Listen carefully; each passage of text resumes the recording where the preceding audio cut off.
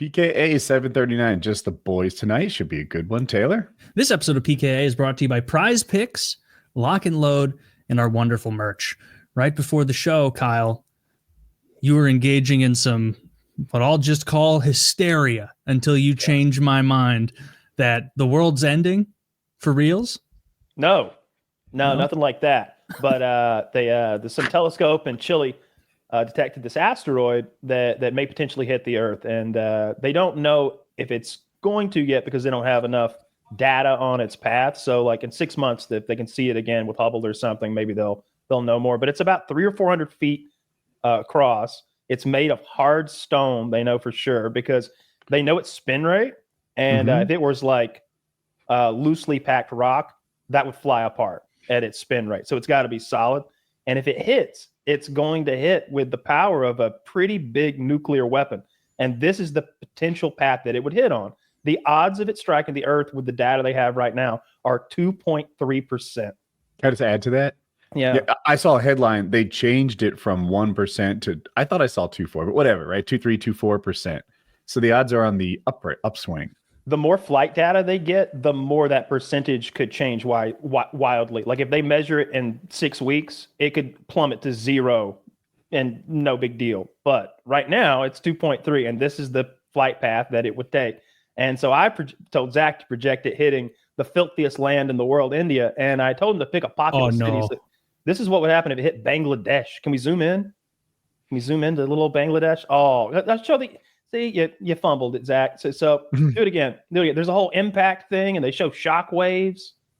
Oh, I need to see some like an animal for scale, a tree. Yes. Is that what you're looking for? Okay. Yes. This is wonderful. Okay, so even most of Bangladesh will still be all right. No. Actually, this has me confused, Kyle. Like because we don't know Bangladesh. Show me Atlanta. Show me Atlanta. The same thing. But let's. Before you click, launch it from zoomed in so we can see it, do its thing. Are we going to have lots of damage where it didn't strike? Or is the sky going to turn dark and have a winter or something? Depends what it hits, right? I don't know anything about that. I doubt it. All right. But, let's make this extra fun, Kyle. What's your specific address? So you, I'm up here in Alpharetta in the northeast of Atlanta. No, say that it hits. Go ahead. Say that it hits right in the middle of Atlanta. We don't need to find my house. We don't need to find his house.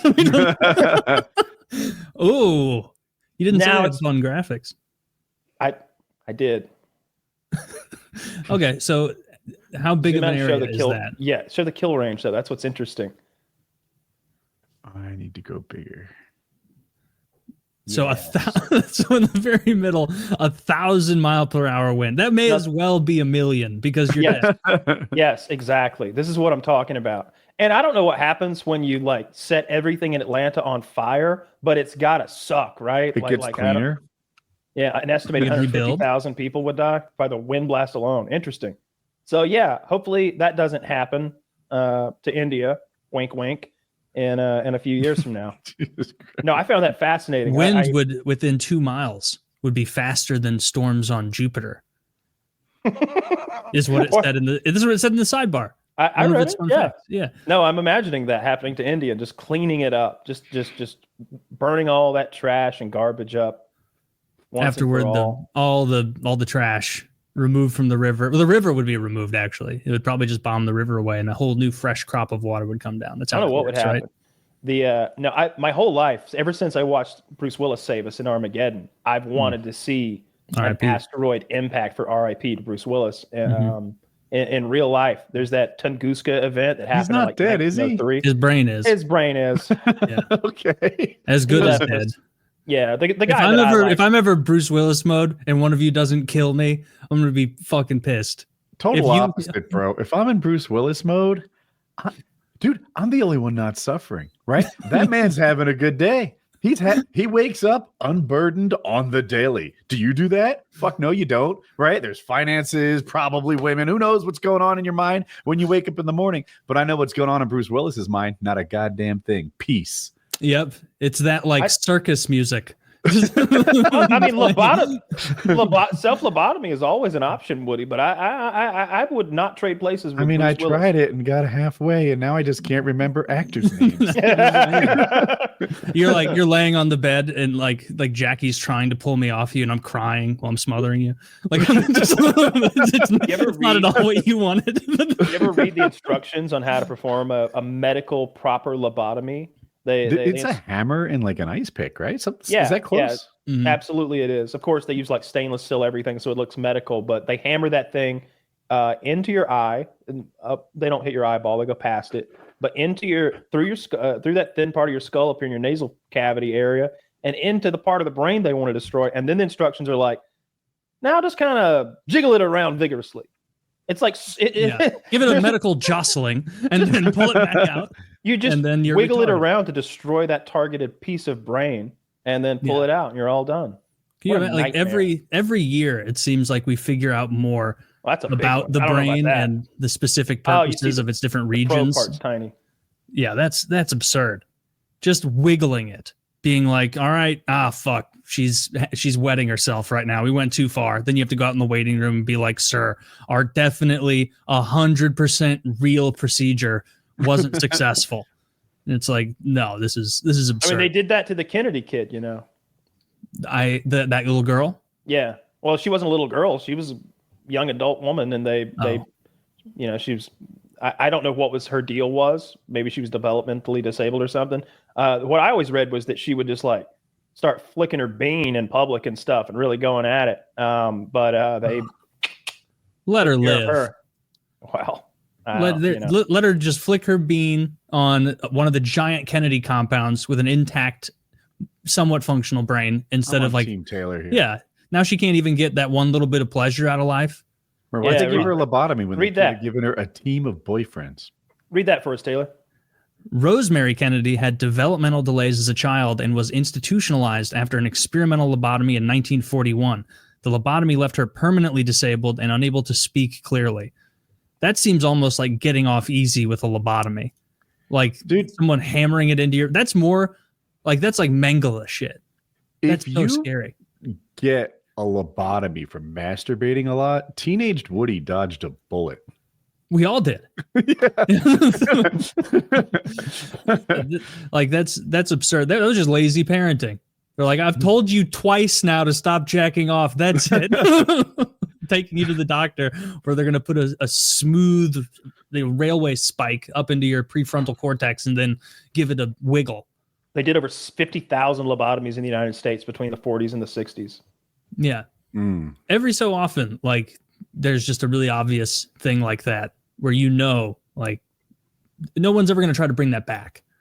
Like, no one is going to, in modern day, be like, Have you seen what Elon's up to? Have you seen what Elon's doing to those chimps? RFK. What's RFK up to? He's not buying into your fake science. He likes the real stuff. He researched on his own. The lobotomy science? Is he a lobotomy? I'm making that up. No, he's not actually for lobotomy. So RFK was confirmed to run. What's the department called, Woody?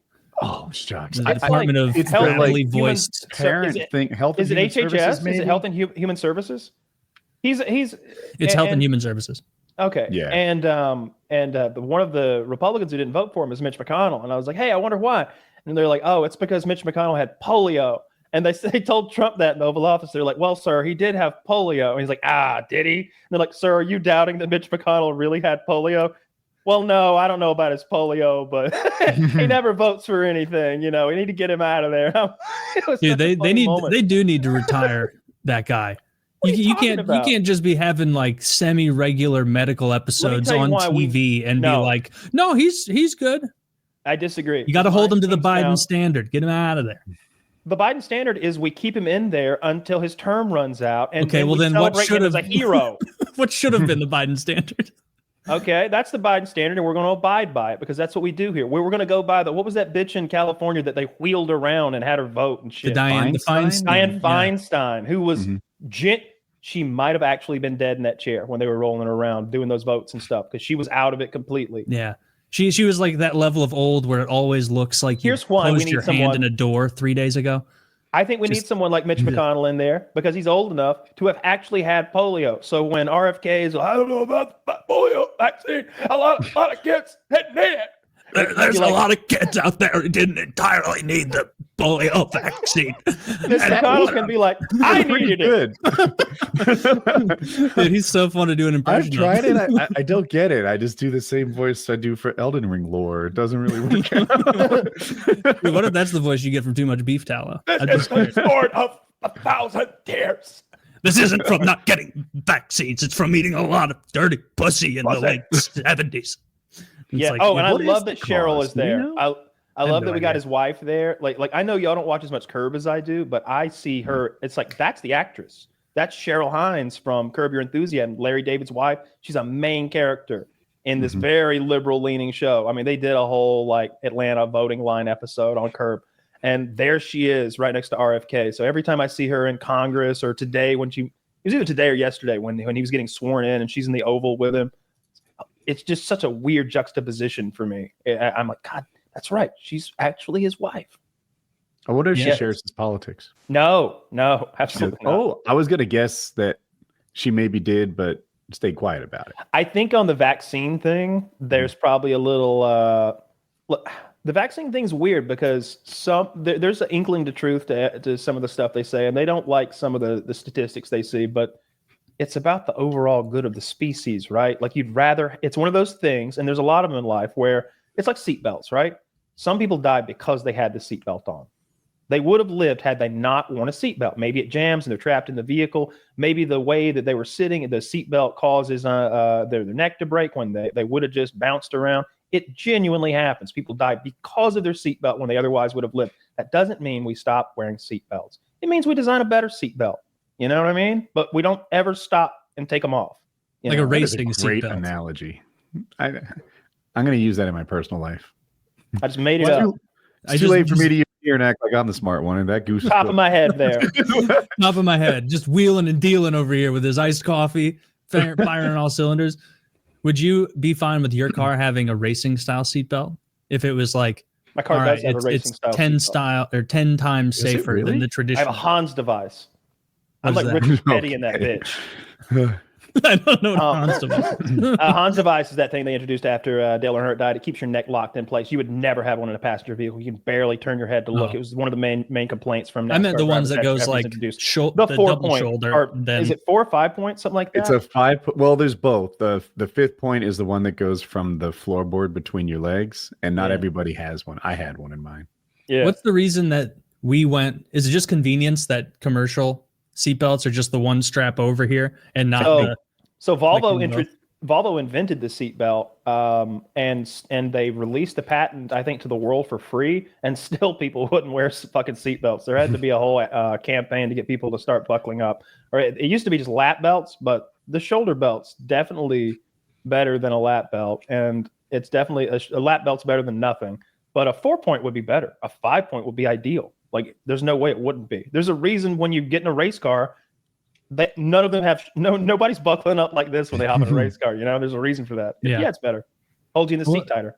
I wonder if fewer people are dying in crashes because, like, I'd like to see data on like morbid obesity's impact on survivability in high speed car crashes. Not just that, but we only at the NTSB or what, National Highway Traffic Safety Association, NTSCA, whatever it is, they only use male-sized dummies to test crash test data.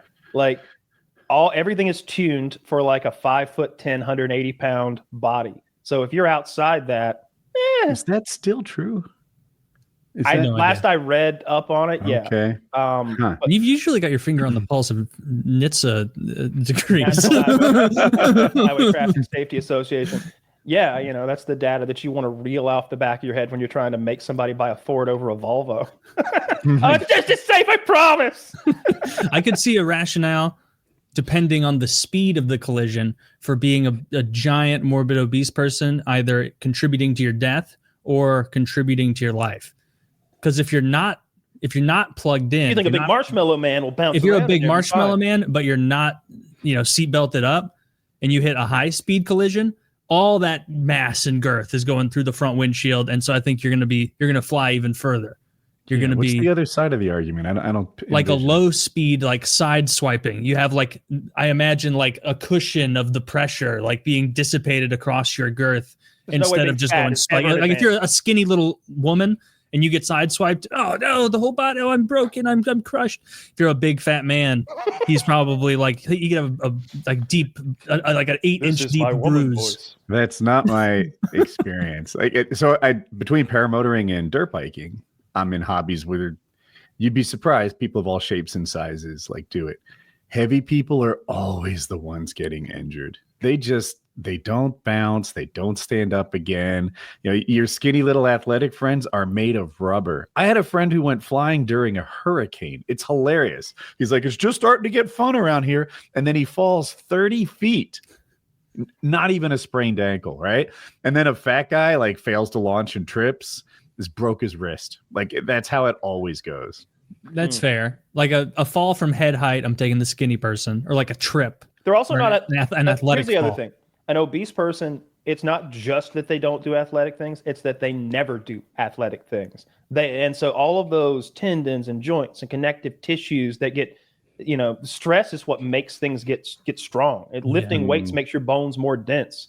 So a skinny, healthy, fit weightlifting guy. He's bendier in the right places and he's sturdier in the right places. He's just going to do better. A big old fatso is going to explode.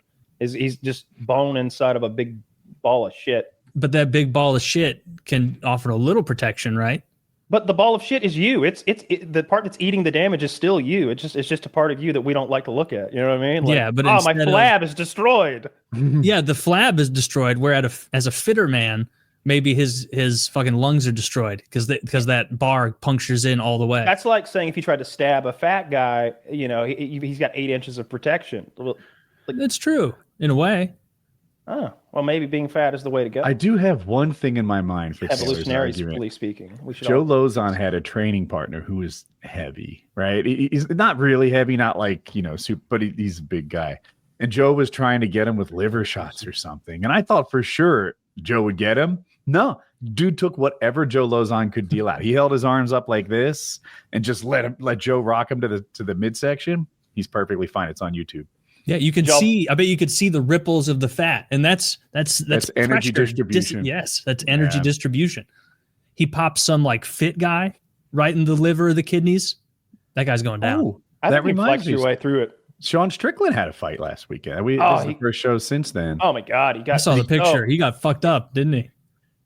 It was bad. Yeah, so he got his nose broken quite badly. He didn't show up to fight. It looked bad. His coach has been throwing him under the bus all week. Have you seen that, Woody?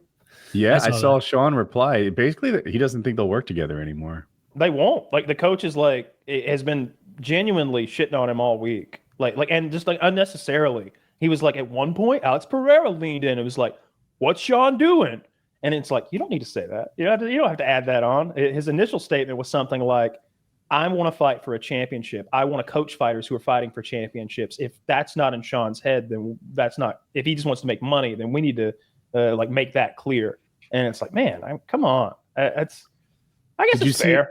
It's fair. It's a bad fight. I struggle to know where valid reasons end and excuses start, if that makes sense. Like I 52 years on this earth, almost a few days now, and I still can't figure out the difference between an excuse and like a valid rationalization of how things went down. Apparently, he had staph infection, and that impacted his camp a little bit. Before the fight, he said he didn't. Apparently, he had an injury. He had a broken bone a while back. He's like, the bone fully healed. It wasn't a factor in the fight, but it was weighing on my mind during the training camp. He had a bad camp. And then something having to do with a visa issue. And it's like, are these the excuses that losers make or the explanations of how things went wrong? Mm-hmm. I don't accept those excuses. No, those are no good. Okay. What's a good excuse? Well, we got to start with what the failure was, right? It wasn't that he didn't have enough cardio to fight. It wasn't that he hadn't learned that new skill, like takedown defense, for example, and he was taken down a lot. It wasn't that. It was that he, from round one, was too passive and too timid. He wasn't pressing forward and punches and bunches, an overwhelming volume, which is his game plan, like he usually is. He was throwing a third of as many kicks as he should have been throwing, and he was throwing probably 70% as many punches as he should have been throwing. There wasn't enough volume from the beginning. Like, he was afraid of getting starched.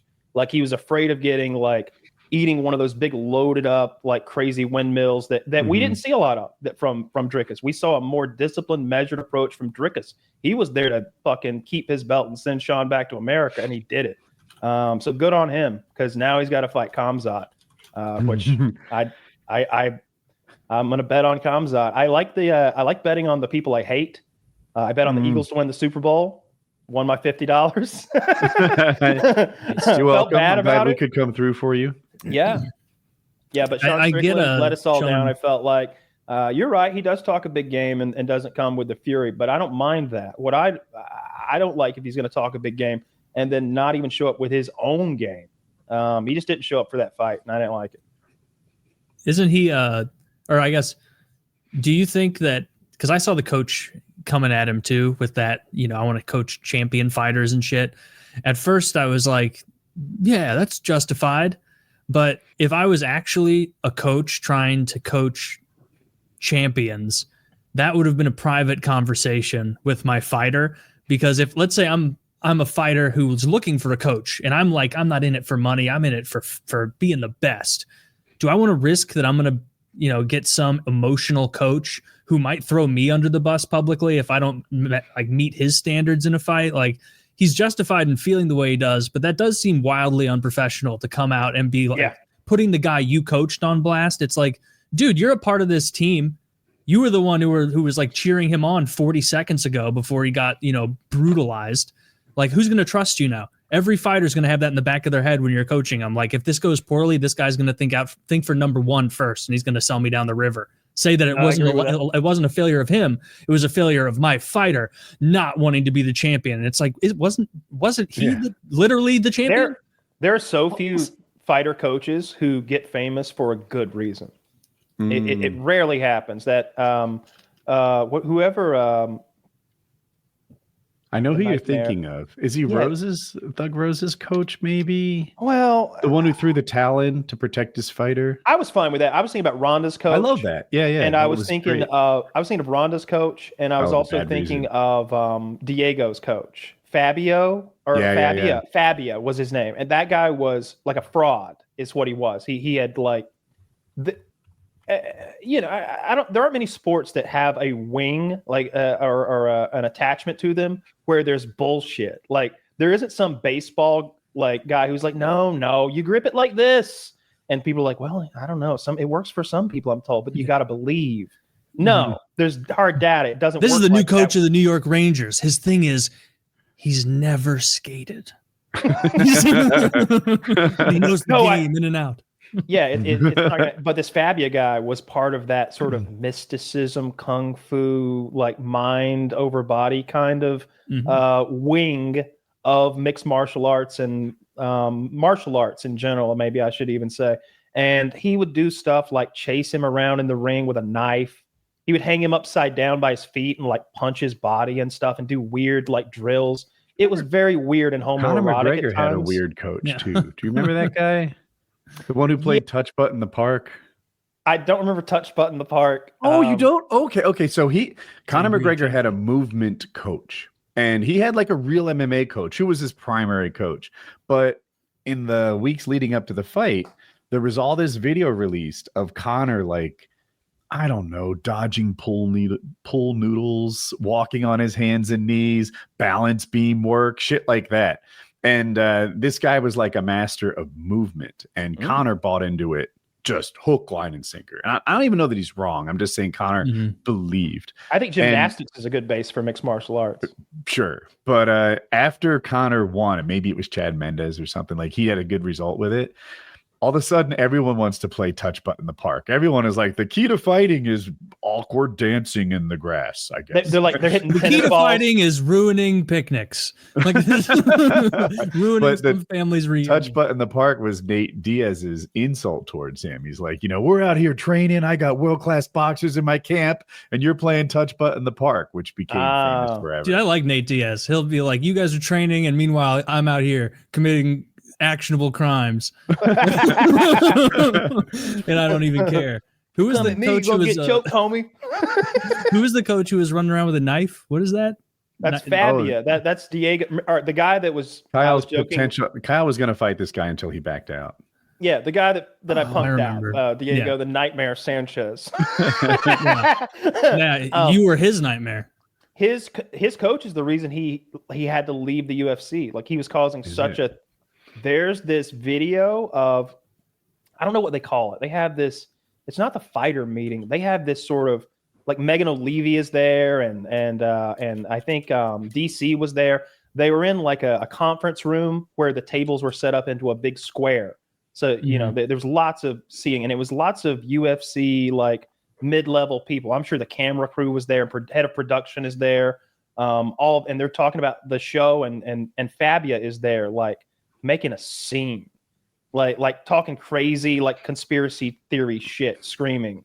And that was right before they cut him. That was right before they cut Diego. It was also time for Diego to go. That might have been the straw that broke the camel's back, because he was losing fights, and as a fan, in my eyes, almost as criminal, coming to fights fat. Like, I know what prime Diego Sanchez looks like, but usually as athletic fighters age, they still look good. You still wish that you had their body.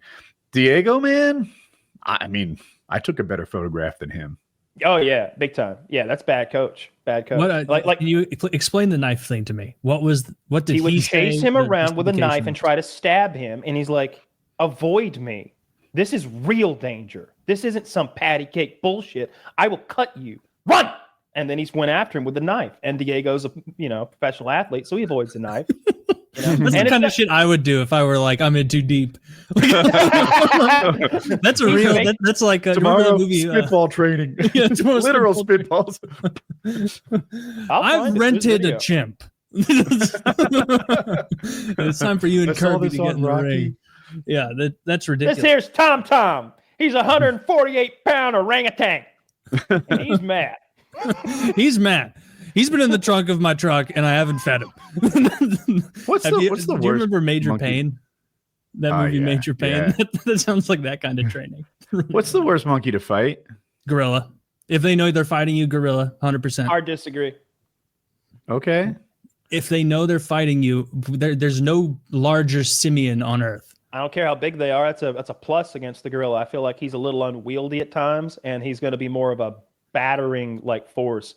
The chimpanzee, I think, is going to disassemble you, beginning with your digits and your genitals, and I don't want to be party to that.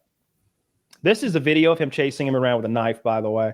You know what I mean? Just so you know, I'm not just exaggerating. And so did he win the fight after the knife? Fuck no. Fuck no. Nah, man. He's training all these guys, and he's chasing them with a knife. He's like, "Here I come with a knife. Here I come with a knife."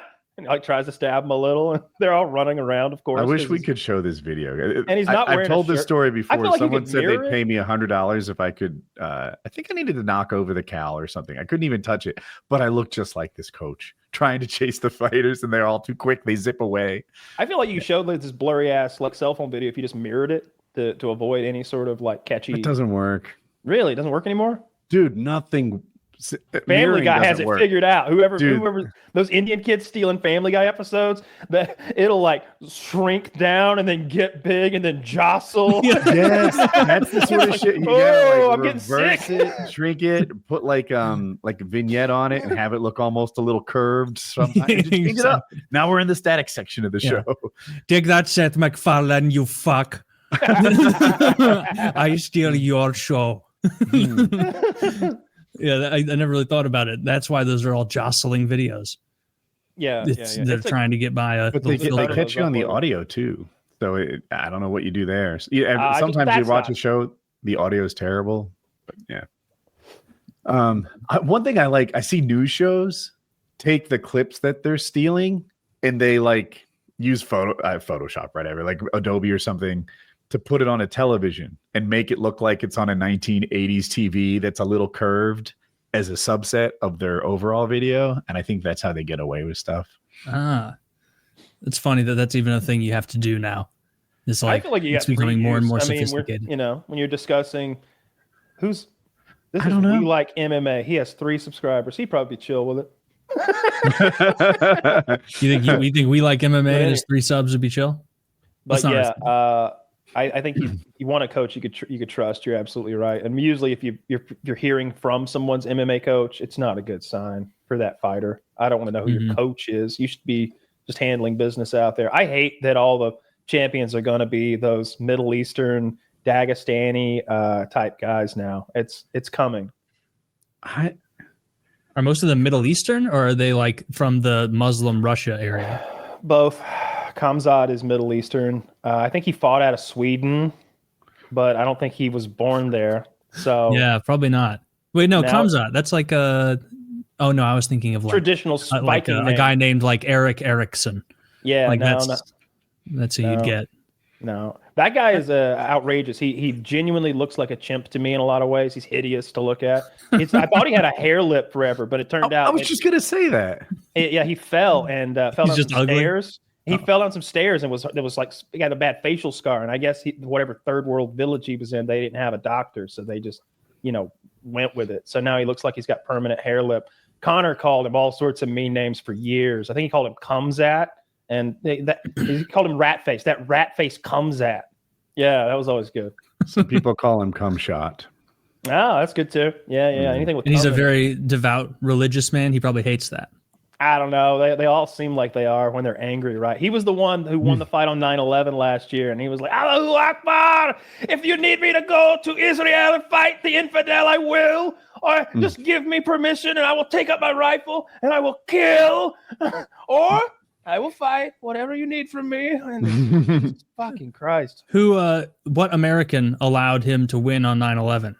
That might have been Kevin Holland. But if it was, it's not his fault because Kevin's like a weight class below, and or like Khamzat missed his weight by 8 pounds, and they had to shuffle fighters. They had to do a weird thing. Oh, I think his original opponent didn't want to fight him. He missed by so much. Oh, was it Nate Diaz? Yeah, okay. It was Nate Diaz's final fight, and it was going to be a screw job from Dana because they're going to make old Nate Diaz fight a chimpanzee, and instead Kevin Holland got mauled. I think Kevin Holland comes out and tries to do the high hand touch, and Khamzat mauls him, throws him down. Somehow he scratches his corneas at one point. He didn't even do the fist bump like the starting fight. No, he attacked him like an animal. You can watch the whole fight. It's 1 minute and 40 seconds long or something. I asked Lozon about that, and apparently the rule is you can decline that. So they do like a touch of the hand usually to start the fight, but the fighters look at each other and they're like, yes, no, and either answer is okay, so long as you do what you said you were going to do. So I don't know that piece of the question.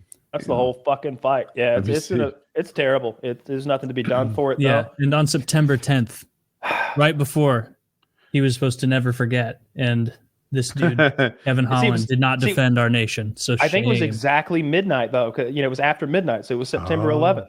Right there, we were all remembering. We were never forgetting. I don't need to remember, Kyle. I never forgot. You're right. I'm sorry. Thank you. This picture of Khamzat. You know who did forget though? The Obama administration, because they were losing fights on September. Well, they figured Al Qaeda was all good again by so they figured in Syria it'd be a good idea to befriend Al Qaeda and fund them for years against the Syrian regime, and that funding continued into the Trump administration. We've been siding with Al Qaeda for years and years. Yeah. That came out in Tulsi Gabbard's Senate confirmation. The guy was like, what about when you puppet this Russian propaganda? And she's like, actually, what I said was I joined the military in the wake of 9/11 when Al Qaeda killed 3,400 Americans. And so when I found out that we were funding Al Qaeda in Syria, siding with them, and there's this memo here that says Al Qaeda's on our side now in the Obama administration, I didn't like it very much. So yeah, I repeated it. And it's like, oh, and he's like, yeah, but you repeated the propaganda. Like he couldn't attack anything. Was it Al Qaeda or ISIS? It's Al Qaeda. Al Qaeda. Because I mean, it's like we've known for a long time that like our intelligence operations like fund rebels. Not Al Qaeda. The people who took down the Twin Towers. They were on the bad list, but Maybe not. 7 years before. Like it was right. It's not. This isn't one of those like, well, 50 years had passed. Japan's on our side now, kind of situation. They are. They're on our side. We give them a pass. Exactly. This isn't that. This is 7 years after 9/11. The Obama administration is working with Al Qaeda in Syria because it behooves them, because they don't like the Assad regime, because they side with Russia. All sorts of moderate rebels down there. This is not a moderate rebel. It is a I know. That's what we're told, that we side with moderate rebels, and then in reality, we often do. Different. This is different. This one's awful. It's absurd. I really hate when I find stuff like that out. That's just such a betrayal. That's disgusting. Yeah. Don't like it.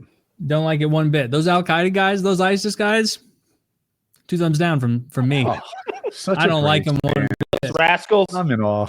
You know what? I won't hold back. Screw those guys. Heck them, maybe. Boo! I boo the rebels in the both sides, both of the bad sides. No good there. No good from it. Yeah, this picture of Khamzat Chimaev, even though it looks like he is Russian, like if you black and whited his picture at this press conference and just imposed it over one of the passports they found in the towers, it would fit right in. It'd be like, yeah, that definitely, that's him. That's who, Mohammed Mashimadi, whatever his name was. We're talking about conspiracy theories before the show. But an hour before the show, I was talking to Scum about conspiracy theories, and we were talking about the plane that supposedly hit the Pentagon. We brought it up because we've recently had a few plane crashes. When that plane hit the chopper over the Potomac, it's like, holy shit, look at that. The whole plane's there when they pull it up out.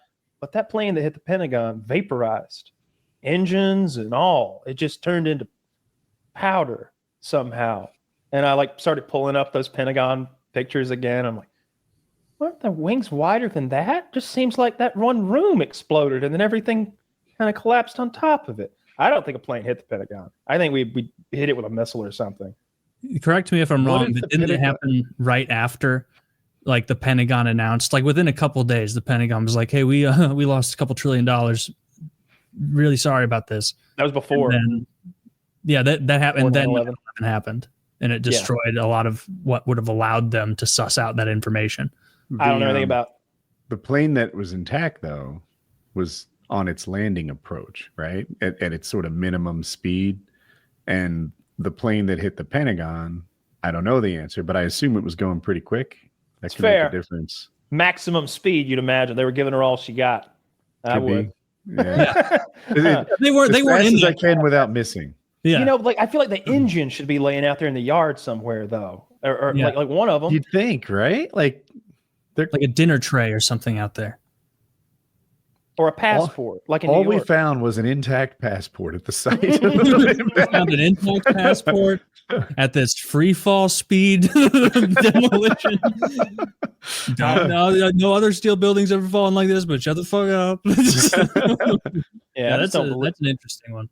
I just don't trust our government at all when they say things. I just think that there's a lot of lying and a lot of nonsense. Fool us about a lot of stuff, and I don't like it. I don't like it. They can't fool me. I always know what the truth is. No, they're pretty good at it. They're pretty good at fooling us. It doesn't matter what the topic is. Virology. It could be anything. Fluoride. You come to Woody. I've got it. Did you see they took away the... So here's one thing that I like Trump keeps taking away people's security clearances. And at first it seems a little petty. It's like, they don't get their version of the Wall Street Journal doesn't show up this week or whatever. Like they don't get to be like, serious falling, and get to kind of gloat over that they know these secrets. It's not about that. It's about the jobs that they can get with those clearances. Apparently, like having those clearances is a golden ticket in certain occupations. And so it's taking away some of their ability to make money post government job, especially with. I liked when he took Fauci's security people away too. I like that. That's good. They shouldn't be able to parlay security clearances is so that you can tap into the previous administration for wisdom, right? So and I don't think they do that anymore. It wouldn't surprise me at all if Obama called W and was like, okay, just between us, here I am. And W's like still current on events because he has, the security reports are coming to him, or go back one, maybe W calls Clinton and says, all right, here's the situation. What'd you think about this during the Cole thing? What do you know? Let's put our heads together. But I never in a million years could hear Trump calling Biden saying, I'm in a jam here, Biden. Tell me what you would do. They asked him. Yeah. They asked Trump, like, I'm listening. It was right after the funeral because he'd been with all the presidents were there. And he's like, which of those presidents there do you think you'd be most likely to call and lean on for information? And he's like, I think Clinton. I think Clinton's still very much with it. And he's a heck of a politician, real people person. It's like, that's the best answer he's given in weeks. It was such a cogent, like well-formed answer. I've been watching Trump every day. It's just such a show. It's just such a show. He had Pam Bondi bring out one of those angel moms. Do you know what an angel mom is? I think I'll know after you tell me. Is it they're the mom of someone who died in a war or overseas combat? Gold star mom? That's a gold star parent. It's a gold star. So an angel mom is when a dirty Puerto Rican, a dirty Venezuelan kills your daughter. Okay, I didn't know that. So it's like if an illegal kills your daughter? Yeah. So like Pam Bondi comes out and she talks about the laws and whatever she's going to change. She's running the DOJ now. And then she's like, listen to her. And then he brings out this angel mom. She said, my daughter was raped and murdered by this Venezuelan. And she lays out this whole case. This guy came here illegally and he got on one of those flights that I guess the taxpayers paid for. And we shipped him to another place and then we got him into some housing that was run by another different illegal. And then he was able to get a room in the same like mobile home trailer that this 19-year-old girl was in. And he raped and murdered her within 5 days of living there and stole her $6. And I don't think that was his first murder. It was like, so when they have those press conferences regularly where they bring out the mothers of the victims and every single time the person says, thank God President Trump is here. Thank God common sense is back in Washington. He made me a promise 4 months ago that this would be on the docket. And here I am today. It is law. And then when he went to North Carolina, he's got old Did she say the thing? Promises made, promises kept, or just imply? She didn't say that. She looked like she'd been crying. Says that I'm going to get to pull the lever that hangs him in the middle of the halftime show next year. These are his testicles. They were sent to me last night from President Trump. When we got his balls off, he cried like a bitch. He said, please don't cut my balls off. Let me keep them. I said, not a chance. You're not taking the balls. You raped and murdered an American citizen. I'm taking your balls. And that's what we took his balls and now I gave him to the Gold Star mother. It's a damn shame, but she's happier than she's ever been. For the last 3 minutes of his life, he sang soprano. He makes fun of the balls like they were small. Right. Little balls, you would never find these balls in my scrotum, not once. You could fit 16 of these in my scrotum. Is that one ball or two? People say it's because I've got that thing old guys get where you get the big scrotum. It's not true. It's always been big. I've always had big balls. Definite. It's not an edema, no matter what the doctor says. Yeah. And then that is good. He should humanize a lot of those things. What happened to the guy, the bad guy? Oh, they've got him now. He's in jail. I don't remember. They did something to him. I'm sure he's in jail. Oh, and then they had deported. No, we kept him. We're going to do stuff to him. There's some daylight between Taylor and I on this. Taylor is often like, deport him, don't spend another penny on him. Maybe not this guy. Maybe it's a different kind of thing. We don't deport them when they've committed crimes here. We that would be my vote. And they serve time. I'm like, they need to get punished. I don't want people going on vacations in America knowing that they just get sent back like a free flight home. It should be like a death penalty, just like immediately.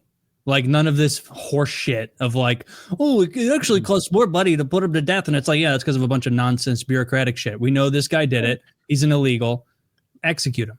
Anyone who's put a dog down knows $80 will get it done. $80. $80. How much does a bullet cost? Like how much does one low quality bullet cost? Let's do that. Or like a zip tie. How cheap is a zip tie? Just one guy walks up and is like, you're guilty, and they just go right around his neck, and then he is suffocated. I saw that in a movie a couple nights ago. I was like, oh my God, what's she gonna do now? He had like this giant zip tie, and he just put it over her head and went zip, and then she's fucked. I was like, yeah, what do? You don't have scissors in your pocket. No, it's not like you get them under there anyway. Can't. way over here. Woody's like, I've been, after you saved yourself from that. I've been waiting for this day. Unfortunately, he's honed those scissors to a razor's edge. He immediately nicks his jugular and bleeds out. But if Woody survives, then he'll be the one kind of talking like this. Listen to me, RFK. Yeah.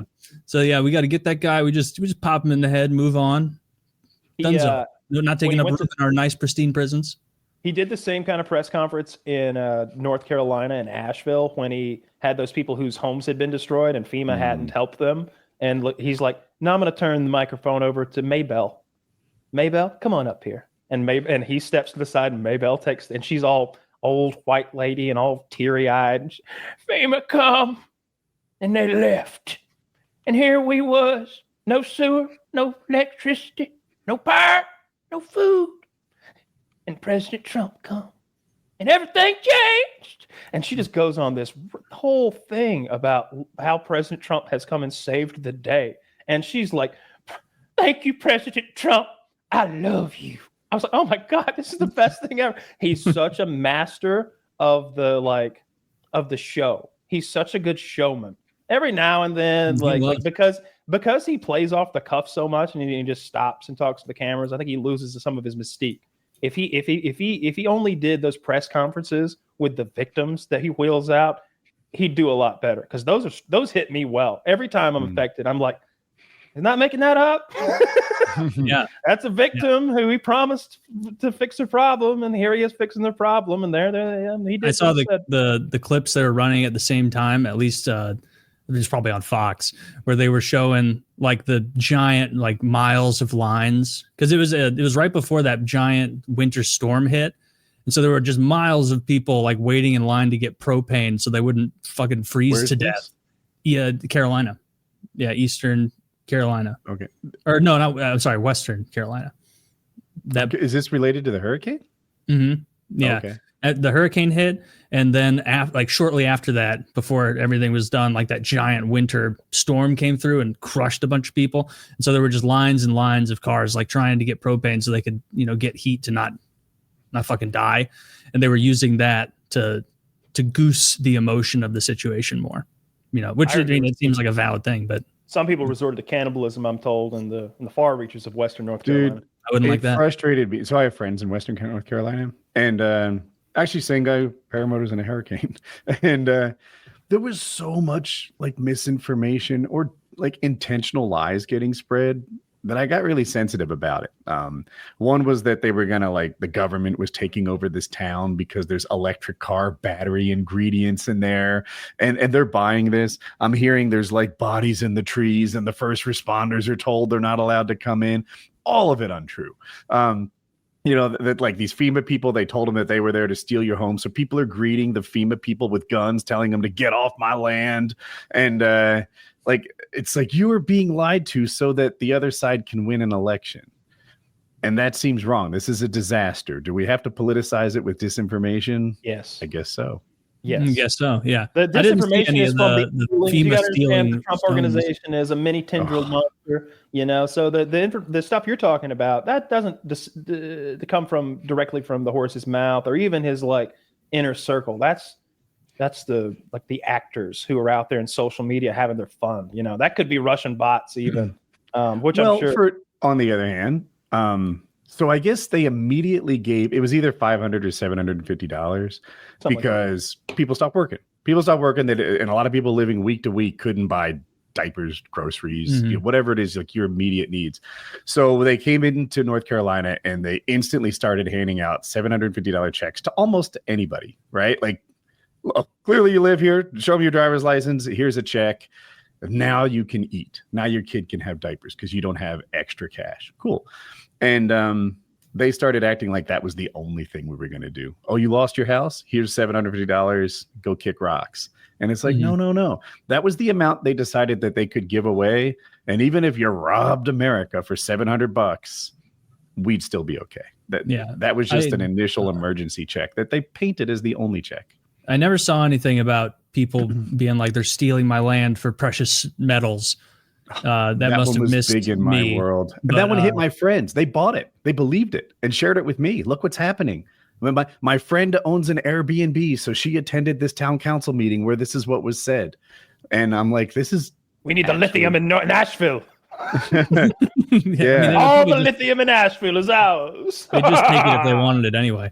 Yeah, I only saw this stuff of like particularly low income people over there were You know what I remember? high and dry after the $700 check for a very long time. I remember during the Obama administration, the conspiracy theory about FEMA setting up like these camps in Texas or maybe in the South somewhere, and FEMA's ordered 50,000 body bags outside of the Dallas area. They're preparing for a mass casualty event. There's all these like conspiracy theories that FEMA was always wrapped up with the Obama administration. I'm like, don't they just help people whose houses flood? Like I'm sure there's plenty of waste and nonsense going on. I'm sure there was some Estonian LGBTQ dances that needed to be funded, but most you have to do that. Yeah. Really, it's probably like some congressman's nephew owns a body bag company. But frankly, we need to raise the funding because you didn't put a T on it.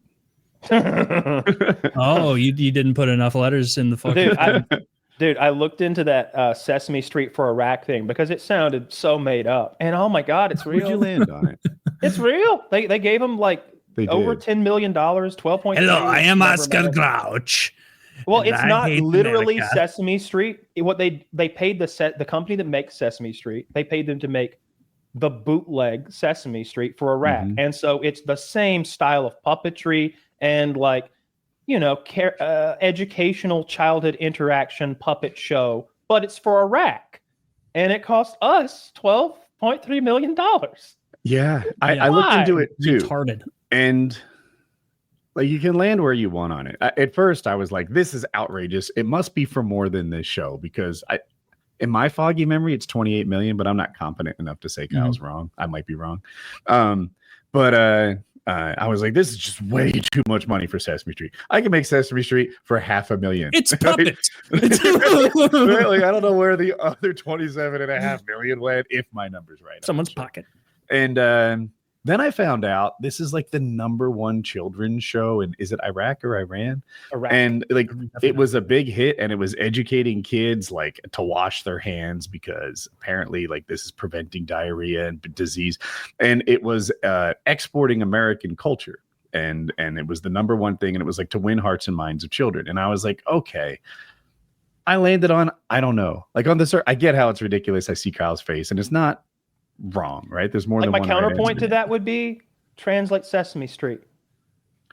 Yeah, maybe that's a better idea. Yeah. But well, they localize it. You don't have to teach washing hands in America quite the same way. But I'm like, 28 million. What if that saves 2 trillion in bullets? Yeah, it was 20 million. I was wrong. It was $20 million. Right, we were both wrong. That's fine. Insanity mode. That's so ridiculous to me. Like we killed 1 million Iraqis. We're not going to win their hearts and minds with a children's program. And also, like you're 100%. Both of you are right. It doesn't cost $500,000 to do that production. Like all of that money, you gotta cut a little for me in. All right, I'm not doing this for free. That's what it is. It's going to some $450,000 in profit. It's going through some NGO that's funneling it largely away from what its expressed purpose is. Wait, and NGO? then a non-government organization. Oh, thanks. And so they're feeding it to some company that then disseminates those funds, and it's just such an absurd waste when we know our government wastes money, and stuff like this is just it. Like if there was an easier thing to cut off the top, it's horseshit like this. Like we're doing, gay dance conversion therapy in Tanzania or whatever the hell. It's like, this is ridiculous. Like there's a reason that like Trump's approval is higher than it's ever been. And that's because like this stuff is very viscerally compelling to normal people because they think I pay X amount in taxes, or at least I think I pay this much in taxes. And so like lifetimes and lifetimes and lifetimes of my contribution to the country, they're not going to help America's dwindling literacy rate. It's not like we're banging on all cylinders here with that. It's going to do this in Iraq. Or it's sending something to Estonia, or it's sending. I don't want them to be able to read. I want them to. Look, if you told me the CIA spent $20 million on a project that put typos in all of their textbooks, I would say job well done. That's a generation of ignorant Iraqis who can't do long division. Fuck yeah, great job, CIA. That is my money well spent. but don't teach them to read. Teach them to wash their hands. I want them filthy and sick and poor and underfed. I want them malnourished. I want that money. And you talk about winning hearts and minds, and like we did that once with Japan. It worked. We killed 2 million fucking Japanese people. You know, but it took an entire occupation for a generation and a half, and they still almost turned to communism.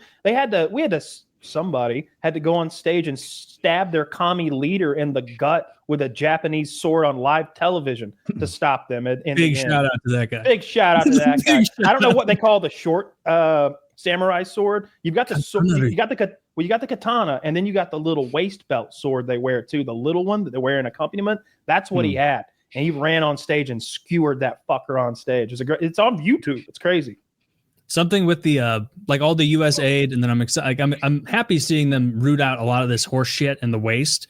And from an optics perspective, they're doing a good job of starting with the most absurd of absurd things, because then it's going to be more palatable. Like if they wanted to cut something from the Pentagon, which I still have, we'll see how much they actually cut from something like that.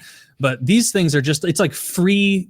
It's free good boy points for them in the eyes of the public, because they're like, wait, we were funding, trans surgeries in Zimbabwe. The fuck is this? My little Johnny can't read. They're sharing chalk in his classroom, like whatever the hell. Like it's, my taxes are too high. Things are expensive here. And so it's just, and then like a lot of people, like talking head kind of commentators more on the left are doing a really bad job leaving an easy win on the table, because they're counter signaling this absurd stuff too much, and it's aligning them with the absurdity. Like the smarter way to do it would be like, hey, we're all in favor of getting rid of trans kid dance structure class in the Congo. We're all in favor of getting rid of interpretive underwater basket weaving in South Africa. So let's all agree on this. Like that would be the better optical thing, I think. For it's funny. That's what I've been seeing. What you suggest they do. I was like, in my little universe, the Democrats have done a pretty good job of not defending. I don't make them up as quickly as you do. Whatever, interpretive underwater dances, and like they don't do that. I've only seen them attack the process. I see them denying the election in Congress. I see them denying the election in Congress, calling Trump the person who was supposedly elected. I see them saying that democracy has fallen, and they start talking about how to arm yourself and join a militia. Who said this? Like these are elected Democrats? No, not the second part. That it's the Crockett lady who's an elected Democrat who called just election denier.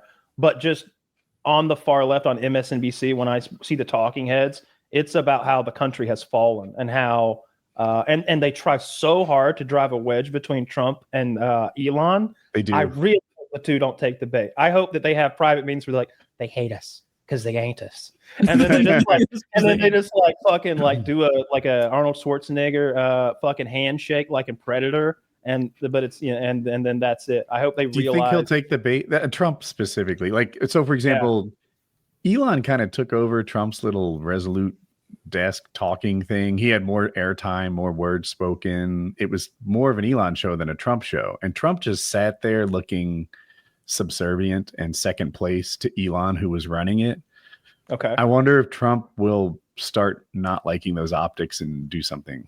I didn't watch it, but that was a Doge specific address, right?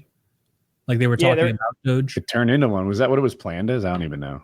Yeah. If it is, it makes sense. He'd be doing most of the talking, but if not, I see where you're coming from. The optics were bad though. I don't know if you watched it at all, but Trump was sitting there like looking old and melted while Elon's up there with his hands, looking autistic and frozen. That guy stutters so much. Yes. The thing about Doge is we need to be incredibly sure of what we're saying, prior to stating it. And it's like, oh my God, dude. You and fucking RFK, like let's get somebody suave in there. I want to see those two do who's on first. What are you talking about? He's on second base. No, you see his name. They call him who. You want to see them do who's on first? That would be very fun. Who do they call who? What do you mean? I'm more of a basketball guy. I'm more of a basketball. Yeah, they're not great communicators, but luckily they're not in positions where they need to do a ton of communication. Yeah. Okay. Yeah. Luckily, Elon isn't like desperately in need of communication skills. Yeah. Maybe he'll get one of those brain chips to help him at some point. You notice he's not volunteering for one of those. That's the scariest thing Elon has ever suggested, to me at least, where he's like, I like it. Friends, implant this chip in your brain. Not and in your brain. It'll improve your life. It's like, that's horrifying. It's not as scary as it sounds. Sounds pretty fucking scary. Wait. Aren't like most of the experimental monkeys dead who tried it? Well, most is an interesting word. Yeah. That didn't stop the COVID shots. Yeah, it is an interesting word. It's a telling word. A couple of them are absolute geniuses now, though. A couple of them are, let's see what the odds are of surviving a Neuralink monkey experiment. I'm guessing that most of them died. But here's my thought process on that. I don't think that they're like, oh no, they died. I think like, yeah, turns out when we turn it up to 11, then they die. Don't do that again. I feel like it's monkey trials so that bad things don't happen to humans. So you're going to break those eggs to make your omelet. And it's not like when I hear they're going to put a thing in your brain, I think in the, like a brain tumor, like they're drilling into my brain tissue and it's going way deep in there. They're taking the top off your skull, just drilling a little in so they can see the top of your brain. All right. No big deal. So far, yeah, it's like doing weekends. Yeah. It's not a big deal. We could do that in your garage and you'd be fine. They used to do it in olden times and people survived it all the time. You can see where people healed from. Did they all survive it? More than would have survived the hematomas that were causing the brain pressure. It was a life-saving technique. It's still performed today. They drill a fucking hole in your head to remove the pressure. So the way you led with it, it sounded like a hobby. I'm into it. I like to drill. You're going to have a bald spot because you're going to let Elon put a fucking Tesla chip in your head? No, they peel the scalp back. They drill the bone out. They put this thing that looks like a watch battery that has wires in it. They put those wires into your brain tissue. The watch battery sits on top of your brain, and then they put your skull back over it probably, or some cap. They used to use gold coins back or silver coins back in the day to cap that. They drill holes in the edges and they just tack them to your skull, and you'd be good sometimes. But it's not like they can pop it right back out if they need to, and it's not like they're putting it into like tech. Yeah, but what if Mossad gets a hold of the shipment and puts fucking plastic explosive in your chip? The Ukrainians did that. The Ukrainians did that with goggles in Russia. Did you hear that story? I saw a clip of a Russian guy taking it apart and showing. So I guess they investigated and found, or at least that guy did. Yeah, the goggles that you wear to control drones, like the really common one, I don't remember the brand name, but they're about $250, $300 or something. I think they're pretty good. And so a whole shipment of those had C4 in them. So when the Russian drone operators went to operate their drones, their heads exploded. Damn. We should probably have more manufacturing at home if this is becoming a thing. I'm not too worried about it. I don't want to get blowed up. Who's going to blow you up? Someone who's fucking mad. Like in Helen Keller Museum or something? I just imagine them being he has to be silenced! First of all, the goggles don't fit. And if they did, it wouldn't penetrate the skull on this one. I get them, glasses don't fit. Throw it away. My garbage can explodes later. Yeah, but I don't see any benefits to having a Neuralink, implanting a chip in your brain. Okay, that's where I was going to say. So can't he like drive people's Teslas to like the police station? That's not what they're doing. So they're not the point isn't to put it in some tech bro so we can run a smart house. The idea is that someone who is paralyzed from the neck down can operate their wheelchair or play a video game or any number of things to give them. And once their brain has been trained on that device and there's some sort of software to interpret all the inputs that it's receiving from your brain tissue, you can interpret those into maybe some kind of midway point that'll let them operate their legs and arms again. Because our body's just an electromagnetic machine. Our muscles move because we send electricity to them. My arms and legs are fine. But what if 18 months from now I show up on the show with a mysterious bald spot and challenge? Hey guys, what's up? Challenge Taylor to a spelling bee for no reason. You'll know the Neuralink is good. It's like on your forehead. Word is anachrony. I think he gave up too much for the spelling. That'd be great, dude. That would be like me versus. It had other functions. I'm sorry, what'd you calculator. I say it'd be like me versus Deep Blue. Yeah. Where I have to outspell Deep Blue. Ooh, that'd be tough. But yeah, I don't, unless the paralyzed thing, that's actually very compelling. If I'm all paralyzed up, They did it. then I'm gonna have my handler wheel me there. They're gonna crack my head open, fix it. But unless I'm paralyzed, I'm not gonna trifle with that. It can only go poorly. Like, what could it possibly offer me better if I'm not paralyzed? Your body benefits more from lifting weights than it did previously. Well, that's a terrible trade-off. I was trying to hit you in your soft spot. Yeah. Because if I'd do a lot of steroids before I died with a chip in my brain. That'd be bananas. I mean, if you can control, if you had a chip in there that could like mess with your brain inputs, you could like augment your senses maybe eventually. Like maybe you could have a sensor behind your ear that picks up sound, and it sends that signal to your Neuralink chip, and it interprets it into sound, and it gives it to your brain. You know, you could like have an ear of sorts. No, but like a super ear of sorts. Like you could hear like a dog. You could have dog ears. I could already hear dogs. Taylor's not old enough to recognize. What about hearing dogs? I hear like a dog. The $6 million man, right? This bionic man from the 70s who could run faster. That's what we're talking about. I said years ago that they should make a show called The $6 Million Man Again, but because of inflation, he's really fucked up. He's terrible. Please kill me. Well, we're making him out of 16 Pentagon coffee cups, and we ran out of budget. Steve Rogers, the $6 million man who begs for death every day. We brought it back from the brink of life. We didn't make him faster or stronger or faster. Yeah. When they say stronger, faster, $1 better than million. It's like, yeah, that's what I was in the time you've been in there, inflation is $1 million isn't what it used to be. I think they laugh at his 1 billion request. Man, those movies are great. I need to rewatch all the Austin Powers. Or maybe they just happened exactly at the right time in my life, because I remember dying laughing watching as I remember like uproarious like gut laughing every time Fat Bastard was about to fight Austin Powers, and he's standing there in the bathhouse and he's like, I sure hope my wire team is ready. And then he runs and jumps, and it's clearly a wire team holding him up. If you watch this movie, it happened, it's like 94 or something, so maybe 5 years before Austin Powers or so. And this is Mike Myers honing his skills and his characters a little bit.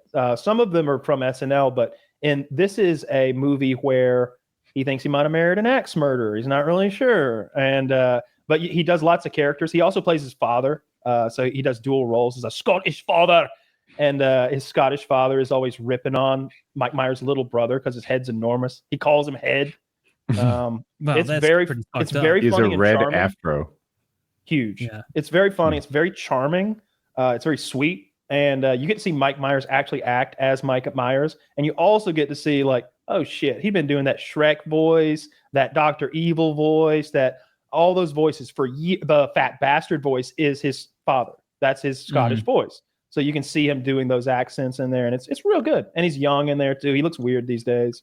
So I Married an Axe Murderer is really good. I saw that movie when it came out in a theater, and I went into it having been convinced against my will. I don't know what I wanted to see, but it was something else. And it completely turned me around. It was good enough that even Sour Woody was like, okay, I was wrong. That was dope. This is a good movie. I haven't even heard of that one. I'll have to check it out. Really? Oh, yeah. Married an Axe Murderer. One of the few good things you mentioned, Shrek. Like, I think the only positive that came out of Chris Farley's death was getting Mike Myers as Shrek instead of Chris Farley, because I do like that accent Mike Myers does. That's just perfect. That's perfect for Shrek. Love the other guy, but it wouldn't have been the same. I don't think it would have taken off if Chris Farley was the guy like screaming where he's like, "You're in my swamp," like just yelling. Like, no, that wouldn't have. You guys probably. I think it has. Woody potential. definitely. I want to hear both. Was too like you were not interested in Shrek. You were too. I was from a different perspective, dude. So when Shrek dropped, I saw that movie and it was good, but I wasn't really used to that style of like CGI animation, and I watched that again and again and again. I like the movie fine, but I would watch a foot like depress the grass, and those blades of grass push the adjacent blades of grass, and just like, this is not a cartoon that I'm accustomed to. And I like, how can I do? I started looking at jobs at Pixar. Like, what could I do? I don't really have any animation talent. Is there something I could do to be part of this process? I was motivated, but I just stayed at Cisco. Like at Pixar, they accidentally deleted all of Toy Story one time when it was basically done. And there was only one backup copy on somebody's laptop at home on a thumb drive or some shit. Like, yep. That the one amount lady of saved money. Toy Story. I mean, it must have been $50 million minimum of like money that was on her fucking thumb drive. I don't know what the production cost for Toy Story was, time, effort, like having to start all over again. It'd be kind of incalculable, but yeah, tens of that was millions Tim of Allen's dollars. heyday. He was not charging peanuts. Oh, not just Tim Allen, but Tom Hanks. Fucking Tom Hanks. And I had a chief information officer at this company I work for, Q88. I had like 1,200 employees. And I was talking to him, and he told me the story of when he was hired. The CEO was hiring the CIO, and he's like, what would you do if someone had no backups and then the company's systems got wiped out and we couldn't recover? And this guy interviewing is like, I guess I'd fire that guy. And the CEO goes, all right, so I made the right decision. That's why we have an opening. And I was like, fuck. Oh, shit. Okay. I think I'd probably tie him to the copier until I figured something out. Well, we whoop his ass first thing, stomp him out real good. Oh, speaking of that, do you know Wes Watson? Does that name ring a bell? No. Yeah, but why? Okay, so Wes Watson is the ex-con YouTuber. White guy Jack, never wears a shirt, tatted up, shaved head. And he yells at you on a park bench about how to get your life together. And seemingly, he's put his life together. An entrepreneur, businessman of some sort. And he's just like, you're a bunch of pussies. All you got to do is work hard. I've been hard. I've been down 15 years. Hard time. Kill people. And he's real hard all the time. I got really into him several years ago. I think he led me eventually to our gym heist goofball. Mm-hmm. But I liked his videos. Well, one of the things, I guess, and I don't know the entire impetus, but I think sometimes he'll say shit like, you step to me, you get fucked up. Anybody, anywhere, anytime. He's one of those guys. Well, he was at the gym, and there's video of the whole thing, wide angle. You see every bit of it. He's at the gym with like 4 of his boys, and they're all big boys. I'm guessing I'm gonna call them all 6'2", 220 minimum. They're all big a lot of boys. fit guys. Yeah, they're working out. And in walks a way bigger guy. A giant black man walks in who looks like he could be like, I don't know, a fucking corner for the Eagles or something. He's taller than any of them, and he's big. And he starts picking a fight with Wes. Well, everything was all right, I guess, at that point. But then Wes stands up and starts beating the shit out of him with a weightlifting belt. And it looked like he knew how to use it. All right. How do you use I know how to use a weightlifting belt, but no one gets hurt. Ruthlessly is how you use it. He hits this guy 3 times in the face before the guy can get away. Whack, whack, whack. One of them's the backhand. He like goes, forehand, backhand, forehand. Hits this guy hard as he can 3 times with the weight belt. Guy's backing up, defending. Long story short, Wes and his boys stomped the shit out of this guy on the floor, kicked him in the face, just beat him mercilessly. And now he's going back to prison. Now he's on aggravated assault charges. The video is wild. You sent me the video. It's in our chat. If you scroll up a bit, Woody, you can, or I don't know how much you guys talked since then. That's the unedited video. That's because I keep finding it, and it's people talking over it and pausing it, and it's obnoxious as hell. There's like easily 20 hits after it could be reasonably believed to be self-defense. Yes. Like easily 20, if not more. Toward the end, the guy is on his knees, and Wes has him by his long hair, and it's just Wes at this point, but he's just giving him punches to the back of the head over and over while saying, I'll kill you. And then he starts kicking. Somebody goes, do an MMA kick. So Wes starts doing MMA kicks, and he starts kicking the guy in the head. Like first he's holding him, and these little short kicks, but then like he walks a soccer around. Kick. Well, he can't get a soccer kick in from these angles, so he takes a long walk around all the equipment to the other side where he can then start delivering soccer kicks. He took 3 steps back, 2 to the side, Like he was about to kick a field goal. He just ran in. He tested the wind and then broke all of his ribs. He kicked him in the face with one of them, and then in the ribs with one of them. And he's in a lot of trouble. And it's all on video. And like I could see if somebody came and like attacked you at the gym and you're with your boys, like really giving them a serious beating, but not on video. Not on video. Like that's a bad move, you know. If you couldn't find it, Woody, there's a Twitter link to the. Oh, did you find? Okay, thanks. I don't know what the black guy was thinking, because I mean he was stepping into a hornet nest with his dick out. You know what I mean? Like he's walking up to all these big strong men who are in the activity of getting bigger and stronger for the fun of it, and he picks a fight with them. You know what I can tell is this Wes Watson guy has thrown punches before. I watched some MMA guy critiquing his form, like, "Oh, I could beat the shit out of Wes Watson. Those are arm punches." It's like, dude, he's committing a hate crime, not hitting a heavy bag. You know what I mean? Like, you know that guy should have just waited for him to finish his set. I saw him do the belt hit, and the belt shots were to the face, and it looked pretty uncomfortable. And then there's a cut, and the black guy is on the ground, and Wes Watson's just pummeling him. And I want to know, like, how did Wes Watson get that superior position? That was how he won the fight, and it's cut out. And then everybody sort of helped. You saw it uncut? Yeah, the one in WhatsApp should be uncut. Yeah, this is just the first one I found. Basically, one of the other guys holds his arm. The black guy like holds his arm, and then Wes gets like obviously the superior position because the guy's having his arm held and he's already on top of him, beating him up. And then as it progresses, you can see like the other guys that Wes Watson is with, like slowly backing up, realizing that like they're now implicated in a crime. Not even that. They're like, he's got it now. Oh, yeah. Yeah, the guy in the black t-shirt at the end of it, though, is like looking around like, oh, no, I'm going to be on the news. So one of Wes's friends also has a shaved head. He's a big white guy, and he's throwing kicks while the guy's down at one point. He's in their mean kicks. He's like making a mean face while he throws the kick, if that makes any sense. Yeah. He's scowling while he's doing it. Take that. And yeah, then he walks around the weight bench and then winds his kick up like he's Charlie Brown, and then just wails him right in the ribs. Yeah. Don't mess with Wes Watson. He'll fuck you up. Surely not, because he's not going to stop once the threat has been neutralized. He's going to go for another 90 seconds. He's there to send a message. I saw the part I was really interested in. Like, how did Wes Watson get superior position? I see why they cut it, because after he hit him in the face with his belt a few times, there was talking. So there could be an edit there for a good reason. But the black guy came in with maybe like a Lisa Simpson windmill style, and Wes Watson grabbed him by these long dreadlocks and pulled him forward to the ground. And the black guy got off balance and sort of fell onto his elbows and knees and got beat up. That hair's a real problem in a fight. Where the head goes, the body follows, and you're just giving it a handle.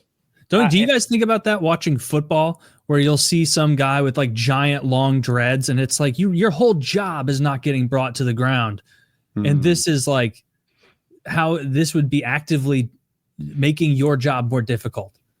Why would you? I'd be like, I'd have a nice crew cut if I was trying to run around with the ball and not get tugged down. Like voluntary baldness, if I was a professional athlete. Yeah, that just makes more sense for it. I like the braids. It makes the helmet comfier too. Like you can braid your hair down real close or cut it close or whatever. But I definitely wouldn't have some big head of hair. I forget who it might have been O'Malley who said it, but he's not the only pro fighter who has like a big bushy head of hair. But on fight night, it's all cornrowed up. And they said it's because getting hit in the head looks far more dramatic when the hair is like flying around, and the judges see it differently. But if you're like basically a crew cut because it's all cornrowed, it doesn't look like as big a deal. Sure, I never considered that. That makes a ton of sense. Perception is reality for a lot of those hits to the judges. Like exactly. And unfortunately, with those judges, sometimes they don't know what they're looking at. Like there are guys who I don't claim to be one of them. You're not. I don't claim to be one of them. But there are guys who can watch a fight and really see things. Like, oh, I see what's happening, or they'll understand it correctly. And there are guys who understand that Fighter A threw 8 punches just then. But Fighter B took them on his arms. He deflected them with his forearms, his shoulders. He he took 0 damage there. If anything, he won that encounter because the other guy's all tuckered out now. And then at the end, he was able to get that little push-off kick or punch or whatever. Like, the guy who threw all the punches just lost that engagement. But if you don't know what you're looking at, that guy hit him like 8 times. What are you talking about? And they're like, ooh. And you see some like fucked up scorecards occasionally. I think they're getting better at it. And I think that as we get, like, as generations of fighters age out of the game and go into broadcasting and other stuff, some of them will be siphoned into the judging sphere, and we'll have judges who we hear their names like, oh yeah, I used to watch him fight, or oh yeah, that guy's a fucking black belt, because that's what you want. You want black belts doing the judging. Kind of, right? Like, take any fighter from today. I don't know, Dustin Poirier, make him a ref. Okay, this man absolutely knows what he's looking at. But are we sure the people in his universe aren't going to get preferential treatment? You know, and he's a good guy, picked him on purpose. But like, how can you not like your friend a little more? Or have Demetrius Johnson, right? Like, you know, this guy has an ecosystem of fighters that he's kind of collabed with and such. How could he not be a little biased? I'd pick Tito Ortiz just for the funsies. Like he'd be spelling his own name wrong and shit. Like he's the first judge to ever, like, you score his card and he fails. Sorry, Tito. You turn it back in like face down. Tito's giving letter grades to the fighters. Oh damn! Blast from the past. I'm thinking about Tito's getting the used to that shit. He never got a test back face up. Yeah, I saw a video of him one time cooking in his kitchen. You know, everybody tries to expand and like show a little bit of their personality. He's chopping an onion like a caveman. He's got it in his hand. He's holding it like an apple and chopping into his hand in like diagonals and shit, and then like crumbling up the onion. And then he goes to like open a jar. I don't remember what the jar was, but we all know how to open a jar. You hold the jar, you grab the lid, you oh, not Tito. He holds the top and twists the bottom. Like, and it's just like that's a little thing, but it just this guy is a class A moron. Before he got all the head injuries, he was a dumb of the first order, a low IQ individual, like a genuinely 85 IQ. I bet he can't spell 4-letter words kind of guy. Which guy is this? What's his name? Tito Ortiz. Oh, I've seen pictures of him. He's like he's very retired by now, because that sounds old, right? You know how it is. He fought like 4 years ago, but not very. But he's an old man fighter now. He's 50.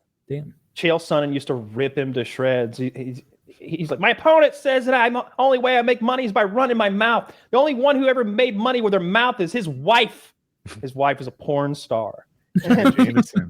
Tito goes, she wasn't my wife. That's all he had. I'm sorry, I meant your whore girlfriend. It was her mouth that made all the money. Thank you for the correction. He was distracted. He was considering a new jar technique. He's like, the lid. Of course. Twist the lid instead of he used to just tear him off like a bear. Like, I wonder how much money he has. Like, so he did that thing for Oscar De La Hoya a few years ago, and he beat up the ghost of the Iceman. Yes. But I heard the whole point of that thing was Oscar De La Hoya poking Dana White and be like, I pay my fighters what they deserve to be paid. He doesn't sound like that at all. But I also heard after that a lot of people didn't get paid. But I bet the top of the card did. I bet Tito and hard to say, right? Yeah, I don't know. So when Tito was world champion, on top of his game, the best fighters in the world were making like $100,000 a fight. So that's not. I mean, it's great money, but it's not retirement money. It's not. Yeah. $100,000. I'll never worry about money again. Yeah, I don't know. This is on a different thing, but I saw it a couple days ago online, and I was like logged it away mentally. Rascal McGovern's Alex Rosin, that gigantic guy who beats up pedophiles, catches them, and then often throws them a couple combos if they push back, before the police get there, in defense, of course, in defense of children, really. And there was one where he had this big fatso, they'd caught him, and he'll just post it on his Twitter account. He'll be like, hey, this is Enrique, whatever the fuck.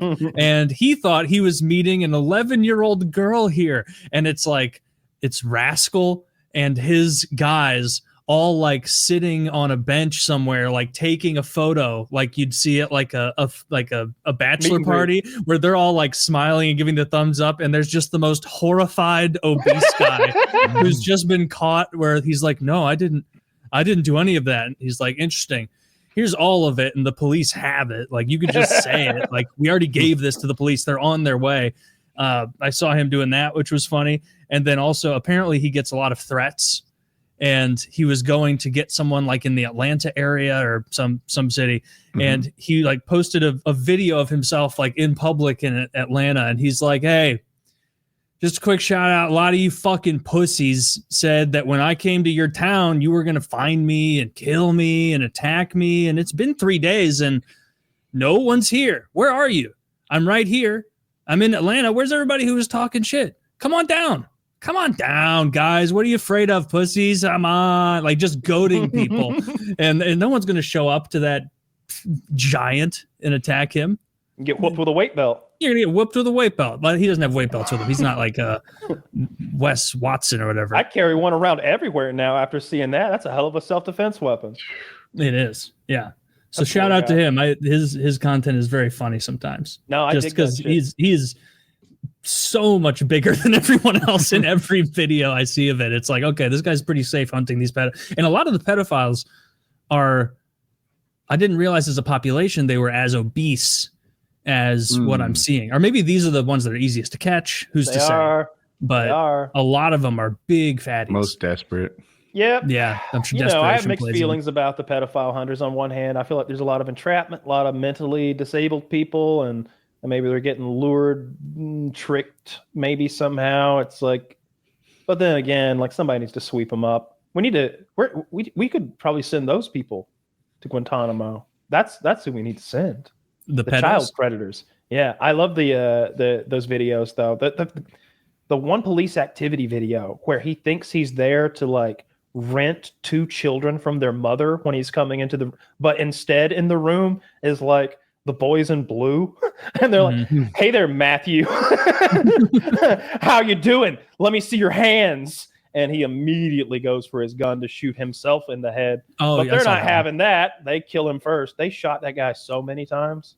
This was the Rascal McGuffins thing? No, this is the cops. Yeah. This guy last second like thought he was going to do pedo stuff and then immediately went to like suicide by cop mode and just got shot up, which is, it's a great thing. The world's a little better. Our point from earlier in the show that executions need not be so expensive. Very true. Very true. You got them dead to rights. They're doing that to kids. Now let's just save ourselves a little money. I don't know. Let's make. And Kyle, you were saying to send them to Guantanamo. That doesn't even make sense. The one group you wouldn't want to send to like a segregated prison like that are the pedos and the child rapists, because you send them to regular prison, and then the regular prisoners are like, "Hey, you hear what this fucking guy's in here for?" And then they're gonna stab him up with a sharpened. You're thinking of like where we keep the 9/11 terrorists, but Trump has that new facility over there. There's pictures of it it's a tent city. All right, it's a tent city that for 30,000 people is what they built in Cuba.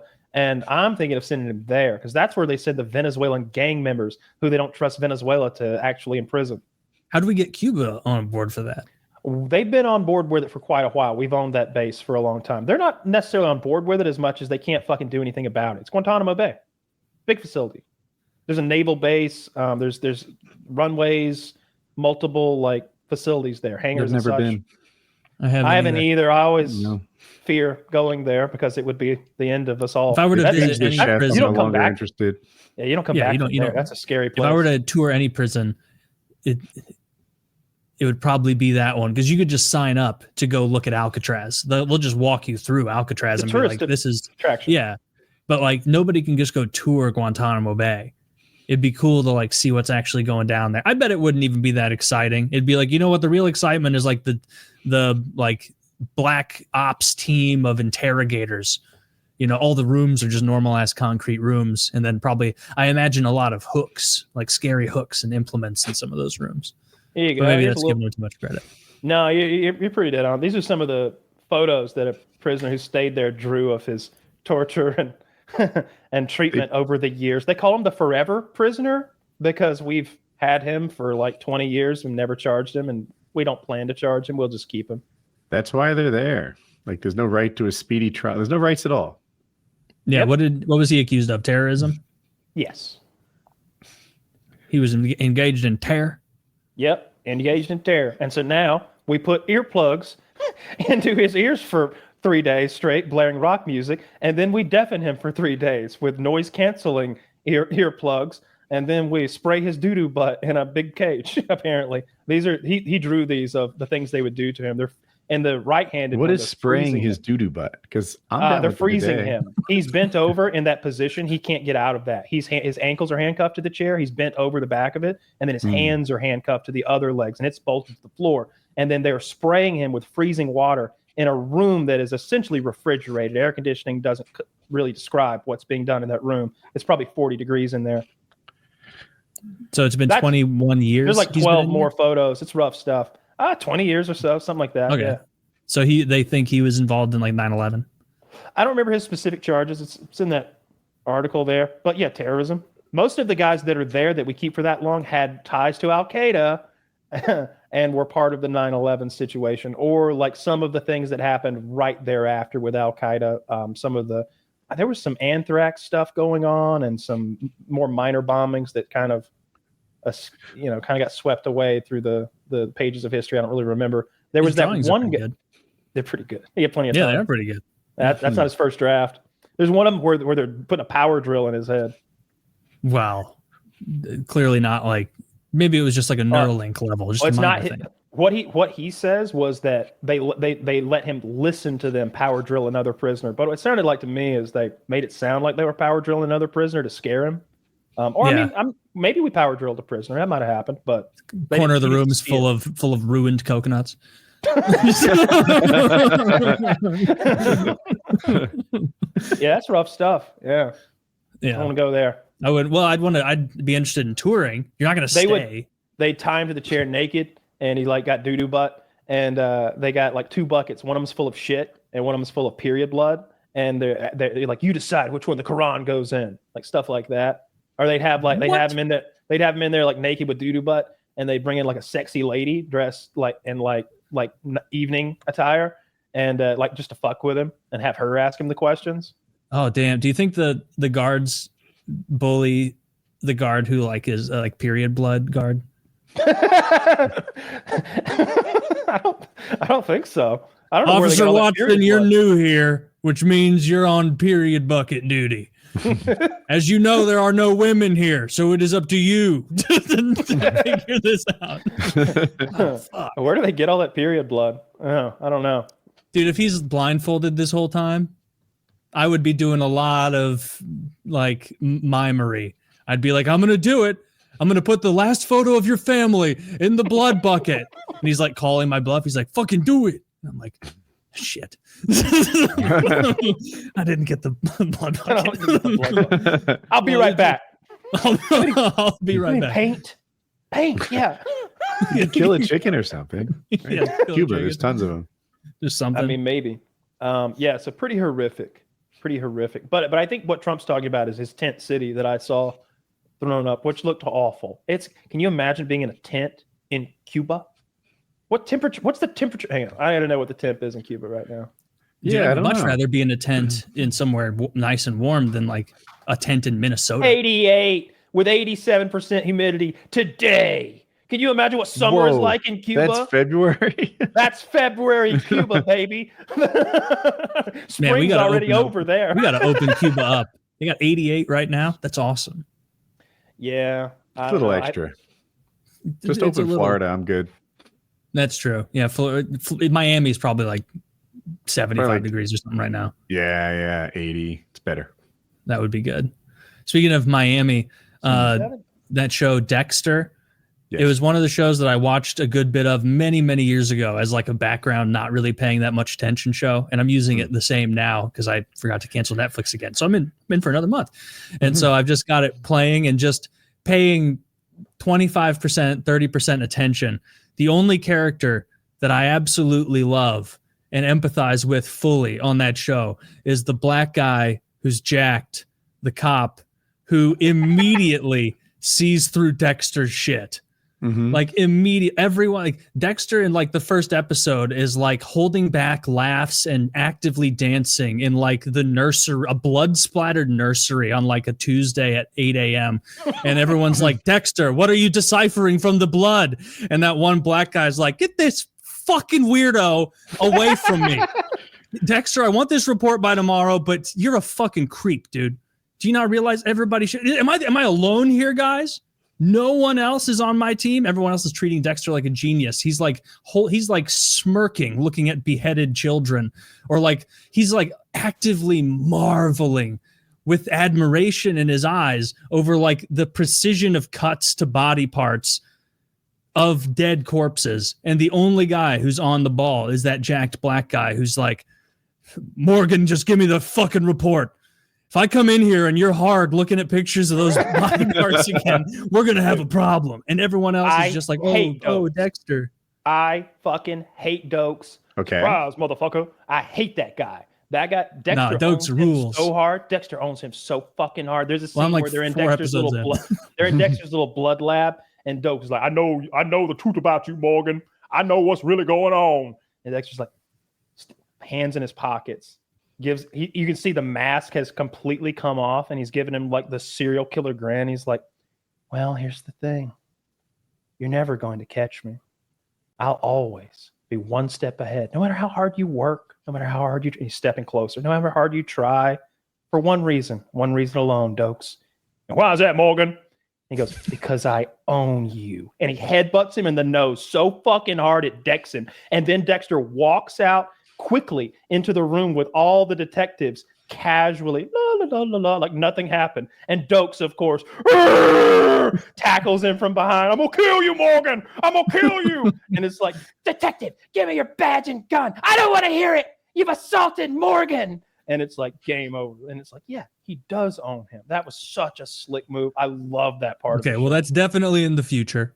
From what's happening now, but I'm not very invested. It was just, and that was a very good Doakes. That may be the best impression you've ever done. I really like that one. That was very close, but I like it. He immediately sees through Dexter's shit, and it's one of those things where it's like everybody, other than his sister, who's like lonely and afraid, and like she's gonna see the best in him no matter what because she doesn't want to be alone in the world. But like everyone else, it's like this guy's a fucking creep. I knew someone who fucked his sister. She's a little odd looking. Really? You know someone who had sex with her in real life? Yeah, I think that she was cheating on her husband with like my friend's husband or something like. It's been a decade and 12 years or something, so I'm always fuzzy about the details. But something like that happened. There was infidelity that involved her and my friend. It was my girlfriend's friend that I was friends with. I went to high school with them. But anyway, that was a situation. I remember hearing about that. Deb is not attractive, though. She got them snaggle teeth.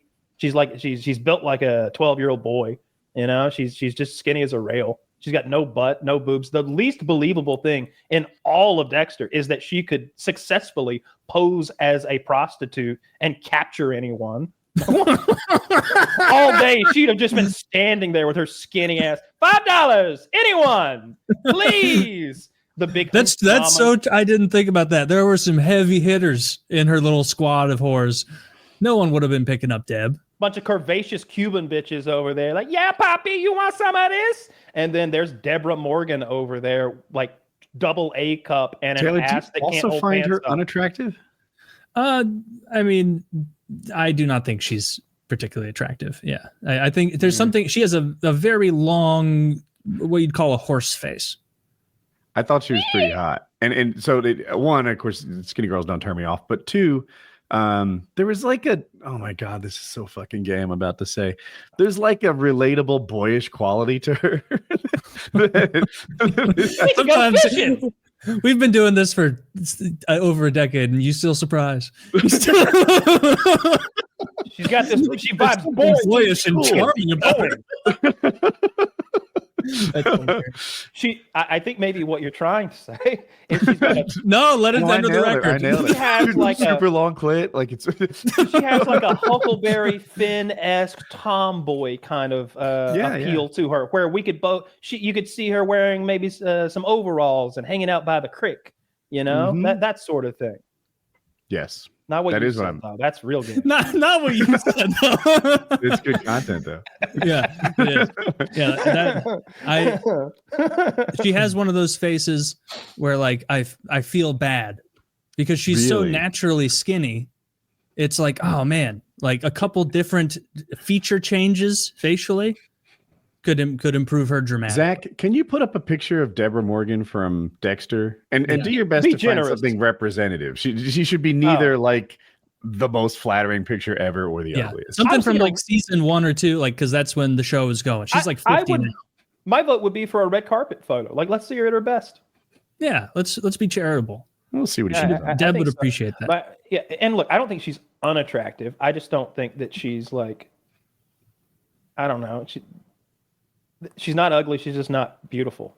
You know, she's just an average looking lady. That's fair. She only appears a little odd looking because of how hot most people in Hollywood are. I think she's every bit as hot as that girl from Last of Us, the zombie show. Yeah, but now that I'm looking at Wait, what? Deborah Morgan really does have Last of Us. Wait, do I have that's- the name wrong? No, yeah, the Last of Us is the one with that ghoul. but that girl is. Now that I'm looking, Yeah, no, Deb that's what I meant. Morgan It really was a does have joke. like got like an Easter Island head, and I Listen. know Easter. I know. How did they move it? I know Easter Island heads. I've got one. I mean, I get that she has like a non-traditional look to her, but I just find it unconventionally attractive. How about a bathing suit, Zach? Yeah, A bathing she's suit she's photo. definitely not ugly. Let's get some. Let's get the A clothes bathing off. suit photo would be ideal. I'd also settle for maybe one of her prostitute outfits from the show if that's easy to Yeah, find. Yeah, one where let's see. You she's- can show me her. Again, I just didn't buy that. That's my complaint. It's not that she's like not attractive enough to be on TV or anything. It's that I didn't buy her as a prostitute. She's just not going to catch anybody. No, or she would have had to go to a less populated corner. Maybe. Yeah, you wouldn't want any competition around. Any Cuban mommies. Because there were some cute Cuban ladies with big old titties and nice asses on that Mhm. corner. There's no like way all of Deb's them. getting picked up. Although, who knows? She is looking for like a real criminal. She was hoping to like pick up a murderer because she was desperate to get out of vice and get to like homicide. And so I think she wanted to get picked up by a murderer. So maybe murderers pick slightly different looking ladies.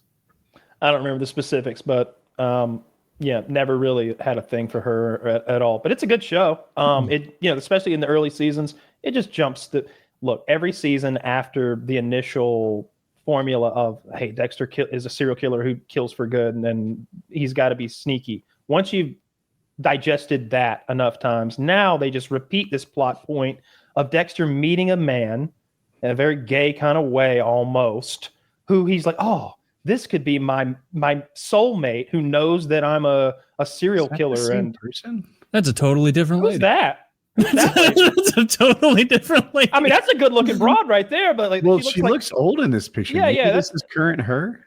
that's so much. That's not her, Zach. I don't believe you. There's no way that's her. It's not her. Her head and her face are different. Her body is different. She has titties now. Whatever I that have is can be changed. contagious, and Zach caught it. He can't tell two people apart. He has face blindness. Dude, This just not isn't the same even person. close to the same. It's a white woman. What are you talking about? That's The close. jaws are different. There we go. oh, that's the a great same picture. lady. Dude, tell And me that's- that woman's not pretty. Dude, that's Yeah, she looks the pretty ideal there. female form. It doesn't matter if you like it or not. I mean, it's pretty great. And her Adidas photo shoot, yes. Yeah. Yeah, that might be shopped a touch. It's definitely not. She's wearing Really? wearing Is she Nike that shorts big and a an pop? Adidas top. I don't know. It's not a photo shoot. What's that text at the bottom right say? Like, what's this photo from? I don't care. Photo by James it's the- Weber. Yeah. I actually buy everything about that photo except the boobs. They just seem 3 times her real size. Unless they're just they Like- like, I don't know, strap those bad boys down for TV. They No, did but a little Dexter keeps- defining in the Photoshop on the top, a little more shadow maybe. They do that. Maybe it's like I also hated Dexter's love interest, that blonde chick that with the kids. Sick of her. I hate her. Let me tell you, of all the ungrateful bitches in television history, I don't know who's higher on my list of ungrateful bitches. I know the other one. Whether it's Dexter's wife or if it's Walter White's wife. I knew it. Now Walter White's wife committed crimes, murders, and many other things.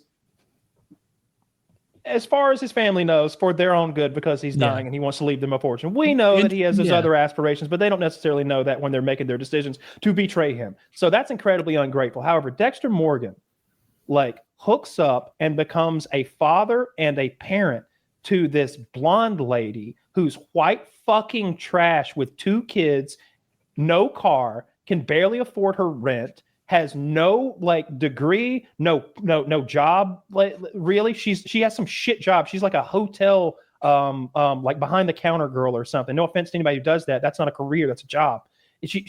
And Dexter swoops in with his like cool job, his good salary. He's like, here, have a car. Right away, he gives her a car, and he's like filling in as a father. And she is so ungrateful. Anytime he's late or he like lets her down in some small amount, she's all the fuck over him. I hate her. And when she died, I cheered. I was like, finally, now we just got to get rid of them kids. Now we just got to kill the kids. I don't care. I'm not paying that much attention. But I've already you got like 2 more seasons before she dies. John Lithgow is going to bleed her to death in a bathtub. It's one of the most shocking deaths in TV history, according to a website I read. I saw it coming up. I mean, come on. Something else I don't like is Dexter befriended a killer who kills middle-aged women in bathtubs. And like, what did you think was going to happen? He knew what he was doing. He knew what he was doing. He's like, I'm sick of this bitch.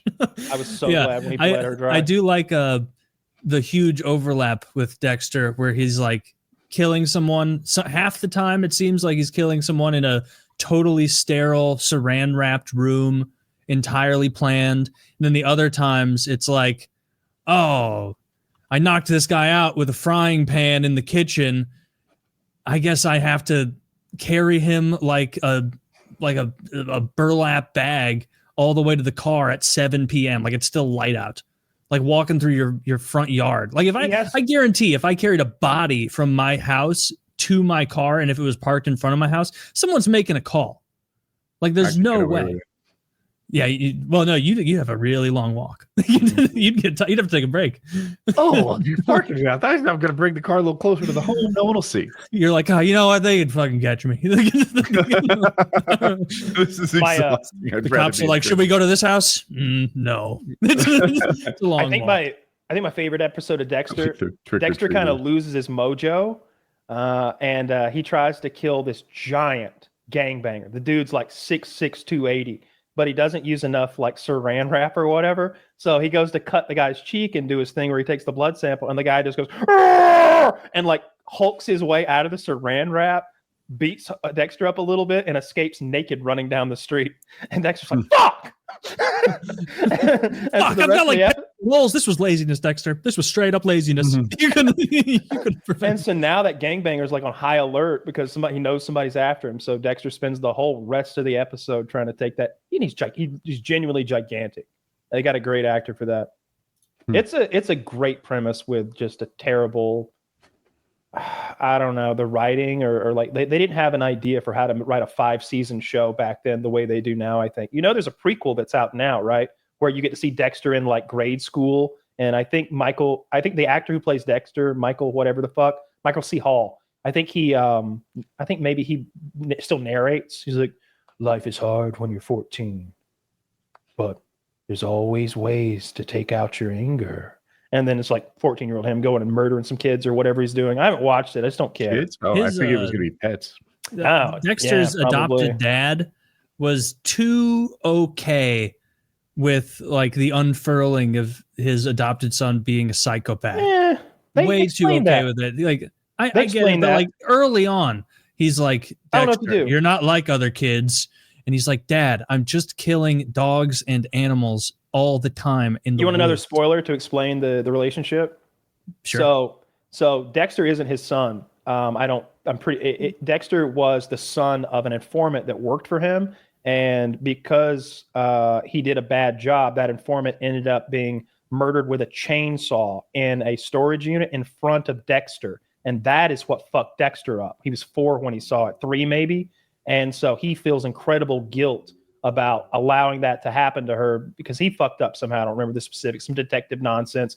And because the girl was informing on the guy who killed her with a chainsaw. And so he's taken Dexter under his wing to try to make right that wrong. And so that's why he's putting up with a serial killer that kid. kid's a fucking kook. No shit. I'll tell you this: any kid of mine that was like killing and torturing animals, that's one of those things where I gotta pull the plug early. You gotta find like a different kind of conversion camp, like because I remember like the first clip so scary. I saw of it is like being like, Dexter, did you kill the Johnson Spaniel? And he's like, the dog wouldn't shut up, Dad. And then like I don't know about you guys and your fathers, but if I had admitted to killing a neighbor's dog out of annoyance, my father wouldn't have shaken his head sagely and warned to be extra careful.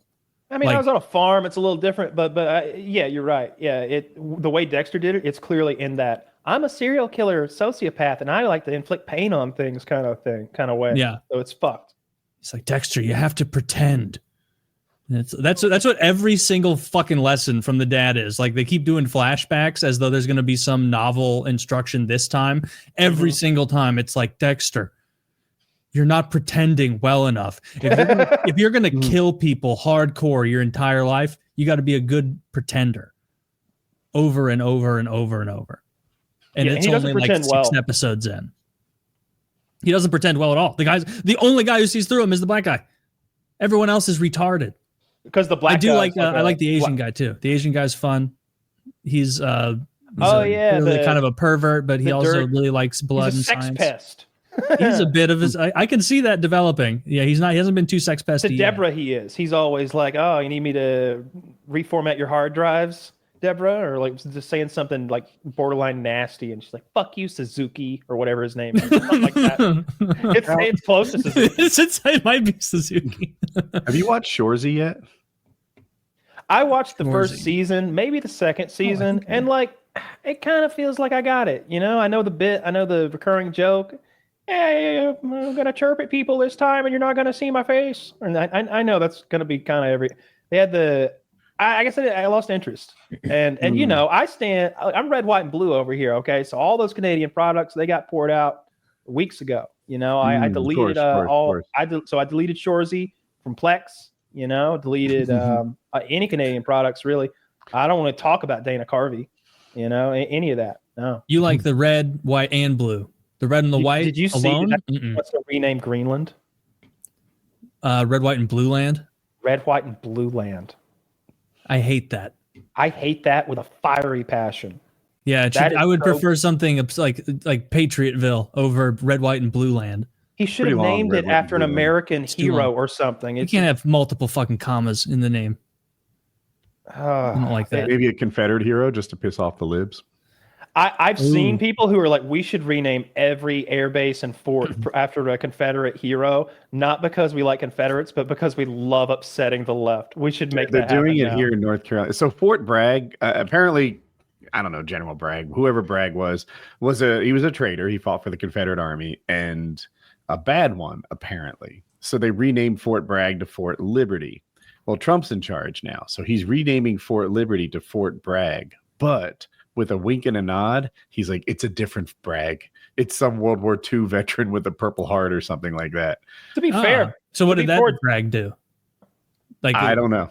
I don't think he's quite as famous as the real Fort Bragg. I think there's just a wink and a nod that we're naming it Fort Bragg again. So now it's like, it's Fort Stephen Bragg, who stormed Omaha Beach or something. I've never heard the first name mentioned in Fort Bragg before. It's just Fort Bragg.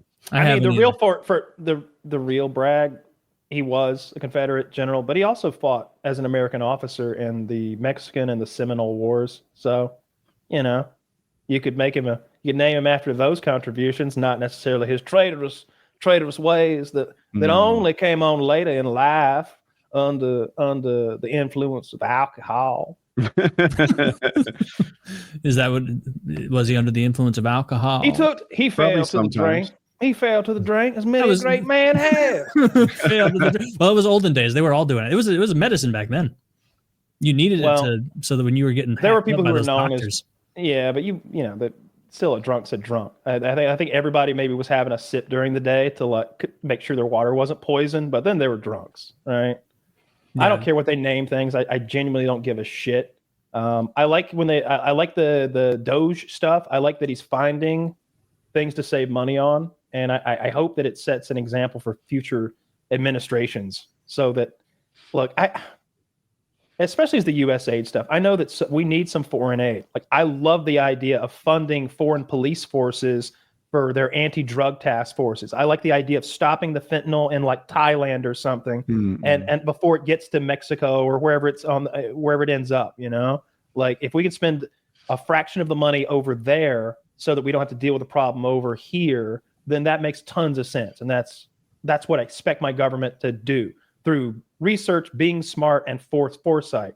I need you to get that kind of thing done. But again, all of the cultural nonsense, all of the spreading DEI awareness or any sort of acceptance, or I don't care what you call it, to another country is outrageous to me. So I love them catching that and stopping that.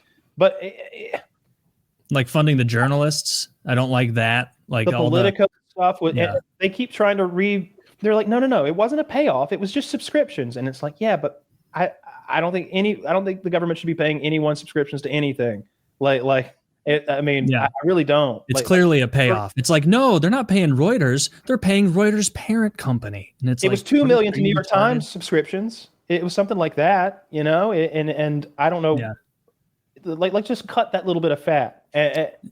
I don't like Trump spending $20 million to go to the Super Bowl either. And to me, it's like, fucking saving pennies over here and burning dollars over there. But I hope the effect is that there's more oversight and this stuff gets caught. I don't know. I hope that in the future we don't continue to waste our money like this. But our the little money. Things that he's done, dude, I like the Gulf of America thing. I think it's funny. I think that some people don't think it's funny and they're upset about it because it's a silly thing to fucking care about. I like the penny being eliminated. They said it for years that it didn't make sense to make pennies, and this guy's like, hey, stop it. Cut it out with the pennies. And they're like, okay, so no more pennies. I like that. I hope the nickel's next. You know, I like that he's changing things and things happen. And I love that he does his press conferences where they get to question him daily about everything and anything. That Gaza shit is just made up, though. That's smoke and farts in the air so that you look over there and you don't see that he, like, I don't know, ruined Medicare or whatever they're going to do. They're going to do something about him taking it over. We're not going to take over Gaza. That's nonsense. Yeah, that's never happening. That's him throwing it. I'm like, sure everybody thinks they have a reliable Trump decoder ring and they know which ones are bullshit and which ones are not. And then like they get it wrong. I would not be surprised. So let me use my decoder ring now since we're still early. Canada will not be a state. Panama will make concessions or there will be an international incident. And we may indeed they will either agree to sell or buy back any interest that China has in that area, or the U.S. might actually take something over down there. Nothing's going to happen with Greenland, and we are definitely not going to do anything with Gaza. It's him floating an idea that I'm sure he would go down that road to us building the Riviera of the Middle East in Gaza if the other players would allow it. But they're not. The entire Arab world is against it. They don't want to take 2 million Gazans. No one wants them. Maybe I heard it was either the King of Jordan or the King of Bahrain or Bahrain or whoever was in the White House the other day, and he was like, "I've agreed to take 2,000 Gazan sick children." And I'm like, "That's a lot of qualifiers, bro. Like you had to you're barely taking anybody." Okay, so you're taking 1,000th of the Gazan population. Who's going to deal with the other 9? Well, yes, for like one day, and then I put them on planes to Germany. That is what I will do. Moving 2 million people is unfeasible. There's nowhere to move them to. And then the idea of rebuilding that place into the Riviera of the Middle East is absurd. It's absurd. Yeah. It's not going to happen. It'd be different if we had a precedent of giving Israel whatever they wanted and any amount of money for decades on end. But because or if we thought we reality, could just go into a Middle Eastern country and rebuild it as a shining light of democracy that other Middle Eastern countries would follow, if we thought we could pull that off, and we have a history of trying that bullshit, then maybe I'd know that this wasn't real. We know we can't like now. If we've spent trillions of dollars in unbelievably recent history, then maybe we'd know. Like I would not put it past Trump to overinvest in Gaza because it seems like Bibi has an enormous amount of influence with a lot of elected officials and a lot of these donors that support Trump. The most destructive thing that I can actually see him doing is he might ruin Canada's economy if they keep talking shit. If Canada wants to bet that Trump will see Can you the error of his bring ways. me up to speed on them talking shit? I don't think I heard what you heard. Oh, I don't know. Just like Trudeau's constantly going at Trump and, just Canadians in general. Canadians in general, yeah, they're mad at us. Yeah, Isn't Trudeau like 1 foot out the door anyway? I see a lot of their politicians talking shit. And there's a big effort to buy Canadian. Y'all need to just like Google like what the GDPs and the trade situation and see how much we import from Canada and how much Canada imports from us. He will ruin the Canadian economy if he wants to. He would genuinely cause a depression for the Canadians if he wants to. We can ruin almost any country's economy. Like we're the big dick economically in the world. We're 30% of the global consumer market. We can lean on any country on earth and get them to do what they want to an extent. So the steel and aluminum tariffs, did they already go into action? The 25% tariff? I don't know if they went into action. I thought he signed them like yesterday, the day before. There's some situation with U.S. Steel, Nippon Steel, the Japanese company wanted to purchase it, and then Trump has interjected himself in the middle, and he doesn't want them to buy it outright. He wants them to buy interest in it or stock in it or something like that. And I think he worked out some sort of deal to make that happen. And then he said today that U.S. Steel was in a better bargaining position because of his steel tariffs, which I mean, you would imagine so. So I don't know. Yeah, and aluminum and steel is a really big deal. You think cars immediately, but it's like every appliance, every tool, like aluminum and steel is in so much of what we use. To just jack the price up of that by 25% is a lot. Better get to work making our own steel, I guess. Maybe it'll make that. Oh, well, they'll raise their prices too, right? Like that's how tariffs work. If your competitor suddenly goes 25% more, then you raise your prices 25% also. Sure. I guess the hope would be, and I'm just guessing here, like now we're able to fire up our steel plants and make some steel, and then when the tariffs come back down, it actually is cheaper to get the American steel than to import the steel. But no, that's not true. That's the problem to begin with, that for some reason it's cheaper to ship steel from Japan than it is because we can't make our own with how much they're spending. Like I think our facilities are out of date. That's what the portion of the internet I read said, that we've got these freaking steel manufacturing processes from World War II, and we left it there while they're automated and efficient overseas. Like we just learned with COVID and a lot of stuff how important it is to have domestic manufacturing in a lot of different areas. And hopefully we can bring some back, because those jobs tend to be more stable and actually like making possible a high quality life, as opposed to the huge. Oh, did you see Politico? They released some article where it was like, the economic data was wrong. It turns out the average consumer was more correct in their assessment than the data being presented. And they showed like the unemployment numbers were wrong, and that the way they achieved that 4.2 whatever percent was that they were excluding people who had not actively been looking for work for 3 months. And they were also counting even homeless people who had like worked at least once in the previous month, or some metric like that, as employed. So like if you lost your gainful employment job and then you do DoorDash 3 times over the course of a month, they counted that as employed. And so it was funny to see like that affirmation of like, yeah, are you guys just getting to this, Politico? Are you serious? Like everyone, like all the boots on the ground people have been saying this for literally years. And so a little mea culpa from them was enjoyable to see. Mm-hmm. But I think the main thing is I don't think Trump's going to start a war, and I love what he's doing with Ukraine. I thought that what Biden was. I love it. I thought what Biden was. I can picture the Ukraine thing going on for a bit, Kyle. So we're going to hear from a wonderful sponsor, and then we'll get back to it. I apologize thoroughly, but I actually won't apologize, Kyle, because this is a bigger deal than Ukraine. This is Prize Picks. This episode of PKA is brought to you by Prize Picks. What is Prize Picks? Prize Picks is the best place to get real money sports action. With over 10 million members and billions of dollars in awarded winnings, Prize Picks has made daily fantasy sports accessible to all. You just pick more or less on at least 2 players for a shot to win up to 1,000 times your cash. Run your game all season long on Prize Picks. It's almost playoff time, and it's now or never. Don't miss out on the last few weeks of basketball action with Prize Picks, the best place to win cash while watching the playoffs. It's the best way to get action on sports in more than 30 states, including California, Texas, Georgia, Florida. So join over 10 million active members today. A great feature that Prize Picks invented is the Flex Play, which means you can still cash out if your lineup isn't perfect. You can double your money even if one of your picks doesn't hit. Sign up today and get $50 instantly when you play $5. You don't even need to win to receive the $50 bonus. It's guaranteed. That's right. You don't even have to win to get the $50 bonus, folks. Guaranteed. Use promo code PAINKILLER when you sign up. Prize Picks also offers weekly promotions that can lead to big payouts like Taco Tuesday.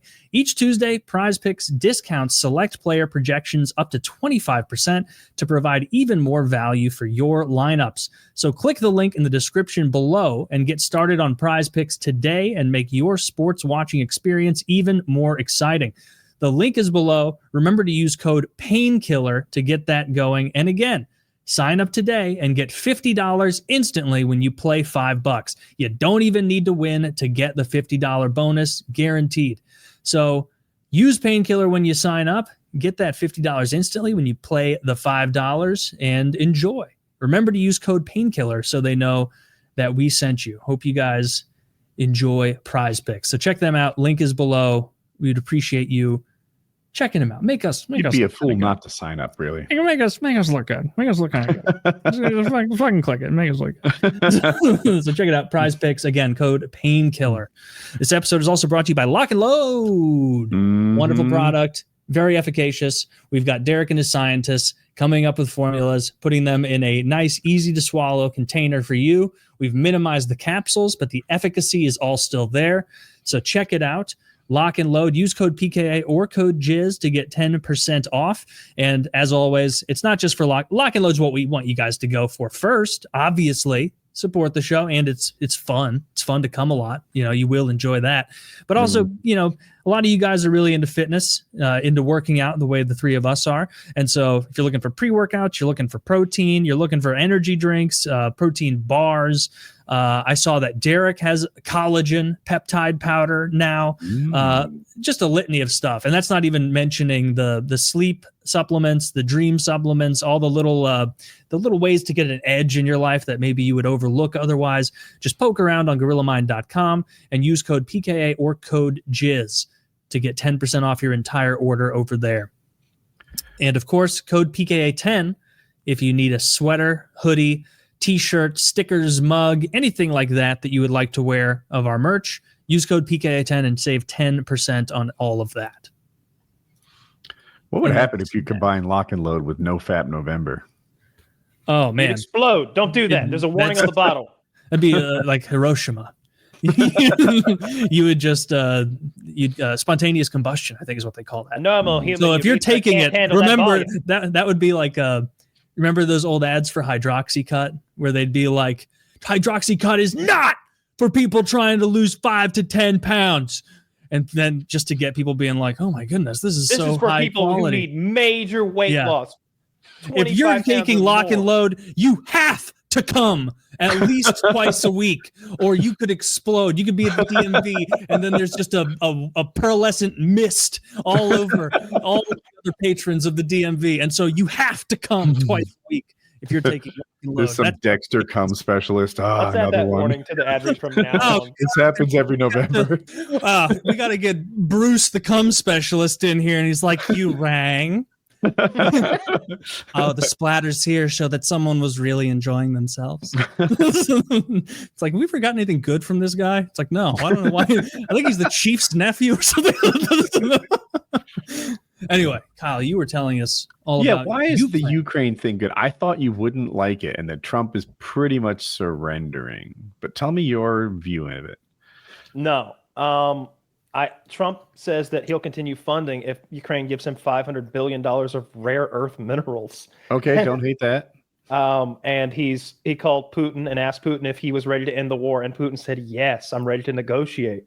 And they're like, why didn't you call Zelensky first? And he's like, because I already spoke to Zelensky and he told me he's ready to negotiate. Oh, do you know? Don't you know? What did you agree to? What did you agree to? And he's like, I didn't agree to anything. We were talking about releasing right? Mr. Fogel. He already said Ukraine will never go in NATO. He said Ukraine will never return to the old borders. Like, even if that's true, it seems like he's giving up bargaining chips. Like, he started off by negotiating against himself. This was like in the context of what's happened, like Ukraine is losing, like they've lost, like they don't have a good negotiation standpoint. Like Russia is going to win in the long run. Ukraine can't keep it up. And so like when you enter the negotiation table from a state of like pretty severe weakness, like Ukraine would have to at this point, like they're not going to get what they want. Like Ukraine's taking land. I mean, they're not, it doesn't seem to be anything significant. It seems like they've lost a lot more than they've gained by a huge amount. Overall, they have. Yeah.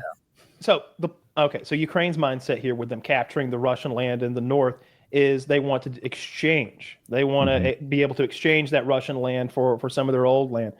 I think that the deal is that Russia's not even open to negotiations if Ukraine membership in NATO is part of the negotiation. And God, can you blame them? Like, look, I'm red, white, and blue over here, rock flag, eagle boys. You know, I hate the communists, and if that meteor, red, white, and blue, you fucking Russian dude. If that fucking white, and blue, and if that meteor hit Moscow, I'd probably cheer, like probably do a lot of good for the world. That being said, can you blame them for not wanting Ukraine to become NATO and for all sorts of fucking military equipment to be wheeled in there by the NATO apparatus, all sorts of missile defense and nukes? Like, we imagine the whole point of remember the Cuban Missile Crisis, when we were ready to go to World War III because 90 miles off our coast in Cuba, there were nuclear missiles. It's the same fucking thing that we're pushing in on them. And just to be fair, again, the whole reason they put those missiles in Cuba is because we had missiles in Turkey, and JFK went, hey, we'll move the missiles in Turkey, just don't tell anybody. And Rezhnov, or whoever the fuck it was like, okay, I won't tell anybody. I'll publicly take the L for world peace. And that's how the Cuban Missile Crisis ended. Both sides gave up something for world peace, and when we were on the precipice. And that's what's going to happen here. You can't allow them in NATO because of what NATO means. NATO means that attack on one and attack on many, although the verbiage on how much or when or if you have to step in and assist your NATO allies is very vague. You can basically not show up if you want. That being said, the whole idea of just us putting our nukes there to potentially first strike Russia, they're never going to allow that. It's a non-starter, and I don't blame them. We agreed to that when they gave up their nukes back in the day, right? And Russia went back on their word. Ukraine had tons of nukes. They gave them up, and in exchange, Russia was never going to bother them again, and that didn't work out. I think Ukraine should probably have their own nukes, but not be in NATO. That's what I would vote for. That would be my deal. Yeah, I want their minerals too, because they owe us a lot of money. Russia took Crimea after Ukraine was left defenseless, and this deal seems to be, hey, let's end this war, and we'll keep Ukraine defenseless. And it's like, this is setting up Ukraine, if it goes the way that they're talking about it going, right? Never get in NATO, and not have nukes. It's just Russia licking their wounds and attacking again 5 years from now, like they did last time. Yeah, you have to figure out a way around that, and I think that's the nukes. To me, if you gave Ukraine nuclear weapons, I think that's their shield for future invasion. But I wouldn't want them in those NATO. are I don't good want to. shield. Yeah, you can't. You're right though. Like the NATO thing is antagonistic, and like if you're Putin, you rightfully see that as a threat to your national security, exactly as we did with Cuba having nukes there. And so, like, they're not going to move forward with that. Wait a minute. The NATO thing being antagonistic doesn't tell the story of Russia already invaded and took Crimea, right? They didn't take Crimea because they were talking about NATO. They took Crimea because, fuck you, we want warm water ports, right? Yeah. And that's how great powers operate, though. Now Ukraine is like, oh my gosh, these guys invade us. We need to join NATO. And they're like, oh, no excuse. Now we want the rest of you. And it's like, oh, you're damned if you do, you're damned if you don't. Russia's just coming no matter what. And that's how great powers operate. Well, fuck great powers. Like, they've got some great friends. They're doing so pretty well lately. We'll see how this, I don't know. They're giving up everything and just setting up Russia for success on their subsequent invasion. They're just like, if the interest of it is ending the war and all just the meat grinder of people dying, then like Ukraine has to come to the table, and so does Russia. My point about the great powers thing is like the rules that Ukraine and Italy and Lebanon, like they don't play by the same rules as the U.S. and China and Russia. Like we are the great powers globally, and so like you have to tiptoe around that sometimes. And so the way the war has been going, and this was like a U.S. aid thing. Like it was coming out that we were funding huge amounts of media in Eastern Europe in particular to convince Americans that Ukraine was winning for a long time. How long did you hear in the news? For like multiple years, like Ukraine's on the cusp of victory. Ukraine's about to win. Russia's depleted. Russia, the country who manufactures all these fucking tanks and bullets and has these giant mines of precious metals. Yeah, they're running out. They'll be out in 2 weeks. Oh, that didn't happen. Another month. Like we've been fibbed through a lot of these media that we funded in a circuitous way into continuing this when they were just lying to our face in a lot of ways. Like Zelensky probably knew, like if he's a smart guy, I would guess he knows there's no chance. There's a 0% chance. And a lot of people said this from the start that Ukraine is going to win a war with Russia without American boots actively involved. The only way Ukraine wins is with American boots on the ground. There's no other way. Like they're not going to win. They're not going to win a protracted war against Russia. Right? In the same way that Afghanistan can't beat America or Iraq can't beat America. Well, we gave up. Like we just left. Like that's how big our powers operate. The point is victory conditions. Like I like to go back to Civilization. Civilization 7 sucks, by the way. You have win conditions. I have seen people complaining. It's like if you own this many fucking countries, then you win. If you have this much money, then you win. If you have this much cultural influence, then you win. We never do that in our wars. George H.W. Bush did that. Our goal is to expel Saddam Hussein from Kuwait and destroy the fighting power of the Iraqi military. Did that in a week, raised the victory flag, and went fucking home for the most part. That's a win. You have to tell us what a win is and then do the thing and then fucking leave. We hang around after the crime. We like knock over a liquor store and then go jerk off in the parking lot. We got the money. For 20 years. Yeah, we got the money. We got the bag full of money. The clerk's on the ground a little dizzy, and we even grabbed a handle of Tito's on the way out the back door. But we just couldn't take it. We couldn't own our victory and raise the flag. We had to masturbate in the parking lot to really own this victory. And wouldn't you know it, the clerk's buddy showed up and whooped our ass in the parking lot. That happens every fucking time. Why didn't we leave Afghanistan as soon as Osama bin Laden was gone and the Taliban was decimated? Why don't we say, he's flown the coop. We've expelled Osama bin Laden from the nation of Afghanistan. So you're making a case that it's really difficult to take over another country and hold it. It is. Depending on the situation. It depends on the country, right? Like Afghanistan's not a centralized country or in the same way that like Russia is. Iraq is. Well, we were dealing with an insurgency in Iraq. We were dealing with fighters from all over the Middle East coming in. We weren't really fighting that many Iraqis in the later years, I don't think.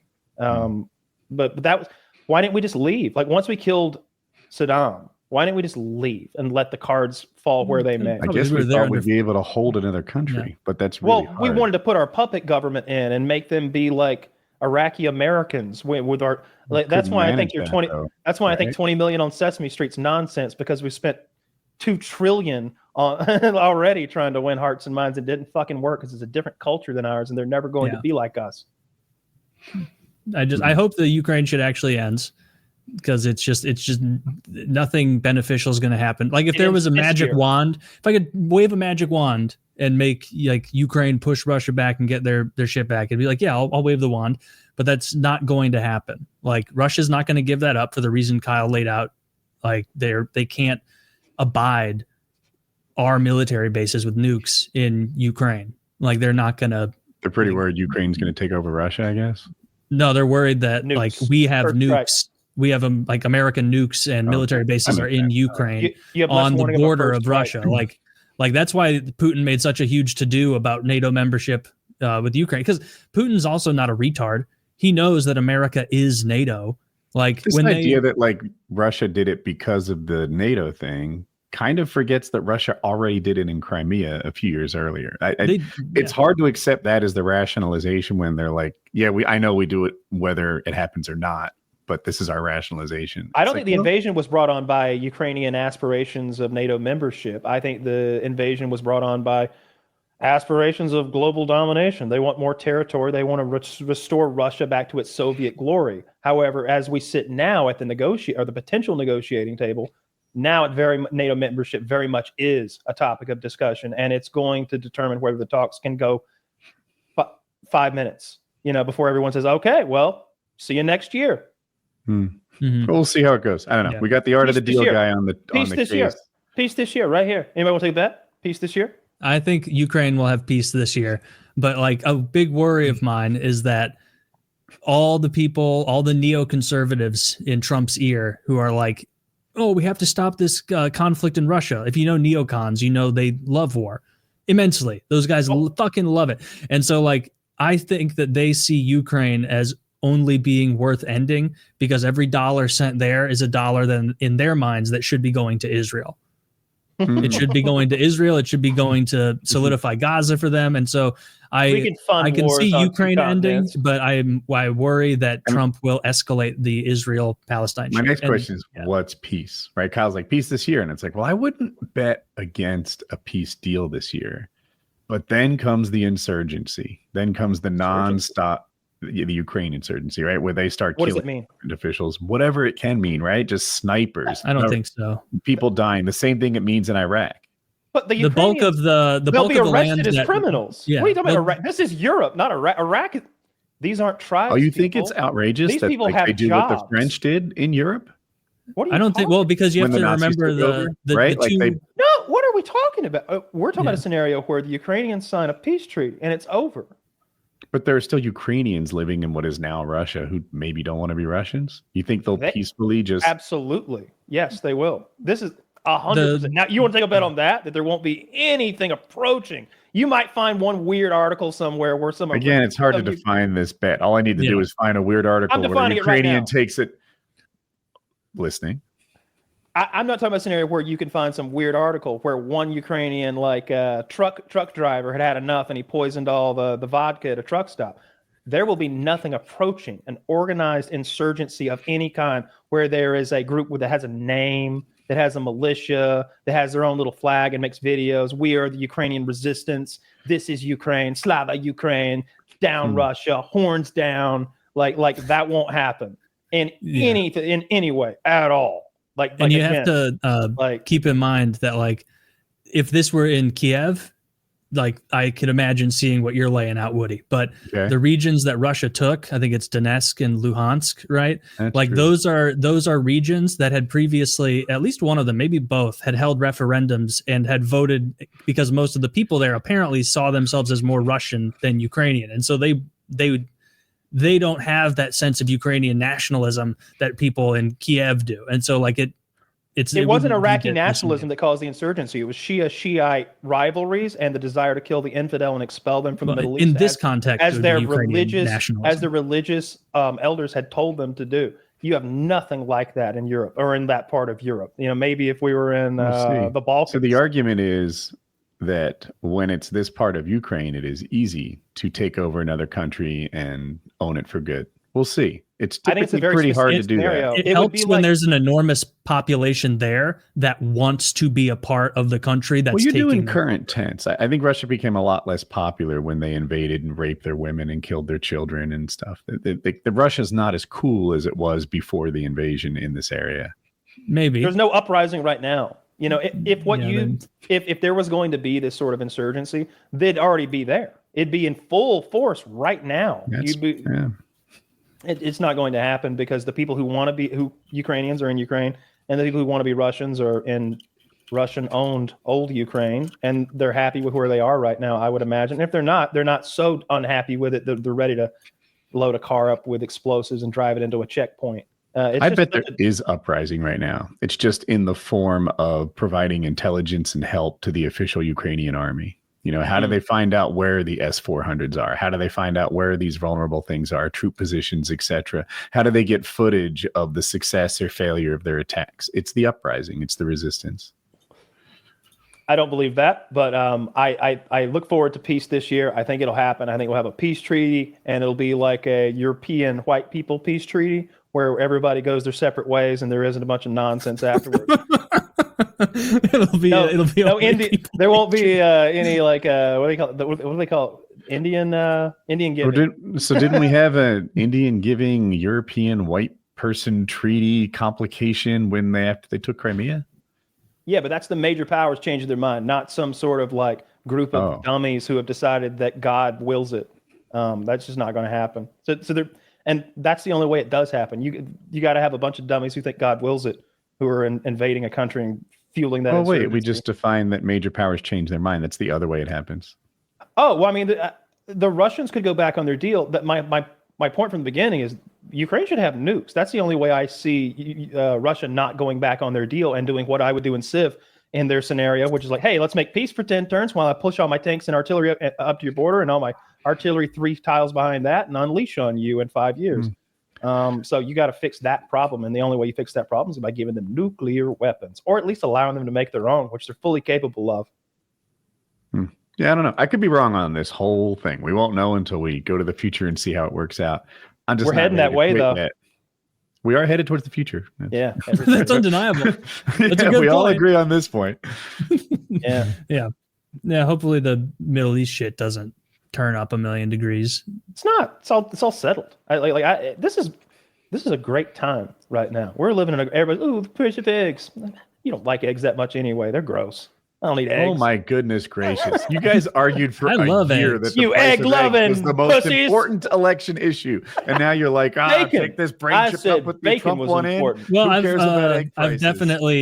I've never said who cares about egg prices at all. I've been pretty consistent on caring about the economy. I was talking to Kyle. In my defense, and also like an expensive. issue that's just as big as the economy. immigration.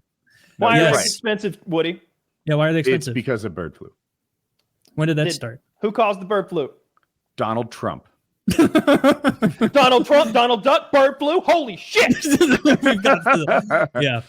I am enjoying the sudden heel turn from people who were decreeing the economy was awesome, suddenly like admitting that it's so rough. So that's not my personal position. But I am enjoying the whole like. No, you'd come to the table over the economy thing. I wasn't saying. I'm seeing a lot of talking heads, not you. Fair enough.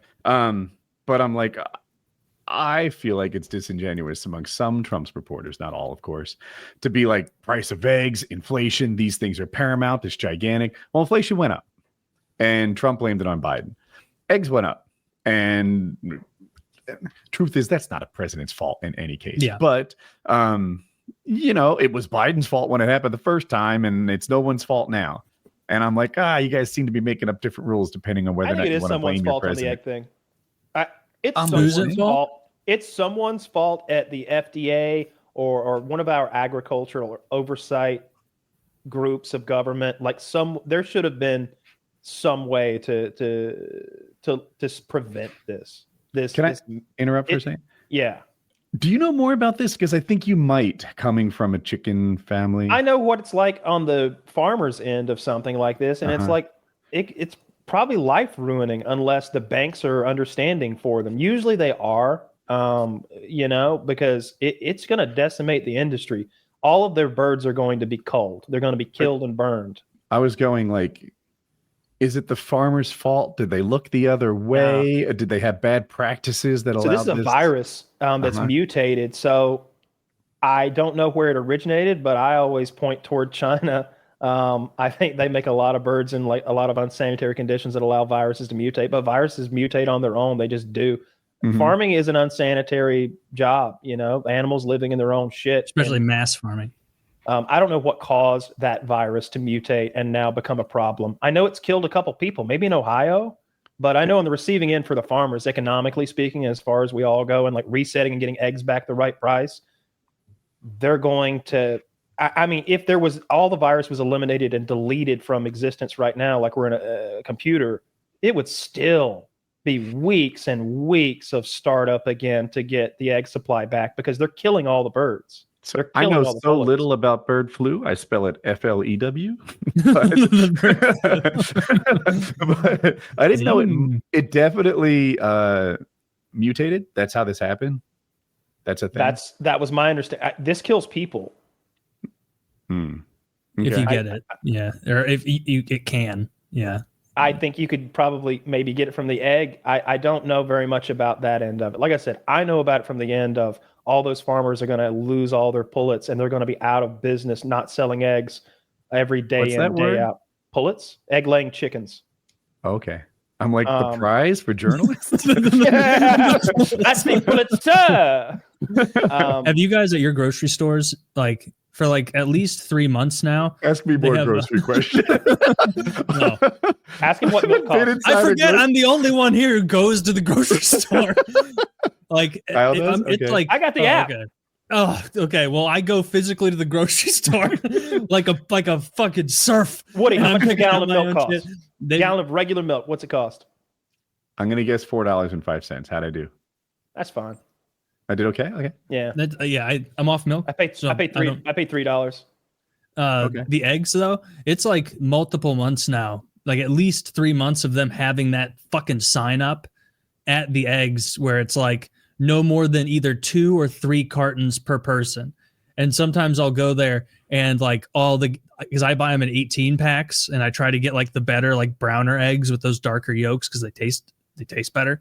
And they like someone's not following the rules because it'll be like clearly there should be more eggs here and there's not. Like some people are definitely buying, like they're doing like self-checkout for How much multiple did your eggs used to cost? Because that's relative too. Some people always bought the cheapest eggs when they were $2 a dozen.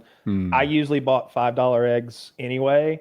And that's what eggs still cost. That's what cheap eggs cost now. So I just buy some cheap eggs if I don't want to pay $10 a fucking carton. Yeah. $1 egg is just, it's like, it's ridiculous. The eggs I'm buying right now for 18 of them is like $7.99, I want to say.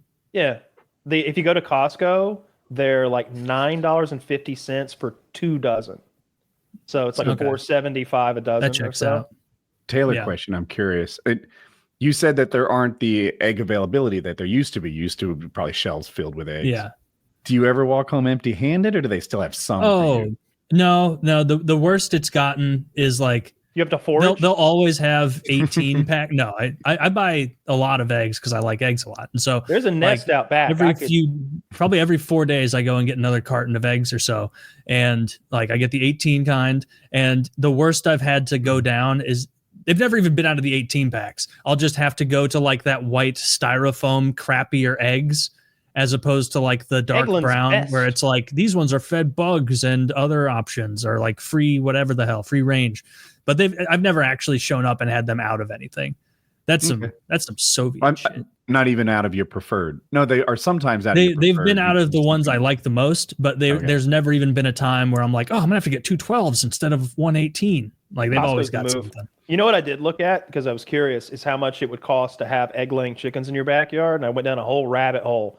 I was on Reddit, and these guys they're like, no, your dog will kill them. They're like, you can't have 1 or 2 hens. You must have a minimum of 3. That way, if one dies, they still have a buddy. And I was like, oh, okay. That checks out. I'm like, but that would be kind of interesting to have egg-laying chickens in the backyard. Just have free eggs every day. But no, I don't want to deal with chickens. They would be annoying to deal with, and my neighbors wouldn't like it. Yeah, I thought the neighbors won't like it, and also like the dogs would be. I can just see little Murphy would be eating their eggs out there. They'd be pecking him. Yeah, that's your egg. Yeah, baby. And Toby would be eating a chicken. He might eat a chicken. He did kill that big fat squirrel, and I was so proud of him when he killed that squirrel. That he was huge. He's like, look what I got, boss. I was like, oh God, that's the biggest squirrel I've ever seen, Toby. Good job. Did you accept the gift? Did you? Cal's the only like dog owner that likes dead birds on his doorstep. Like, you know what? There's a good one. Well done. You get them. I've saved so many. They fly into my gym, and then the dog. If I don't get to them fast enough, the dogs kill them. But I go in there and like climb all over the gym equipment and like capture them in a blanket and free them out into the yard. My dogs. Oh, I'm sorry. I didn't know you were still going. They're ahead. So old at this point. Sometimes they get stuck in the couch, right? Like they lay towards the back of the couch, and their fucking 6 foot long legs are like elevated, and they're just like, Dad, I got myself into a jam here. Can you do that thing where you slide me off the side again? Damn. At least you'll always notice them. Like it's not like Murphy getting caught in a couch. Like you can be in the kitchen and you're looking over the back of the couch and just see 4 spindly legs like sticking way up over it. Murphy sleeps on my pillow. Poop by accident, just where they are. They still poop on at right from the source, 2 inches from it, and I'm like, it somehow doesn't seem like a good reason to put a dog down, but it's Close to a good reason that to put to be a motivator, right? Like, can I just point to the fucking cantaloupe on the side of his rib cage and say that was the real reason, not the poop? You know, that tumor that's bigger than like almost human when head they size? see your dog, they're gonna say, I know this is hard, but he's going to a better place now, and you're doing the right thing. Your dog That's a good dog. Of course they're gonna say that, Kyle. What vet would you go to where they're like, "You're a fucking monster," you know? No, they'll do that. No, they will. That happens. People take puppies to get them put down, and people have to, like. There's all sorts of crazy shit that happens. But that's fucked up. We have one dog that looks like a skeleton and walks like she's in pain. I mean, come on, Woody. Come on, you're gonna have to go put that dog down. I'm in sorry. pain is a good indicator. That's a good reason. Like, you know, she'll go to sleep and she'll wake up in puppy land and it'll be all over, all the pain. It doesn't hurt, you know. They hit them with that anesthetic first. No, that's true, but it's not easy. They're your friends. It's my role in the family to put the dogs down. I just did it. So I do the thing where I go to the vet and they put their head on your lap and you watch it fade into gone. Don't stick me with that. It is not painful. It looks kind of nice, actually. You have an appointment after this? You put me down? What are you doing? But it's still sad. And I'm like, Jackie, do we do a 2-for-1 thing here? Like, you try to take both? Yeah. So they don't have to be without the other one. I would take them both. I hadn't thought of it through that. Looked at it through that lens. Yeah. It's rough. I hated putting old Rocky down, but he was fucked up and he had to go. Do you ever sense him even now? No, I got his ashes on the fucking bookcase over there. I look at them all the time. Are they in a bag or did you put them in something nice? They're in a bag that's in a box, like a presentation.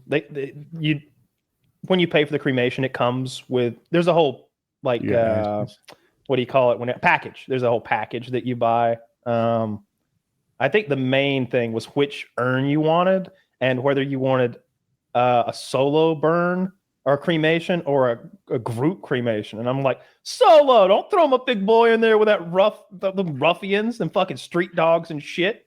My dogs might be immune to this group cremation. They're like, dude, you took the whole oven.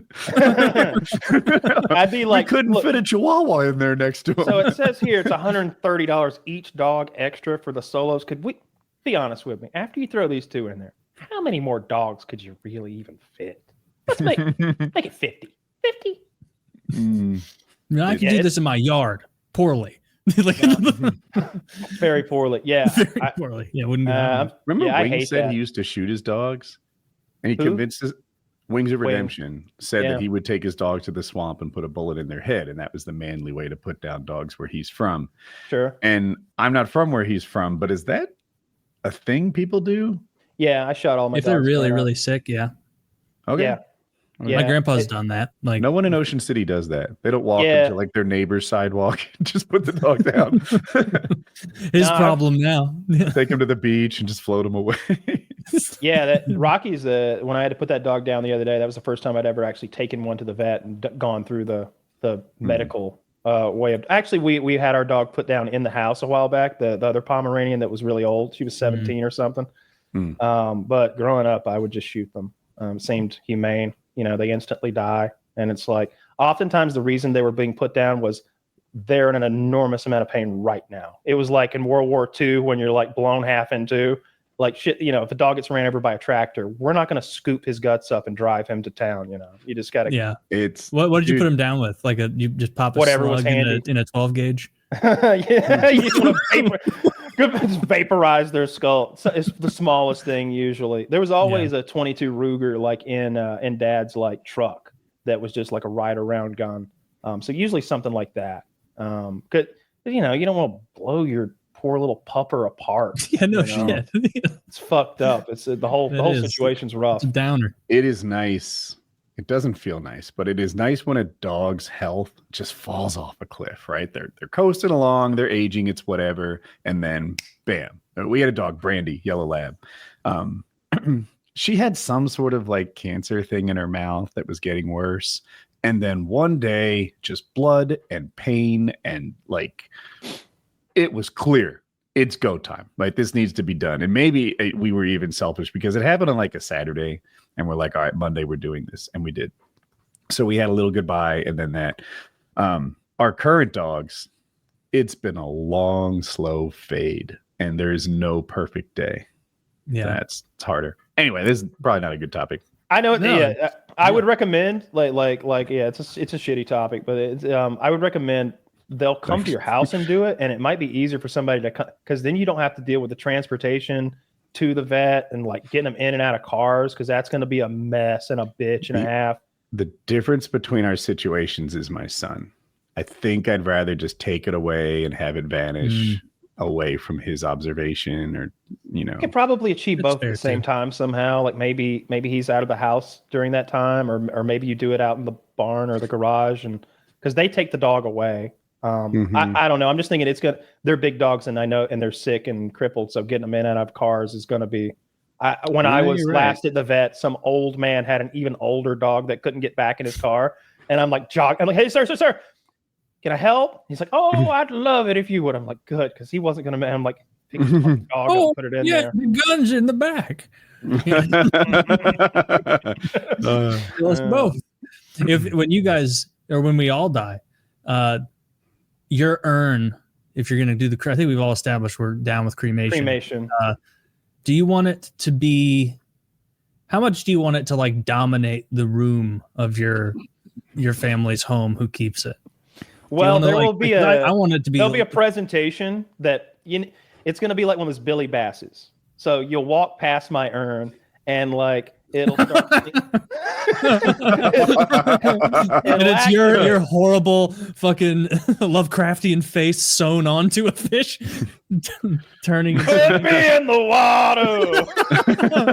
Take me to the river. I'm in hell. This is real help. Whoa, that was dark. Yeah, he had a dark sense of humor. He did. It's in his will. We don't get anything if we don't leave the sensor on and put it in the What about you, Taylor? It's wired into the wall. We can't unplug it. I want it somewhere where they're forced to remember me all the time. On the mantle near the television. If their TV is like over the fireplace. In front of the TV. Like when they're trying to laugh at season 107 of The Simpsons. You know the country song? I'm there. They can't even laugh at it. There's a country song called Prop Me Up by the Jukebox If I Die. You know that song? No. Prop me up by the jukebox if I die. I don't want to go to heaven, but I don't want to go tonight. Fill my boots up with sand. Put a stiff drink in my hand. He wanted to be cremated and stuck by the jukebox of his favorite honky tonk if he died. That'd be interesting if cremation or taxidermy. Yeah. If you could if taxidermy would advance to the point where you'd look like a wax museum version of yourself, for example. I think I might make me more attractive. I'd like that. It'd be an accurate representation. No, I want to be taller. I want to be jacked. I'll never forget Taylor and his six-pack. Everyone remembers that. Did he really have forearms like Goro? Yeah, forearms like Goro. He was huge. No, but he had an excellent estate attorney. He spent most of his money on that. What I would want is I don't want to be like I'm Still Standing by Elton John every time they walk by my Billy Bass. Oh, maybe a little marionette action, make you do a little marionette. Yeah. Actually, even better than that, they have to put sunglasses on me and prop me up like that black kid's funeral with the Xbox in my hands. Yes. Oh, that's so good. Dude, I've seen like they do funerals wacky in some other countries. I saw one where they it's like definitely an African or like Caribbean country because everybody's black as coal. And they're parading this casket down the street. Everybody's having a hoot and a holler about it. There's la la la la la la. Everybody's dancing, lots of booty shaking too, which it took me seems disrespectful, but a lot. Yeah. And then they sit the coffin on the ground and they open the bitch up, and there's homie. He's dead in there. Black dude. Go figure. And then a girl comes over and starts twerking on him. And then she starts bouncing her ass on his face and like riding his face like she's fucking him. It was crazy. Oh, look at that. Homie's got, show that, Zach. Okay, That Taylor, I have rules. my answer. Now I know what I want them to do with my body. Yeah, it's you like dead, and there's a fan. I want you to liquidate. I want you to liquidate all my assets, leave my family nothing, and pay Amaranth to shake her ass on my face in my coffin. No, I like the idea of Woody like marionetted up on his paramotor, and it's got like That's a like dead guy. that song that's Wait, like that's "See a You dead Later, guy? Space Cowboy." Oh my god, Yeah, that's a dead guy. Holy, You know, that would be shit. tasteless if that's how he died. I was like, what are we looking at? Holy shit! They That's put him so- back on his bike. Now she's alive, but I he's saw one where they had a soccer goal, and then the casket was at like a 45-degree angle. So his buddies kicked it on the casket, and he like redirected it in with the casket, and he scored his final goal. That's Yeah, kind of oh, fun. bro. Yeah. Oh, Oh, see, and that's everyone not- cheered. That's not fun. Dude, keep these coming, Zach. These are What gold. is the thing next to her? The purple thing represents. That's heaven behind her. It's like Yeah, it looks paradise. like a It's waterfall or like a waterfall with like purple energy. Yeah. How about this? Put me in like Joker makeup, like in the fucking seat. I want a whole charcuterie board set up in front of me, and everyone has to place what they think my favorite thing would be in my mouth. Is it true he died eating charcuterie? Yeah, it's crazy. It's completely tasteless, but kielbasa? This is tasteless. I never liked this guy. Look at this shit. This is great. How many See, of them are this is- dead? I can't even tell on that last one. Oh, they got this guy tucked in the corner of a room. I don't like that. Yeah, these gangster funerals should are have more something Yeah, but else. I think he can still beat me up. Oh no! That, Oh, I you wanted can to talk put my about skin, that. he's not So, Samuel Jackson. Serena Williams was crip walking at the halftime show. Do you see her? Just the crip walk. I don't think I understand the significance of it. It's pretty cool, right? It's a dance. You know the gang, the Crips. Yes. Yes. Serena knows them too. They murdered her sister. Really? Wait, her sister's still alive. She had Venus? more than one. Yeah. Well, she used to before the Crips murdered her. The Crips murdered her sister, and she did their, I guess, trademark dance. Yeah. That I wouldn't like Forgive that. and forget. Yeah. I will say she looked pretty hot doing it. Like she could break it down. It was pretty hot. So she's Drake's ex. You probably knew that. I know that. And she's there celebrating Drake's diss song. I think that Yeah. was the People. I like the halftime show. I'm black enough to enjoy Kendrick Lamar. You are I from saw- Atlanta. Dude, I saw people on the right going like they brought this That's why no-name you say rapper it. in here to disrespect the flag, and I'm like, well, I mean, you're like half right. Don't call Kendrick Lamar the no-name rapper. Like, I don't know how many records he broke this year, but it's most of them. And How did he that's disrespect the flag? I didn't watch. dividing part? Did you watch halftime show? No, I'm asking. Okay. So he had like 40 black people dress up as the flag, like cut in half, and like occasionally they would do this move where their costumes turned them into Klansmen, and so that was a little on the nose, I thought. Wait. But I did like when he dissed Drake, so I was in. So a question is the guy who didn't see it. Is it undeniable they were Klansmen, or were they just showing white? I got it on my phone. I'll send it to you on I saw the WhatsApp. clip that I think you sent, Kyle, where there is not a white face on that entire production. That's Now we're DEI. for DEI, huh? Now we need inclusion. There's some good white dancers out there. They couldn't find one. Yeah, it seemed almost purposeful. It seemed like that was a No, one of decision they the made. performers took it upon himself to fly out there with run out there with a Palestinian flag. It had some other country on it too that I didn't recognize because I don't vexiology is not my strong suit. But he was like, I just felt like I had to send a message. He's now banned from every event in the NFL forever for the rest of his life. I wonder how big a struggling. punishment that is. Because if they banned me, it would not impact my life. Well, this guy likes football. It would be Well, like no, banning, it'd be like banning you this from the skies. No, this is one of the performers. Yeah, so I don't know how big a football fan He was is. working. Yeah, it's Man, probably I not can't- like he was going to get to dance at another halftime show. Right? Like, Yeah, no like more halftime shows. That's it. Banned for life. He's Yeah, it's like, okay, well, this was never going to happen again anyway. So who I cares? must have deleted the picture. There's nothing But but was it definitely pornography in there. Yeah. They all have Klansmen. Klan hoods on when they like they pull their hands up like this, and their hands are like white fabric and the background's either black or red, and so it looks like 40 Klan hoods every time they like strike a pose to the beat. So there was some You have imagery to there. willfully ignore what's obviously there, not to see. Yeah, well, I mean, you see people on like right wing like internet types being like, this is Right. an attack on America. This is the DEI like deep state at work. And then you see people on the left. Look at Trump get dunked on. Look at Trump get humiliated in front of the world. And it's like, wasn't he the guest of the owner of the fucking team and / stadium in the nicest box imaginable? And then he left at halftime because he gets to do that on our dime in his jet plane that has technology that's classified. It was a good game to leave at halftime. Every time they try to dunk on Trump for being like lame or not being cool or looking weak, it's like, that's not an effective attack. Mike Pence left at halftime too, and there might be some reason for it, like security. Maybe there might be good reasons for them to leave at halftime that we don't know about. Mm-hmm. Yeah. I mean, if also just the score, like 24-0. Like, I don't think Trump was there for the football. Oh Probably no, not. of course. Yeah, he was there to get cheered by the crowd. They asked him which team he was rooting for, like in the Oval Office a couple days prior, and he's like, there's a guy out there. He's a pretty good quarterback. I hear people say, I'll be counting on him. And it's like, which one, fucker? I thought he had been dropping hints that he was for Kansas. Yeah, I think so too. Yeah. I saw the Swifties went ham on. Oh God, let me get the timeline right. It's like the Philly fans booed her, right? There's like a Philly, maybe a Philly player talked shit on no, it's the Philly player's mom talked shit on Taylor Swift, and she owns a business, and the Swifties are ruining her business reviews. It's a restaurant or something. No, but there's a lot of but they're ruining the one. mom's business who didn't do anything. Well, she's the one who talks shit. Yeah, that's okay. Well, yeah.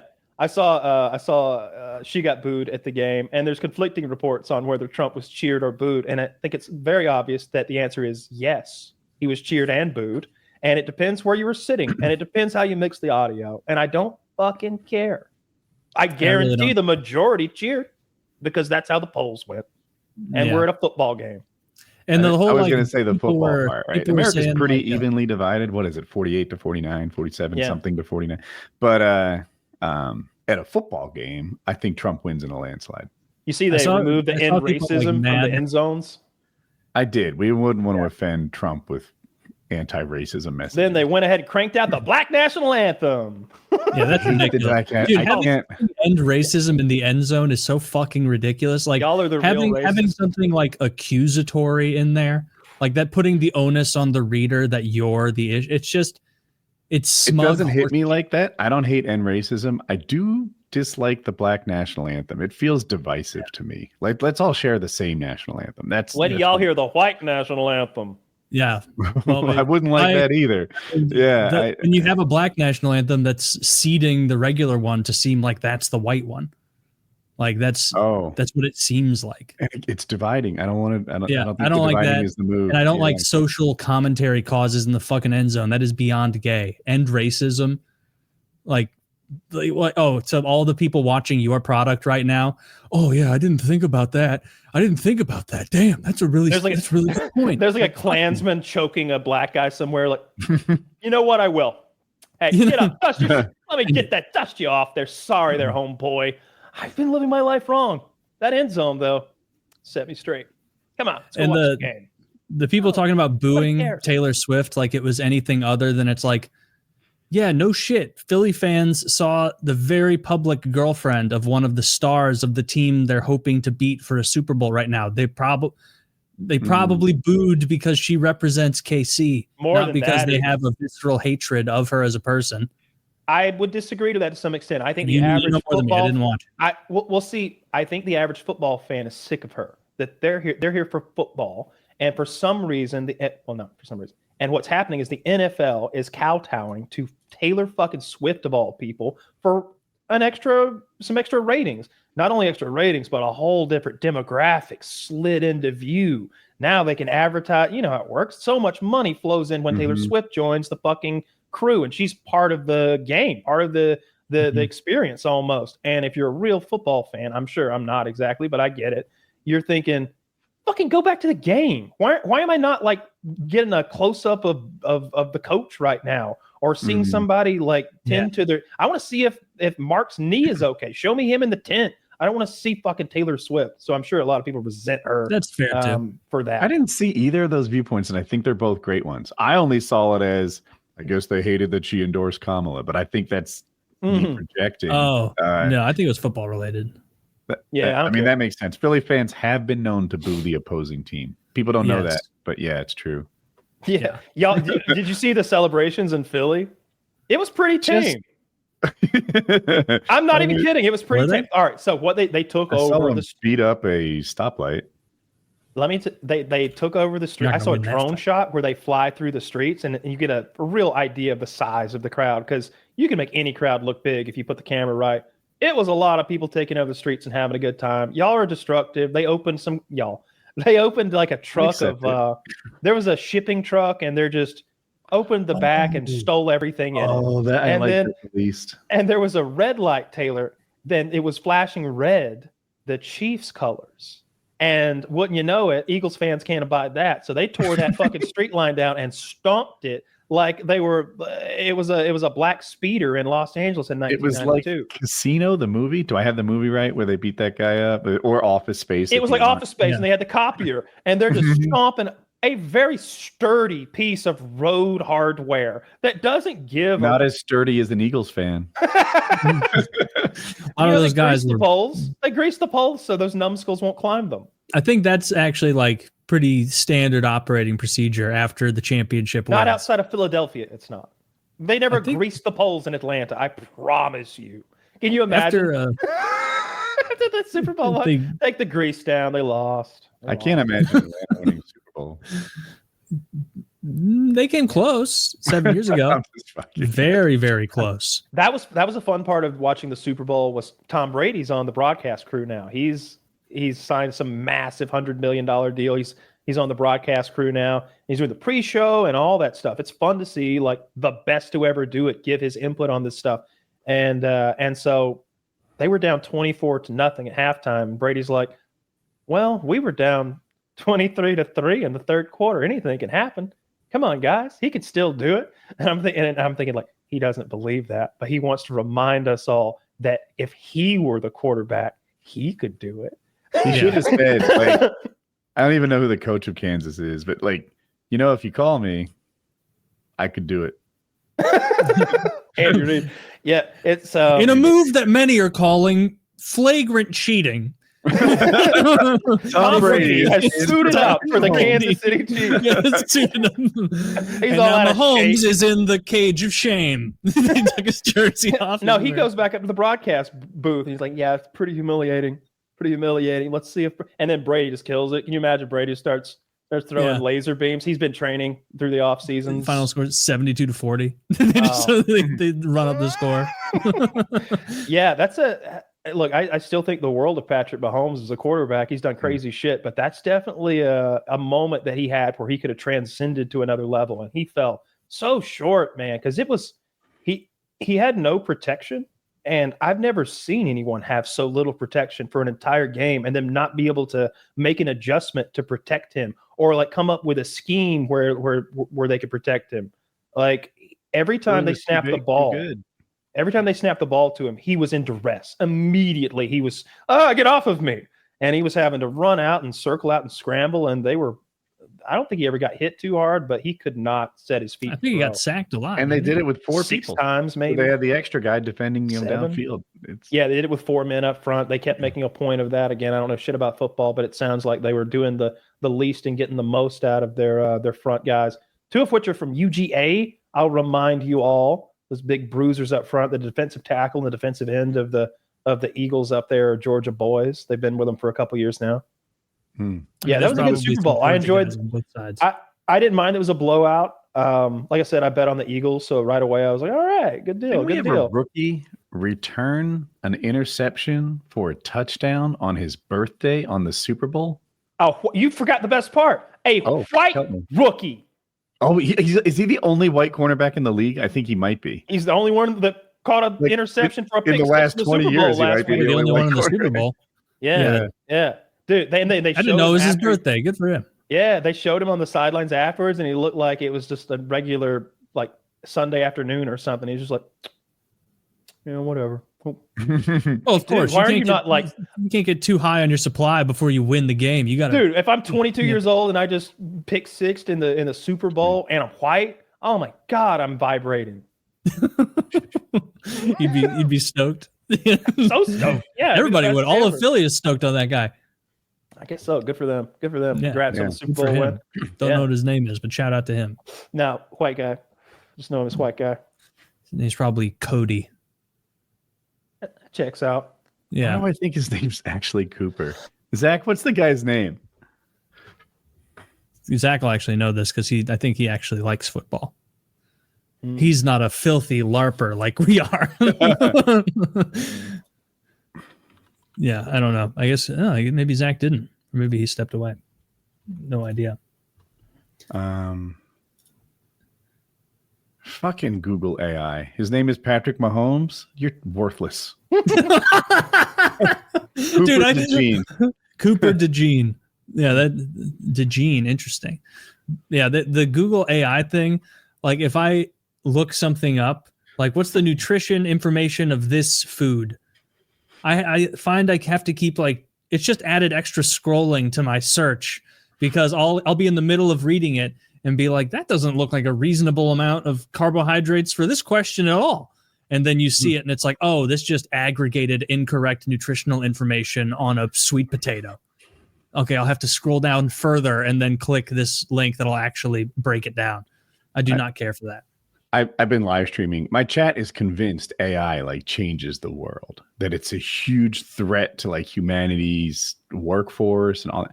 And I'm like, man, I just don't see it. I feel like it's going to be the next Google search. It just sort of aggregates the information and spits it back out to you, but it's not really changing the world, at least the part that we have right now. Yeah, and I've seen the images are getting a lot better. I can see it eventually avalanching to where it's like they can actually replace programmers and coders and a lot of different marketing people. Like they'll be able to just have that, but for now it doesn't seem there. And the only time I use it is on purpose. I accidentally get that fucking Google answer every time you ask anything, but the only time I use it on purpose is trying to make like funny pictures on Grok, and that's it. And I can say like it's absolutely better than it used to be if you like want Bowser dressed as a sheriff executing Luigi in an electric chair, which is something that I did. And like initially it's like, oh, this looks terrible. A lot of these characters don't look right. Now they're like on point. Even like the L on the hat is looking good. But I also see stuff. Ask you if real life images fool you yet, but you wouldn't know. Right. There's no way to know. I did see one going around the internet over the past couple of days that seemed to fool a lot of people. It was like this woman, this young woman in like a milkmaid looking dress, not in like a sexual context, just like her holding a basket of eggs and there's like chickens running around behind her and it looks like a farm thing. And as soon as I saw it, like I just went to the hands and I also like I watched it a few times because I wanted to know. And sometimes things will like fade in the background and foreground unnaturally, like the fingers will, or they'll morph. And after just watching it maybe 2 or 3 times, it was like, oh, okay, that left hand there, that's like she's got like Nosferatu fingers, like a length of finger that's never naturally occurred, like just weirdly long. But everything else looked pretty solid. Maybe a little lighting was off, and that was video. Yeah. And so like I saw a lot of people also agreeing with me that like, yeah, this is clearly AI. You have to look here. But it seemed like it fooled more people than it didn't. And if it's getting this hard to identify some of these now, and by hard to identify, I don't mean like if you sit there and watch it 10 times, you won't pick it up. But like if you were to scroll past it, see it once, just the once over, the way you would most videos, nothing will jump out at you immediately. You talking about Scarlet Johansson? No, the AI video is getting way better. Did you see the Scarlett Johansson AI video that made the rounds of her and other Jewish celebrities denouncing Kanye? Oh, well, that one was very obviously AI. Well, it caused a lot of celebrities to address, and it's getting a lot of buzz now. So it'll cause some legislation to come down, I'm sure. But did you see the people's movements weren't right, their faces weren't right, the images on their T-shirt, because it was a silhouetted middle finger with like a Star of David in the middle of it, and so like as they were turning, like the image on the shirt isn't moving correctly. That one was super obvious. Yeah. And I saw like it was funny. Whoever made that was like, all right, we're picking Jews in Hollywood. Let's make sure that Woody Allen is in this video. And it's like, why the fuck did you pick this guy in your video? Taylor catches AI images really well. I only get it like, say there's a really pretty Asian girl, and then the mic moves in front of her face, and the prettiness drops and comes back. Like it has to be that obvious for me to get it. Let me see if I can find. This probably couldn't show it anyway. This would just be an AI video, so nobody would tag us, I wouldn't think, right? That Twitter rant with Kanye was something for the ages. Like each tweet was more outrageous and despicable than the last. Just all sorts of blatant racism, and then every now and then he'd just take a moment to like rub it in. Like he'd say like 8 anti-Semitic things, and they'd be like, the 3 Jews that work for me still work for me. Ching, ching, ching. And then he'd move on to like something about honkies. It just went on a rant. It's great. Yeah. I didn't catch the part where he started Is he linking crazy porn. or calculated? He comes off as crazy to me. Yeah, he's manic. Yeah, he seems very manic. That's probably a good way to put it. Because you're right. It was a total just heel turn 5 different times, where he'd like fire off some jokes about fat people, and then it was back to Jews, and then it was white people are all racist, and then back in the Jew area, and then another joke, and then like something about music, and then 65 HD videos of hardcore pornography with him being like, I like this one. Like literally, like this whole feed for a while, just like, I like seeing girls suck dick. How was his taste in porn? Pretty vanilla. It was one of those things where, like, in a movie where, someone discovers information that they think is going to be, terse or short, and then they scroll, and then they realize the extent of it, and they keep scrolling, and the pages go by. You can see that. That's what it was like going to his account, because I saw someone saying, like, dude, Kanye's like off the Jew stuff. Now he's all on porn. So I went to Kanye's account, and I was like, he's probably got like 2 porn pics up here. Scroll down, porn. Give it a strong wheel. Still porn. I'm scrolling like just porn. You would have to go down like 3 feet if it were a real scroll to find the Jew stuff, because he spammed so much pornography. And he was the guy who like 2 years ago was posting shit like porn is evil. It's awful. It's bad for you and it destroys your soul. And now 2 years later, he's like posting half the content on Pornhub. Wait, and then Zach says Kanye's getting divorced. Zach, what's your source? I saw people saying that today, and then I also saw Milo Yiannopoulos, who I guess is close to him in some way, saying like, "Oh, this is entirely nonsense. What is this? The 6th or 7th time they've said he's getting divorced." And so, who's to say? Milo's often not. Zach says Bianca requested it, so I assume Zach's spoken to her directly. Yeah. Well, I'm going to text her real quick. Connected. I'm going to shoot a text to Bianca Censori. I'm going to Google it if we can find. Yeah. No, there were a bunch of but it was like Entertainment Weekly style rags. So it wouldn't be the first time we make something up. Shit. She said she's had enough. New York Post. Damn. I was hoping the shirt was the last straw.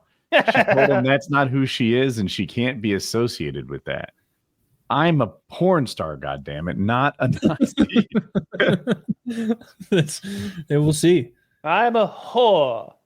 West allegedly responded that he has dominion over and he's selling those shirts. Interesting.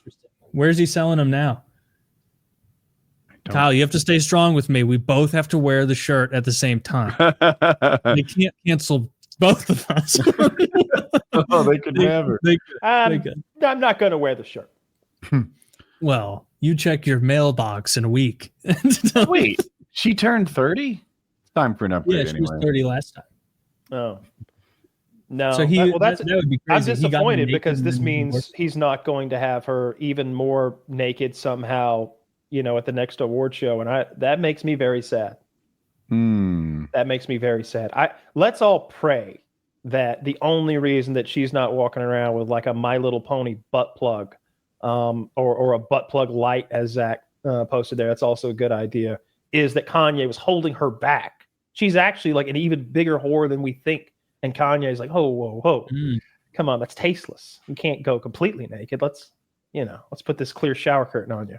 I mean, that's the thing they did, by the way. She went out in like a clear rain poncho naked. I saw that. That was kind of nice. Yeah, I probably sent those to you. You did. There's a couple good subreddits. Bianca Censori Hub is where y'all want to go, by the way, if you're listening. You've recommended that. We looked at it on the show, actually. So It looks like esteemed journalistic organizations, the Daily Mail and TMZ, says that the couple has split up. But the Hollywood Reporter, equally esteemed, says they are not. I think TMZ's pretty on. Tickled me. Well, who's to say? It doesn't seem like. But usually these guys they get their facts before they just make Isn't the Hollywood Reporter and like TMZ?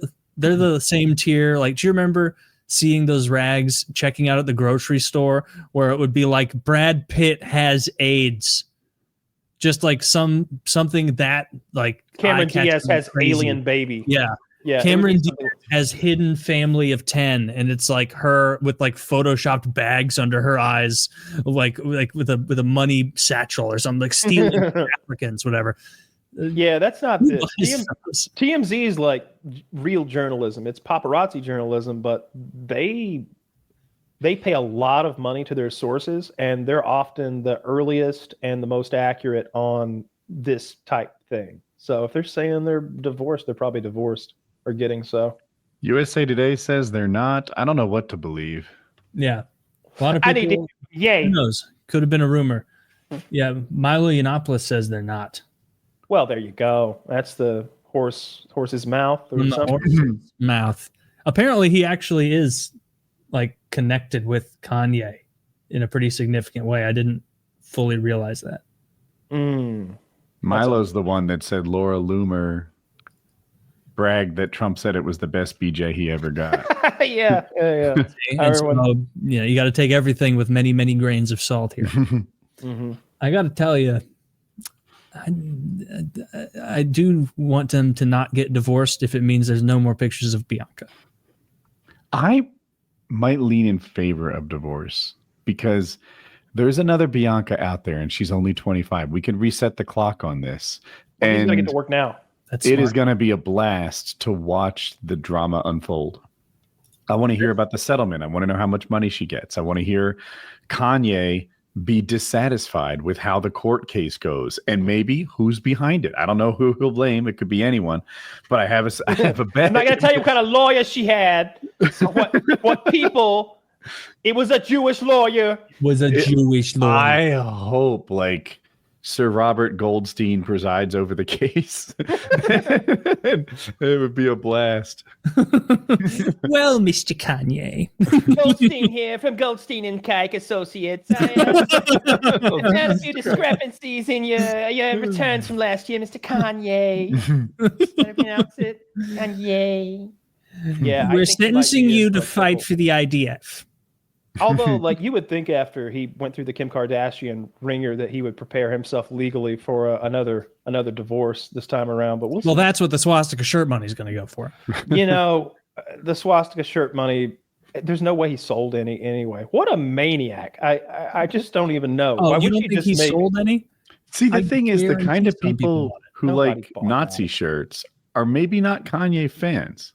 That makes sense too. Those Venn diagrams are two circles. If you're a legitimate Nazi who's like all about it, there's no chance you're like, oh, this hip hop artist is selling a swastika. Let me do it. No, that guy's on Spreadshirt doing up his own. They make their own swastika shirts. Yes. You know? Yeah.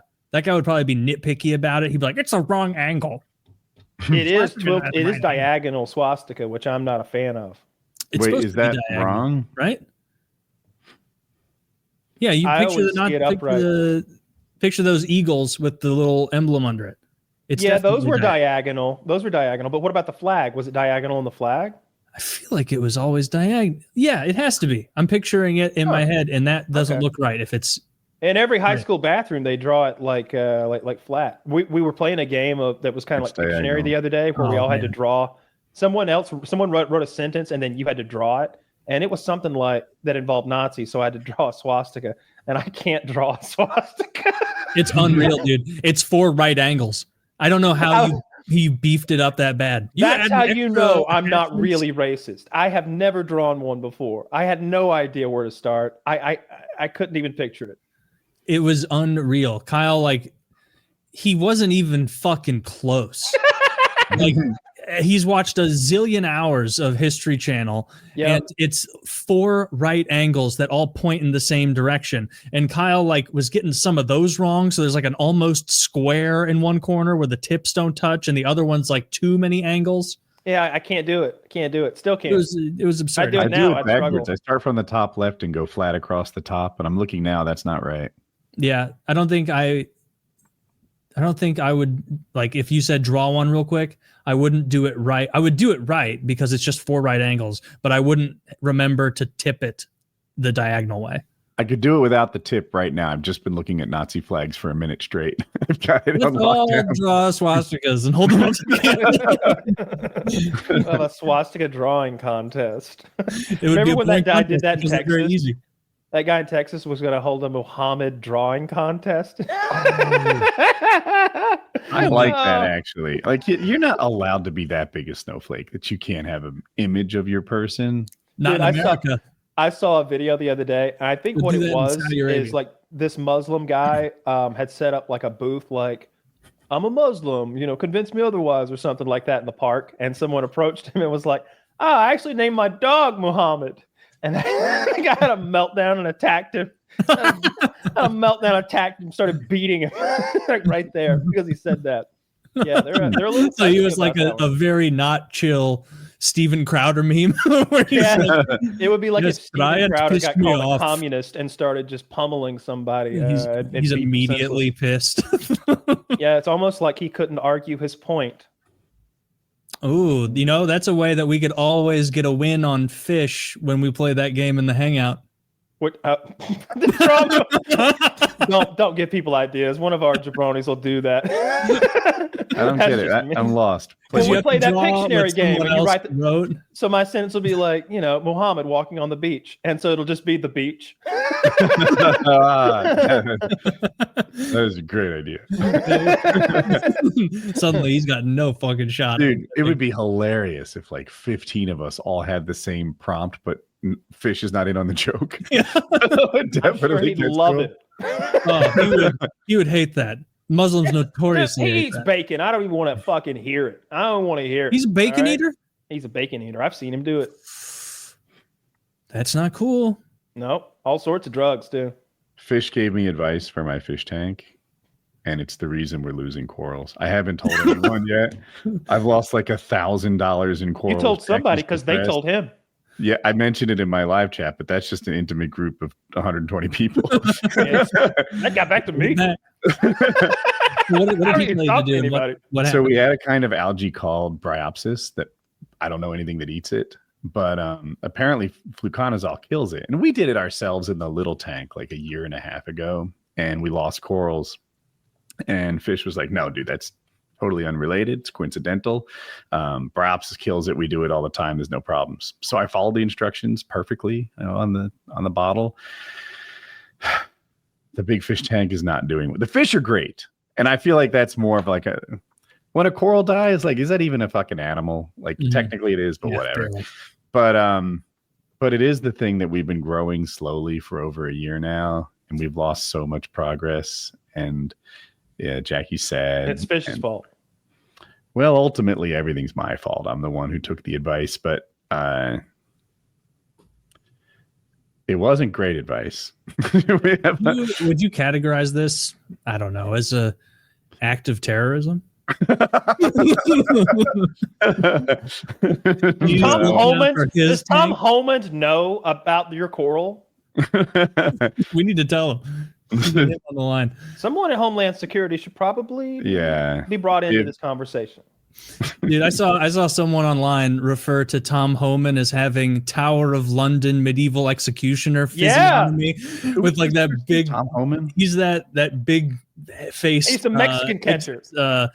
Deportation czar. Yeah, and someone was like, "This dude looks like he should be dressed as an executioner in the Tower of London in 1602." I can see. And I was like, "Holy black, shit, he does look like he should do that." Yes, in that black robe with the rope at the waist and the hood. And He was built for it.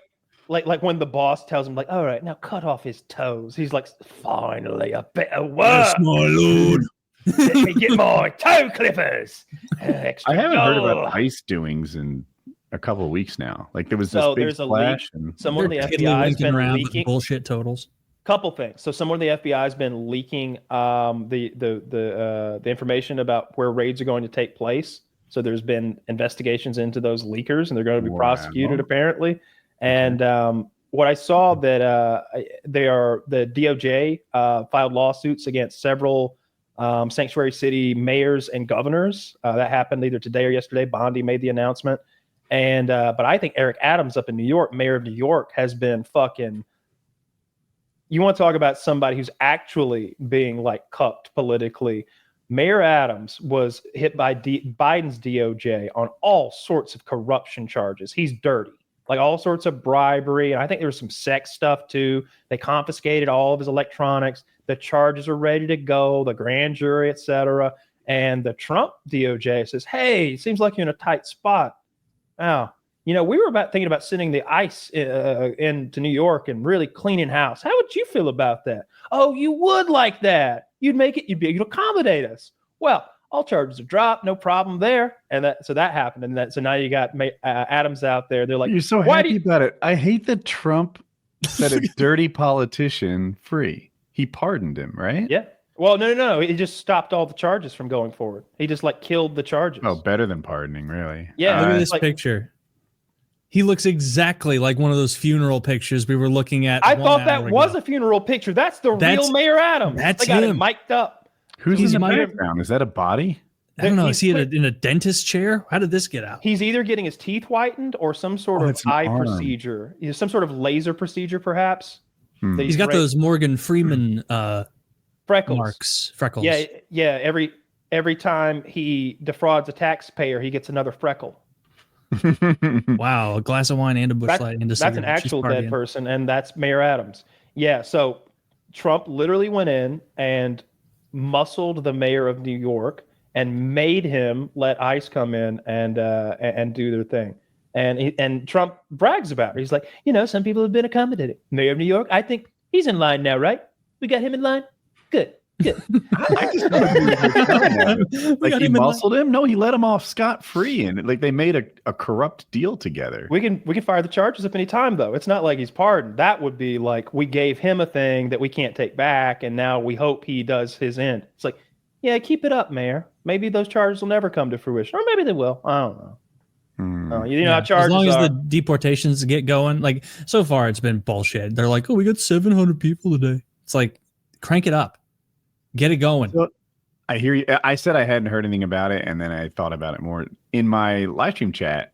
Someone's school was shut down because ICE was coming, and I don't know. Either they were letting the students escape, or kids were too stressed. Buy what you will, but. Must have had an impact if school was shut down. I wish I knew about walkouts and things when I was high school age, because I would have been like what flavor that free Tibet, just anything. Dude, we had anything to get out of walkouts in school. my high school. You just make it up. You're just making that work. That's what I'm saying. You just make up a walkout. We had a Japanese exchange student in our school, and she wanted to walk. Right? Apparently, she was really cool. Everybody liked her. I didn't know her. She was a grade older than me, and. So that she wanted to walk and experience an American high school graduation. That was her desire. But I guess she wasn't technically graduating because she didn't do 4 years at our high school. She didn't meet the New Jersey requirements for graduating high school, but she was a great student. And the whole school did a walkout. I walked out. Dude, 1,000 people walked out. I wouldn't recognize this girl if we were on the elevator together. And I'm like, free Suzuki or whatever the fucking name was. Let her walk. And the school buckled and let her walk. And I'm then here playing dodgeball because I care. there was another kid who wasn't going to graduate, but he was like a stoner loser. And he had missed more than the 18 days you're allowed to miss of school, which is a lot.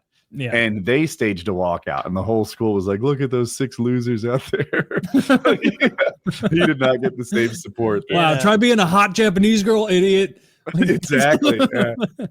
We didn't have Illegal any immigrants. Illegal immigrants can get driver's license in the state of New York, and that sounds insane to me. But on top of that, there's a law that says that the DMV employees have to warn illegal immigrants when they're running their paperwork, if ICE is after them. Like if anyone's looking for them in the system, they have to give them a warning so they can get out of there. So it does sound insane to me, but then I'm like, are we registering the illegal immigrants? We're going to need you to give us your illegal status and your home license, your home address. Round them up. Well, that's not what New York is doing, though. They're just giving them driver's license so they can drive, and they have been. They're being sued now by the Trump administration, of course. There's other states that also allow. I bet they do it in New York City. Yeah, it looks like California, in California, Colorado, Connecticut, Delaware, D.C., Hawaii, Illinois, Maryland, New Mexico, New York, Nevada, Utah, Vermont, and Washington. They will give driver's licenses to illegals. Insane. Ridiculous. I wonder what their thought of it Absolutely is. ridiculous. Like, I'm trying to justify it in my head, see if it makes any sense. Like, does that mean we have fewer uninsured drivers if they can drive legally, even though they're illegal? I don't think people who break into the country are like concerned with our insurance laws. Like they're already committing a felony by being here. I think you're painting with a broad brush. Like, if you think about people probably have insurance and a license and all that stuff, even though they're here illegally. I mean, the people I know are here legally, so we all have to have that. Yeah, I don't know any. Yeah, I don't know any illegals. Yeah, No. He's good. He's one of them things. He's one of them fellers. I yeah. think they're okay. For now. Yeah. But either way, that's crazy to be giving government issued ID to an illegal immigrant. Like that's insane. Like that's not what serious countries don't do shit like that. They're fine with giving the illegals ID, but if you ask them to get their voters to get any identification before they vote, it's like, oh my God, that's so racist. How dare you? Yeah, they got to change that. That's fucking What ridiculous. do you think a black man could just get an ID? Do you know how many hoops and hurdles you have to jump through to have your photograph? You have to have a bill and an address. And it's like, okay. And know your social security number. know your social, and you you have to be a citizen. Usually I need the card, the social security card or birth certificate, something like that. Yeah, they get allow. certificate's what There's I've like 10 different documents, and they want like a combination of 3 or 4. I think they almost gamify it. But it's not as easy as like a utility bill and you're set. Yeah. I haven't understood the Democrats. 16-year-old me did it on day 1. I turned I figured 16 on May 9th. That day I had it all wrapped up. Same. Not on May 9th. New Jersey was Nobody not helped. sufficient. They made me wait. Like, Oh, you sucks. couldn't apply like for your permit or something. I wanted my license the day I turned 17 because Jersey's 17, and I couldn't get it. I was like, it was 2 months later or something. We were there as soon as the DMV opened, and I drove my mom's car for the test because I don't know why. It was stupid because I had only driven trucks my whole life, and I hit a couple of cones, and I was like, I usually don't hit things. I was like, this is not representative of my actual skill. And he was like, you're good. Don't worry about it. Really? Oh, You didn't give a fuck? Nah, I crushed a couple cones. He didn't fucking I care. had There's my no own parallel car parking. before I had a license, and I drove it a lot. Thankfully, I never got caught. And so I took my driver's license test in my own car, a stick shift Volkswagen GTI. And I always thought, yeah. I took cool mine car. in a much less cool car, a 98, I want to say. No, 99 Honda Accord. Nice. So I wasn't feeling I that was in a slick. 2000. But the giant fat lady who gave me the test was very sweet. And so I remember that. She was I really think I was in nice. a 2002 Nissan Altima. Pretty sure. 2002. Are you from the future? Wow. It was brand new at the time. It wasn't the 90s when we all got our license. You have just a couple of 90s kids. That's so funny. I don't understand that about like this gen. Look, I get people kind of being in their cell phones. I'm in my cell phone. That makes sense. But I don't understand the not wanting to have a driver's license and a car. Bananas. And I know that it's like way more expensive than it used to be. And look, my dad would tell me stories when I was turning 16 about how cheap it was when he was a kid. It's like when we were 16, we just go get a car. They were just there for the taking. You know, they'd be like a broke down car for $50 that you could put together enough that you and your boys could go to town and you know, like party or whatever. And then when I was 16, you had to have like, I don't know, $5,000 at least.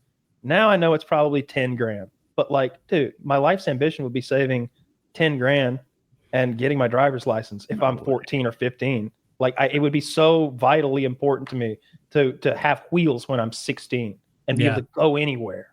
You know what I mean? Like it's a superpower, and it's amazing. It's so freeing.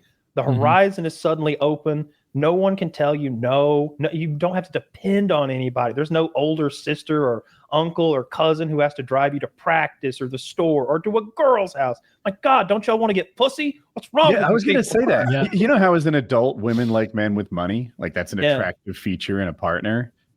In high school, girls like boys with cars. Like that's an attractive feature in a potential boyfriend. Like you're going to be able to go places, movies, have, you know, alone time, whatever. You know, something else I liked? It was like, man, mom's making green bean casserole tonight. That does not sound good. She cannot stop me from getting food on the way home. Sure. Someone's stopping at Wendy's. When I turned, We're pre-gaming dinner. I remember I would do like childish, like when I turned Burger. 16, I remember one night I went to every fast food restaurant in town. There's only like 6, but I got all of their desserts, and that's what I had for dinner. Because I got my own car and my own fucking money. So I'm going to get the cream pie from fucking Burger King, and I'm going to get the apple pie from McDonald's. I'm going to get a Frosty from Wendy's. And I'm going to go to Taco Bell, get the Cinnabon things or whatever. And I just had dessert for dinner. I brought it home. And I said, what is that? I was like, I got dessert from every restaurant in town because I'm a big boy and I do what I want. It's like, why don't y'all want that power? And also, it's a fuck mobile. You know, Feels good. You get some finger banging in the back seat if you got one. Like it's everything. Even if you don't have your There's own no car. one in that elementary school parking lot at night. Not Just at night. And I shot the light out. So even if they were, they couldn't see. They couldn't see, Taylor. Except for that one policeman who rolled up. like even if you don't have your own car, like hopefully your parents would let you drive theirs on occasion, and like you should still get the license. Like I remember a friend of mine who was in my grade, but the way our ages lined up, he was like 9 months older than me, which when you're 16, 9 months is like if your friend gets their license 9 months before you Huge. feel like it's an eon. It's like, oh my God, this is a whole school year. And I remember I had my license for like 6 months, and he still hadn't gotten his, which meant he was like over 17 in 2 or 3 months.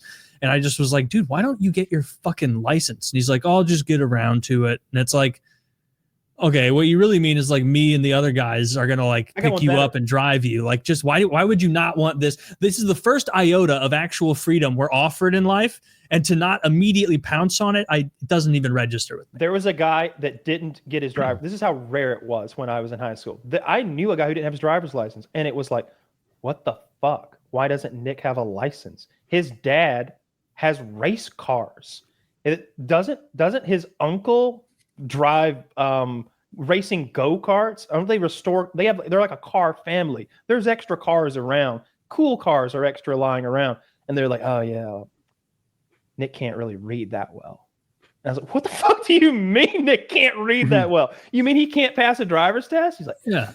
There's like 2 he words doesn't on like the road. to talk about it. And it turned out this guy that we all thought was a normie that'd been like blending with the rest of us humans, didn't know how to fucking read, and he was a grown ass. And I don't think he ever got a driver's license, Taylor. When we graduated, that motherfucker was still bumming rides, and I thought, this is the epitome of a fucking loser. This guy can't get a job. This guy has to he rides in his girlfriend's car. I went on a double date with this guy one time. I'm driving and I'm thinking in my head, like, you're lucky you're in my car. What would you do? Walk to the movies, bro? Like, what do you normally do? Yeah. It was pathetic.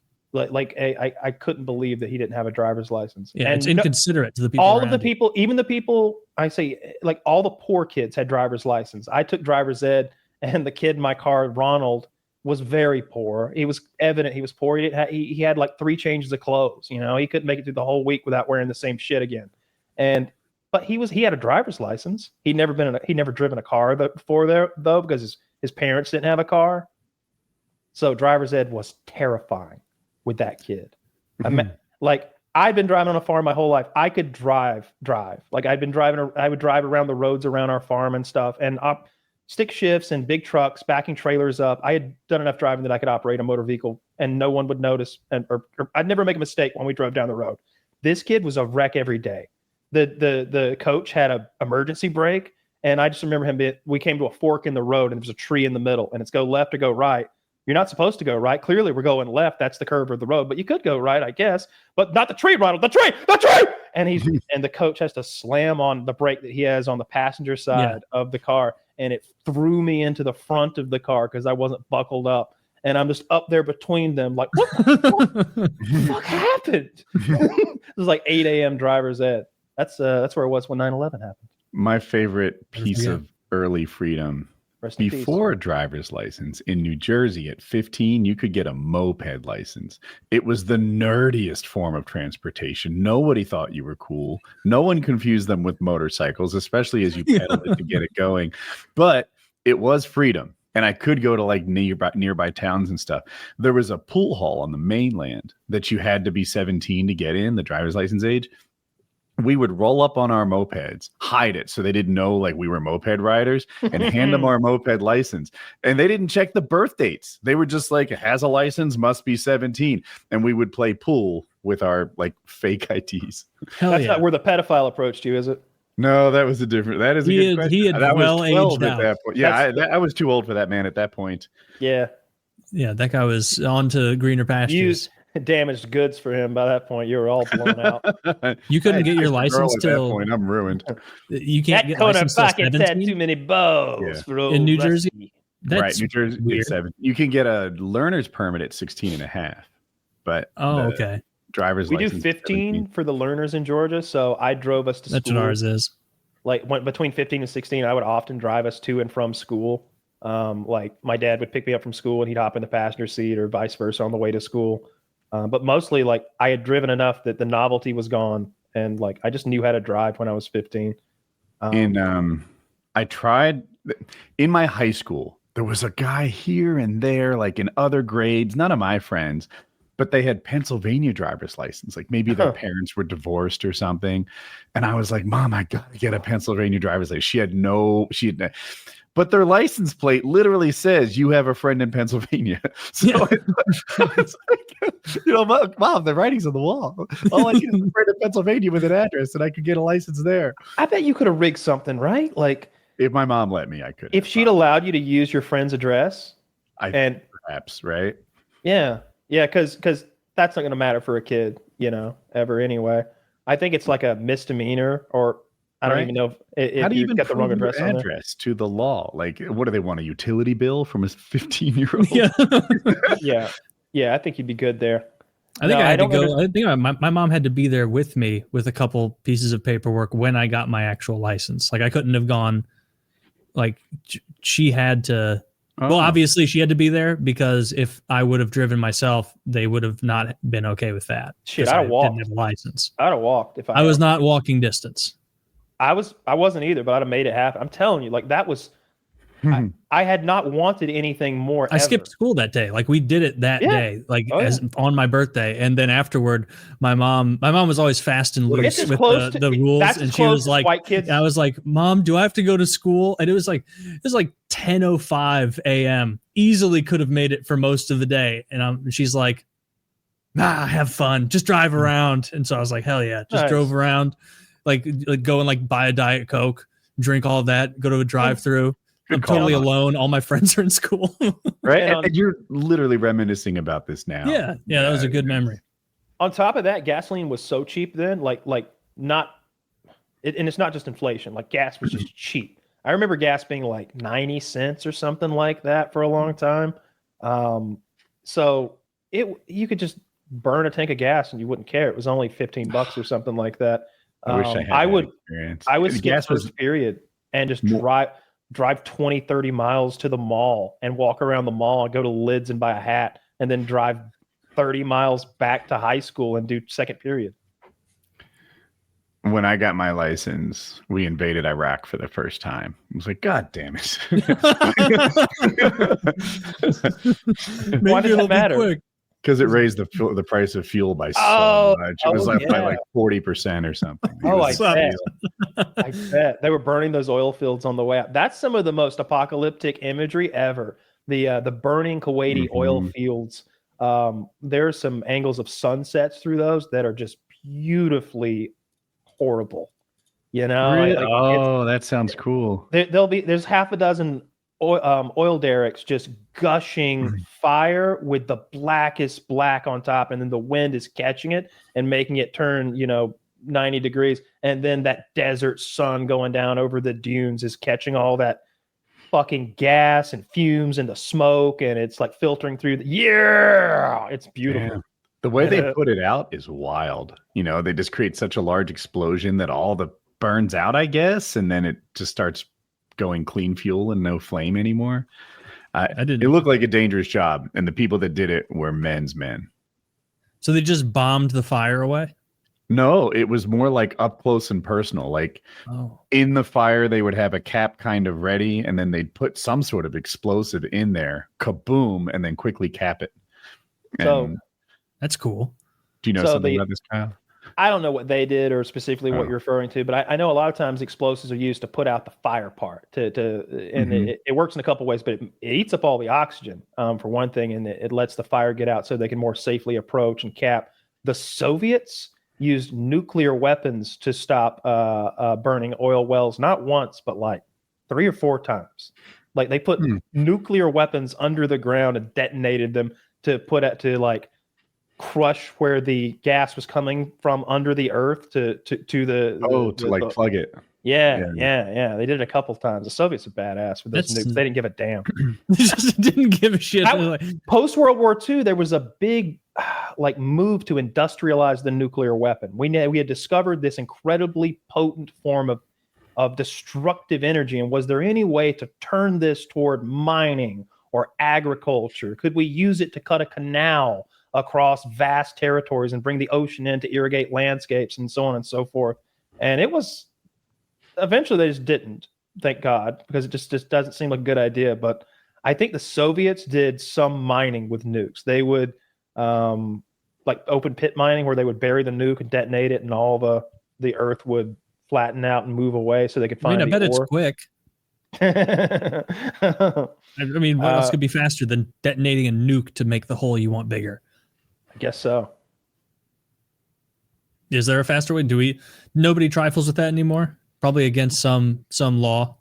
Yeah, there's a nuclear proliferation treaty. It's probably covered under that, where it's the nuclear testing ban or whatever, because I don't think we can test them anywhere anymore. There was one that went off in the South Pacific, maybe, that no one owned up to in the 60s or 70s. Mm-hmm. Like a nuke went off after the ban treaty, and everybody was like, whoa, because you can detect the radiation in a number of other ways. Like, we know when a nuclear weapon goes off on this planet. It's something we're really good at. And we're like, oh, one went off. Who was that? And Russia's like, not us. And the UK is like, nah, man, we only got so many. And everybody's like, well, who then? And the French and the Israelis are like, not us. We're not, down here in the South Pacific making war. But that's what was happening. The French and the Israelis were working together building nuclear weapons. Sneaky bees. Yeah. I didn't realize French was not fully in NATO. Did you know that? No. I read so they pulled out of NATO not super long ago. If I make it up, it's 2005, something like that. And they're kind of in NATO, but they don't agree to be in the NATO command structure. If we ever do real war, they're gonna be self-guided. So not in NATO. Well, I guess they're gonna be on the same side, but they don't want to take orders. Exactly. Yeah, you have a supreme allied commander in situations like that. It's probably a good idea that the left hand knows what the right's doing. But what do I know? I'm not a French warlord. They're the best at it. No idea. Never lost. Well, they won a lot before they started. They did. They get too much shit for that. Yeah, they did. They were the war guys across centuries in Europe, and then they have a bad streak, And now everyone's like, oh, the French can't win a war. And they're like, what's he talking? Did you look at this 800-year period? And it's like, okay, well, we're talking about now. How about the last, you guys didn't fight the Nazis back as hard as a lot of people think you should. And then, what's the excuse there? I guess the excuse is Hitler was like, we're doing a new thing called the Blitzkrieg, where they can't even swallow their snails before the war is over. And that was basically it. Like they just stormed in, conquered them. This is pretty cool right here. I learned about it like this week on Reddit. It's called the Puckle gun. You ever hear this? Okay. No. So it could fire 2 ammunition types. You could fire round bullets for Christians, and you could fire square bullets for Muslims. Okay. They hurt more. That seems like They hurt more? The square bullets hurt more? Well, Puckle thought they did, and he wanted to exact some pain on those dirty folk. So he invented his own weapon here. You can see, and it wouldn't it just be way more inaccurate? I'm sure, yeah. So You'd what the want a fuck? conical projectile spinning. The Muslims are like pretending to be so afraid, like, please don't only use the square bullets that miss on us. Puckle gun. The curveball bullets. There was a lot of that though, the using of different types of ammunition depending on your enemy. So if a war for a long time, if a war was going to be fought amongst whites in Europe, you would not use certain kinds of ammunition, but they would use sort of hollow point explosive ammunition when they went down to Africa, say, to fight the Zulu. It was a whole thing. It was a big discussion about the rules of war at the time. It says that he could shoot 9 bullets a minute with the Puckle gun. Hell yeah. And that's like late 1600s. So was that like excellent at the time, I guess? Yeah, for late that like- 1600s. I Yeah. say 9 a minute. I got 24 Yeah. guns downstairs. How's it I can work? do better than that. I didn't really even look at it very much. It looks like it's Early crank- 1700s. Okay, it's like a revolver. He's got a big revolver that's crank operated. It looks like an old 1, school. 2, 3, 4, 5, 6, 7, 8, with like 9 bullets in it. It looks like an old school Gatling gun. The picture I saw, where it's like on a stand. Yeah, he's like a tripod mounted, very primitive Gatling gun with a large revolving cylinder on it. That's cool. But the idea of the square bullets for the Muslims tickled me. What are do you know like any lesser known inventors of other guns, Kyle? It seems like the kind of thing you might like, interesting guns that didn't take off. Any fun facts in that region? I like the special use guns, like the underwater guns and the space guns, because everything else is kind of very similar in its mechanisms and workings. There's that one electronically fired gun that was in Black Ops that has those rods that you G12, stuff in. maybe? Something, Do I have it right? yeah, something like that. G11, Zach G11. says. That's Okay. kind of interesting because you've got like a powder charge the and next a one. bullet and a powder charge and a bullet stacked in these rods, and then you use electricity to ignite the powders that you want, so you can have kind of infinite rate of fire almost, because they You know can, who invented that? no, George I- Washington Carver. God Yes, damn it, I've- he's the man. What I didn't he have. invent? Some people say, "Oh, he wasn't even alive in 1965." No. I think it was the Soviets that had It- the underwater weapon. It looks like a big nail gun. You know how a nail gun has that clip of nails underneath, sort of in Mhm. front of your fist that you can see Mhm. through the port? It had that, but long metal darts that were fired, I'm sure, by gunpowder.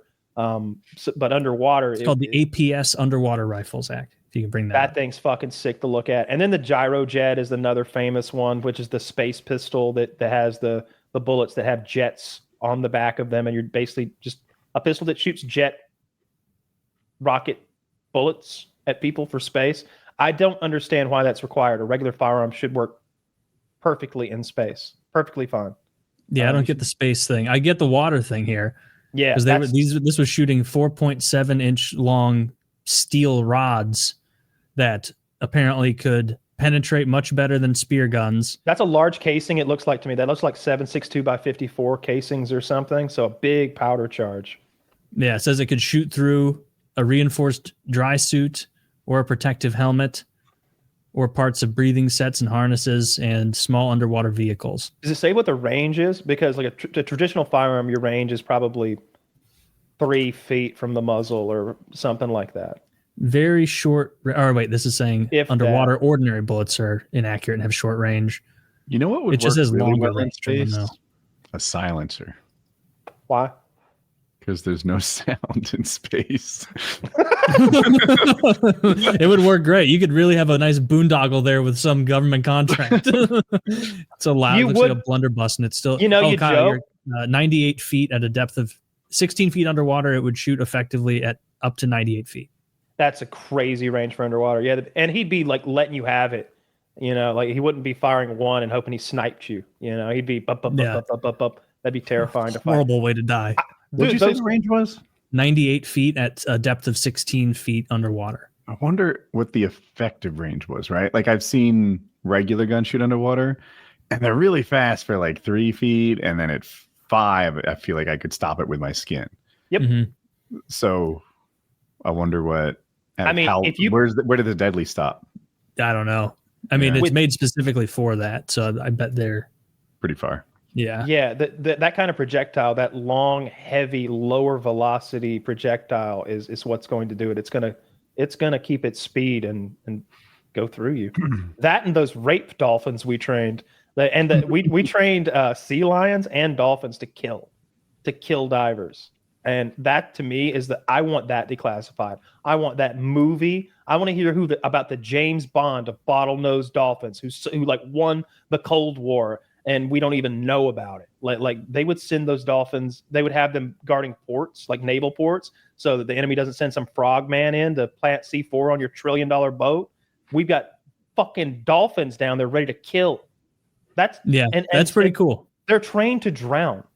They're not trained to like, okay, we trained a dolphin to attack. No. We trained a dolphin to fight.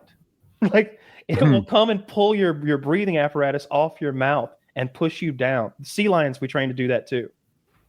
Hopefully we're still, I bet the Pentagon's funding that still. God, I hope so. I hope Donald doesn't defund that because that's those are dollars that's where I want my dollars to go. To the I want to fund the zoological warfare division of the Pentagon. No more cancer. Can you imagine their badges? It's like a sea lion and a dolphin like crossed across, and they're both like, yeah. Sorry, Mozambikis, no condoms, but we have the most ferocious bottlenose dolphins on planet Earth. Yeah, that's the kind of shit I really like. I like the idea that we've got this $1 trillion war machine, and we do some cool stuff with all that extra monies that we just print. I like the whole. There was this program. It's what led to that Manson shit. What's the secret program they did on Manson with the LSD and everything? The CIA. What's it called? Oh my god. MK Ultra. So the reason MK Ultra got its funding is because we found out the Soviets had a similar program, and the funding of that similar program, we had spies that found out how much money they were spending on their astral projection or whatever program. People finding things with their mind across the planet, remote viewing. And the idea of that, of course, is to find where the Soviet nukes are. If you can have a guy in a room in America and he can think really hard and tell you there are nukes, here, here, and here, and you can early strike those, that's what they were trying to do. And the Soviets 1 year spent like 50 million rubles on it to see if it would work. And then we found out the next year they spent 300 million rubles. And we were like, oh shit.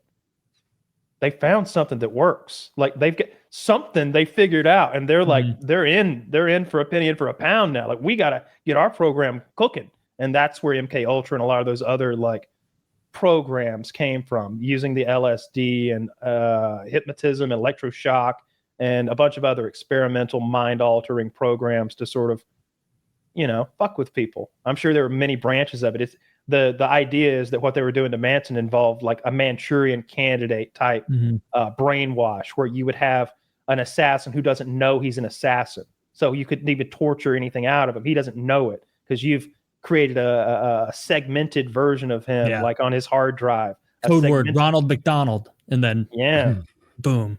Yeah, like Winter Soldier assassinating some Soviet leader.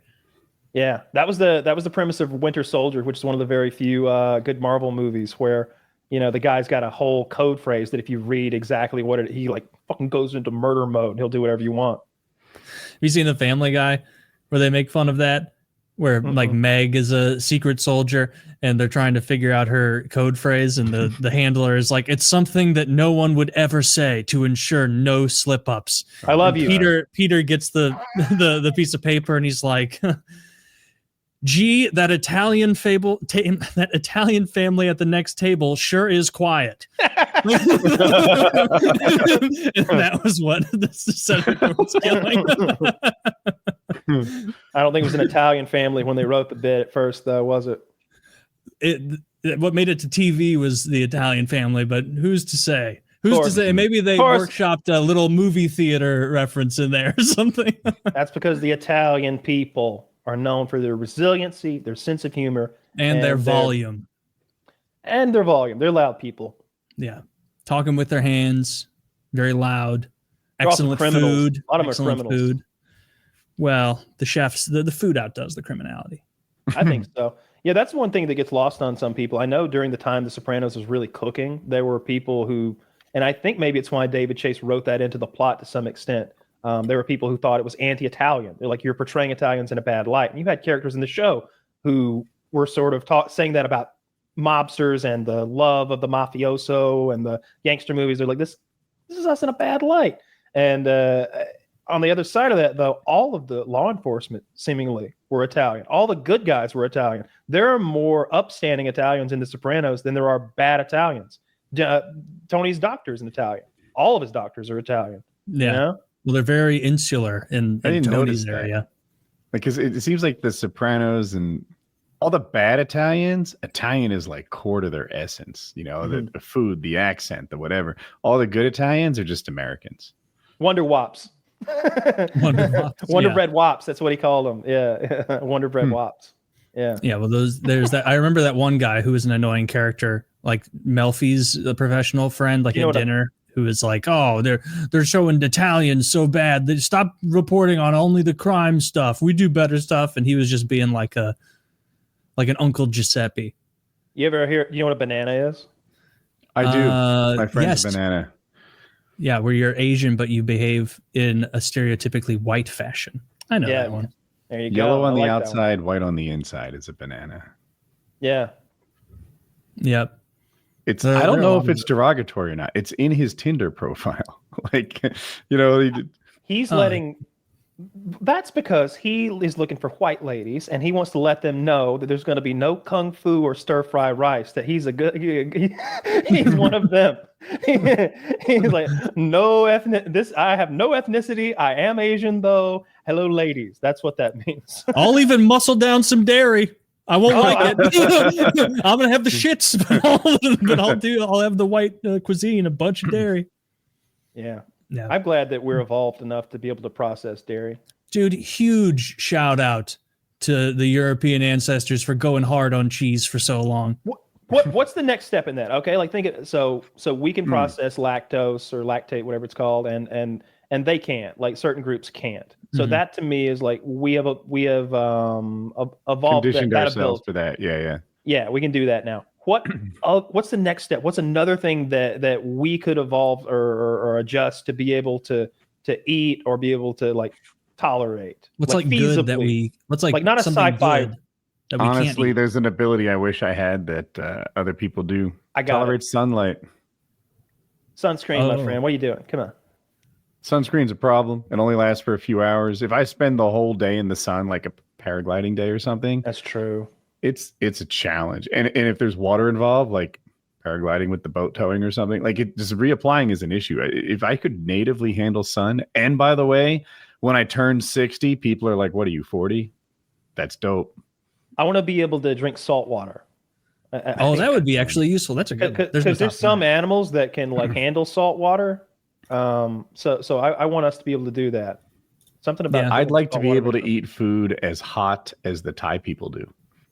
That's you can condition yourself to that. That's yeah. You can just eat spicy food. Really? I don't think they're genetically predisposed to that. I think they are culturally indoctrinated to that. And so, because there's been times in my life where I remember I got really into this Indian place and I got real fat eating it. And every day I'd eat it. And it was like 2,800 calories a plate.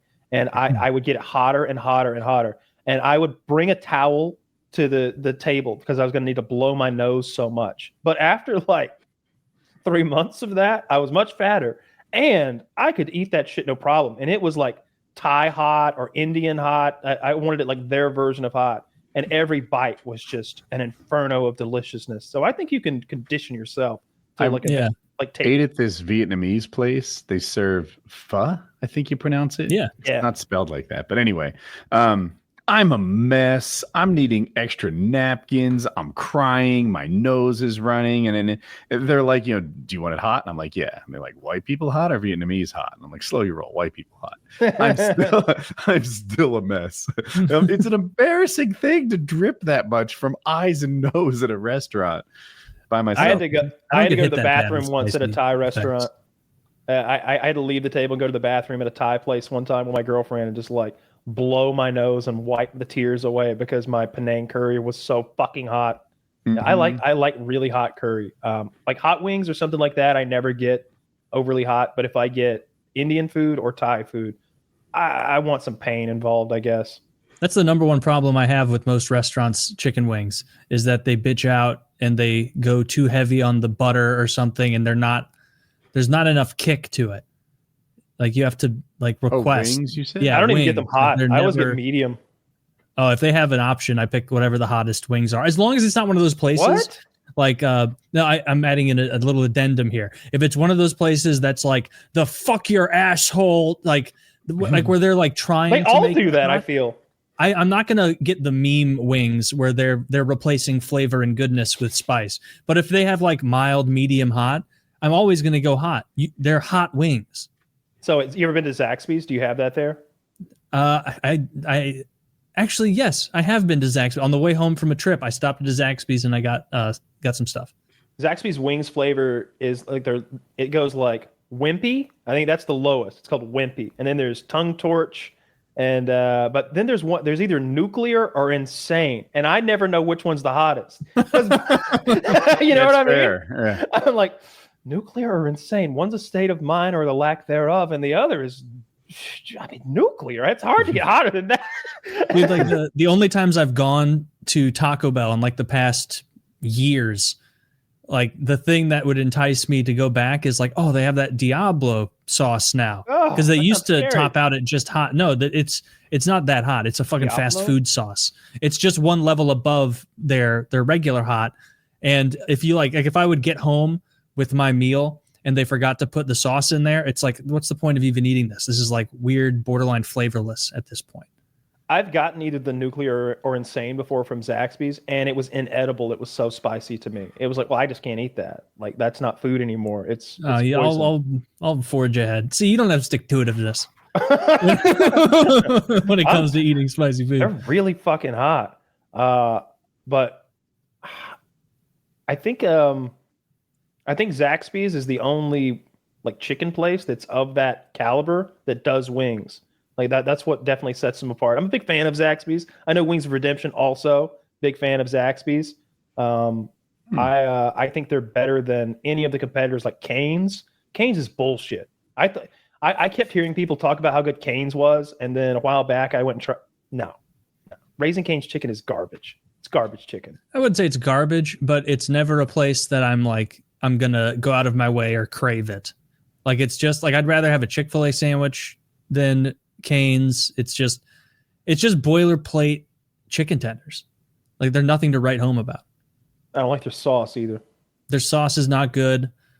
A lot of those wing places where they go too heavy on the mustard aspect of the sauce, I don't like that because then it's more mustard. Like, not like I like mustard. As I like a the flavor, vinegary, but I like the vinegar. But any kind of spicy wing, you're going to get vinegar in there because that's the base of it. And so I'd rather have more spice than more mustard. Answer me this: what do you dip your nuggies in?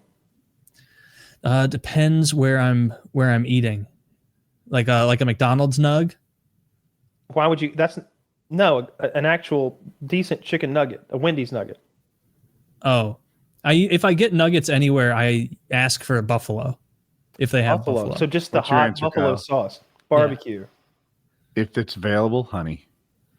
That's a good move. McDonald's honey. When I was a kid, when the hamburger Happy Meal, extra pickles, extra mustard. I said that 10,000 times as a kid. All right, and that was my order. And And I would always like that little packet of honey because my sister would get the nuggets and she'd be dipping those nuggets in the honey. And I was like, fuck, can't I have both? But I dip my fries in the honey, and I thought that was killer. So that was honey's good. a top tier choice. Yeah, McDonald's honey is probably like sweetened honey. Probably is. You look at the ingredients of that honey, and the number one ingredient will be sweet corn syrup, and then honey will be the second fucking ingredient, and then there'll be phosphates. It'd be. I even consider that, but I wouldn't bet against it. Yeah, there's no way they're going to some apiary. You know they do that to getting their Coke and honey. Sprite, right? No. McDonald's, Coca-Cola, and I think Sprite. I have heard that. They make their sodas sweeter and more calorie dense than they're supposed to be. McDonald's, Dude, their Sprites Sprite, are great. Yeah, you've never had a Sprite like that because it's not supposed to be that sweet. They add extra syrup to it. I love a good McDonald's Sprite. They know you do. They put the perfect amount of salt on those fries so that sugary Sprite is going to satiate you in a way that it tickles your little pleasure bone in your brain, and you keep thinking, It does. Those golden You're arches. making me want McDonald's. I don't even like McDonald's that much. Just I get don't the think fries. bottom You just get tier. the fries. Get yourself What's worse a than small McDonald's? Sprite. You mean Burger King. quality? Burger King Taco by far. Bell. Okay. I disagree on that. Taco Bell is the lowest quality. There is not there. They don't have anything in that kitchen other than the rice and the cheese that is really food. Everything else in that Taco Bell kitchen is disgusting. You both make strong arguments. I like Burger King. I think that their burger patties are superior, way better than McDonald's. McDonald's uses that dirty Australian beef. You don't want that. I don't care. There's something off about Burger They King. got the mad cow down there. I don't like Burger kangaroos. King. If there's a McDonald's and a Burger King next to each other, I'm picking McDonald's 10 times out of 10. I'll see you at the playground then, because I'm heading over to, and I'm gonna have it my way. And I'm gonna get. You're gonna have it your way. Well, guess what? What playground are you gonna be on? Because I'm gonna be in the playhouse. I'm gonna be in the Ronald Playhouse, and you're gonna be When's the sitting there last sad. time you saw a Ronald Playhouse? The only place that I know that still runs a playground is Chick-fil-A, because they know their clientele. That is really sad. I'm not the clientele to play around in the McDonald's Playhouse anymore, and so yeah, I bet it's been the better part of a decade. COVID killed them. The ones that were still up, COVID took down, and nobody's going back into that ball pit to clean it back up. The one at I had a birthday It was never party at clean. That McDonald's was when part I of being a kid. Dude, you play in that ball pit, but you go up top, and there were these tunnels to crawl through, and each end would have a different porthole to look through, and it was hot as hell up there. And the smell, of that hot plastic, had a smell to it, and you'd look through that scratched up. It looked like the headlight of an old tourist window, and sort of see your parents stand there, and you turn a wheel that did almost nothing. It would turn a propeller that also did nothing outside of the opaque wheels. And look, do you see? And that was childhood wonder, right? It was. That's Do you remember for this generation? Do you remember the letters on blocks that you could spin? And it would be like a row of 4, and it would all be ABC or like ABCD, and so there was like really not much you could fucking spell. That sounds like some special ed stuff. We didn't have anything like that. It was up there in the. I remember crawling around, and what you're describing, it has that submarine porthole. They would have stuff where you could like slide, like those doctor's office toys, where you would slide the thing on the bar, or you would spin the letters, and then it would always smell like feet. There was always some like bad behaved kid. What? Could you make the playground say bad? I'm going through my ABCD options. It's the best word I've got. That's so probably about it. Like this, you could say bada or bad or bad. You couldn't say bad cat. Okay. Well, there's a T in there. And do you remember like the shoe cubby? How much the shoe cubby area smelled weird? I think it was a conspircy to inoculate children to viruses in the McDonald's playground. It worked. Like, do you remember like your parents? I remember my dad like clearly having an almost visceral gross like disgust to the playhouse, and like I didn't get it when I was like 5. I was like, what are you talking about? If my father had germophobia based on a playpen, he didn't impart it upon me as a child. It was just a playpen. I miss those. That was a fun part of childhood. I had a McDonald's birthday party one year. McDonald's made cakes. Why don't they still do that? It always smelled in that playroom like a kid vomited 2 hours ago. it always had a sawdusty vomit smell. I think I went to a better McDonald's. I'm sorry. I think you probably did go to a better McDonald's the way you're describing it. Better than a Yeah. St. Louis McDonald's, you think? It was owned by a white lady. I remember a very multi-ethnic McDonald's, a real UN McDonald's is where I was playing around with the other kid. That was so much fun though. That was the biggest reason to go to McDonald's. When I go to Burger King and sit there like a schmuck while my friends are eating nugs playing. Burger King had a playpen too. They had gravel at the base of theirs. It was cool. I don't remember Burger King ever having Ours did. Not like a low class Missouri Burger King. I'm starting to think you went to like Burger Prince or something like that. That's why you got these low opinions of the Burger King. Ever since I saw that dude being incredibly racist on that flight wearing the Burger King crown, I just felt a little like closeness with the brand. You empathize. We should probably wrap. Yeah, we should. Going in the right direction. Let's wrap it. Check It's out time our for all this to sponsors in the snack. description. PKA 739. My hair's been on point all episode. Looks great.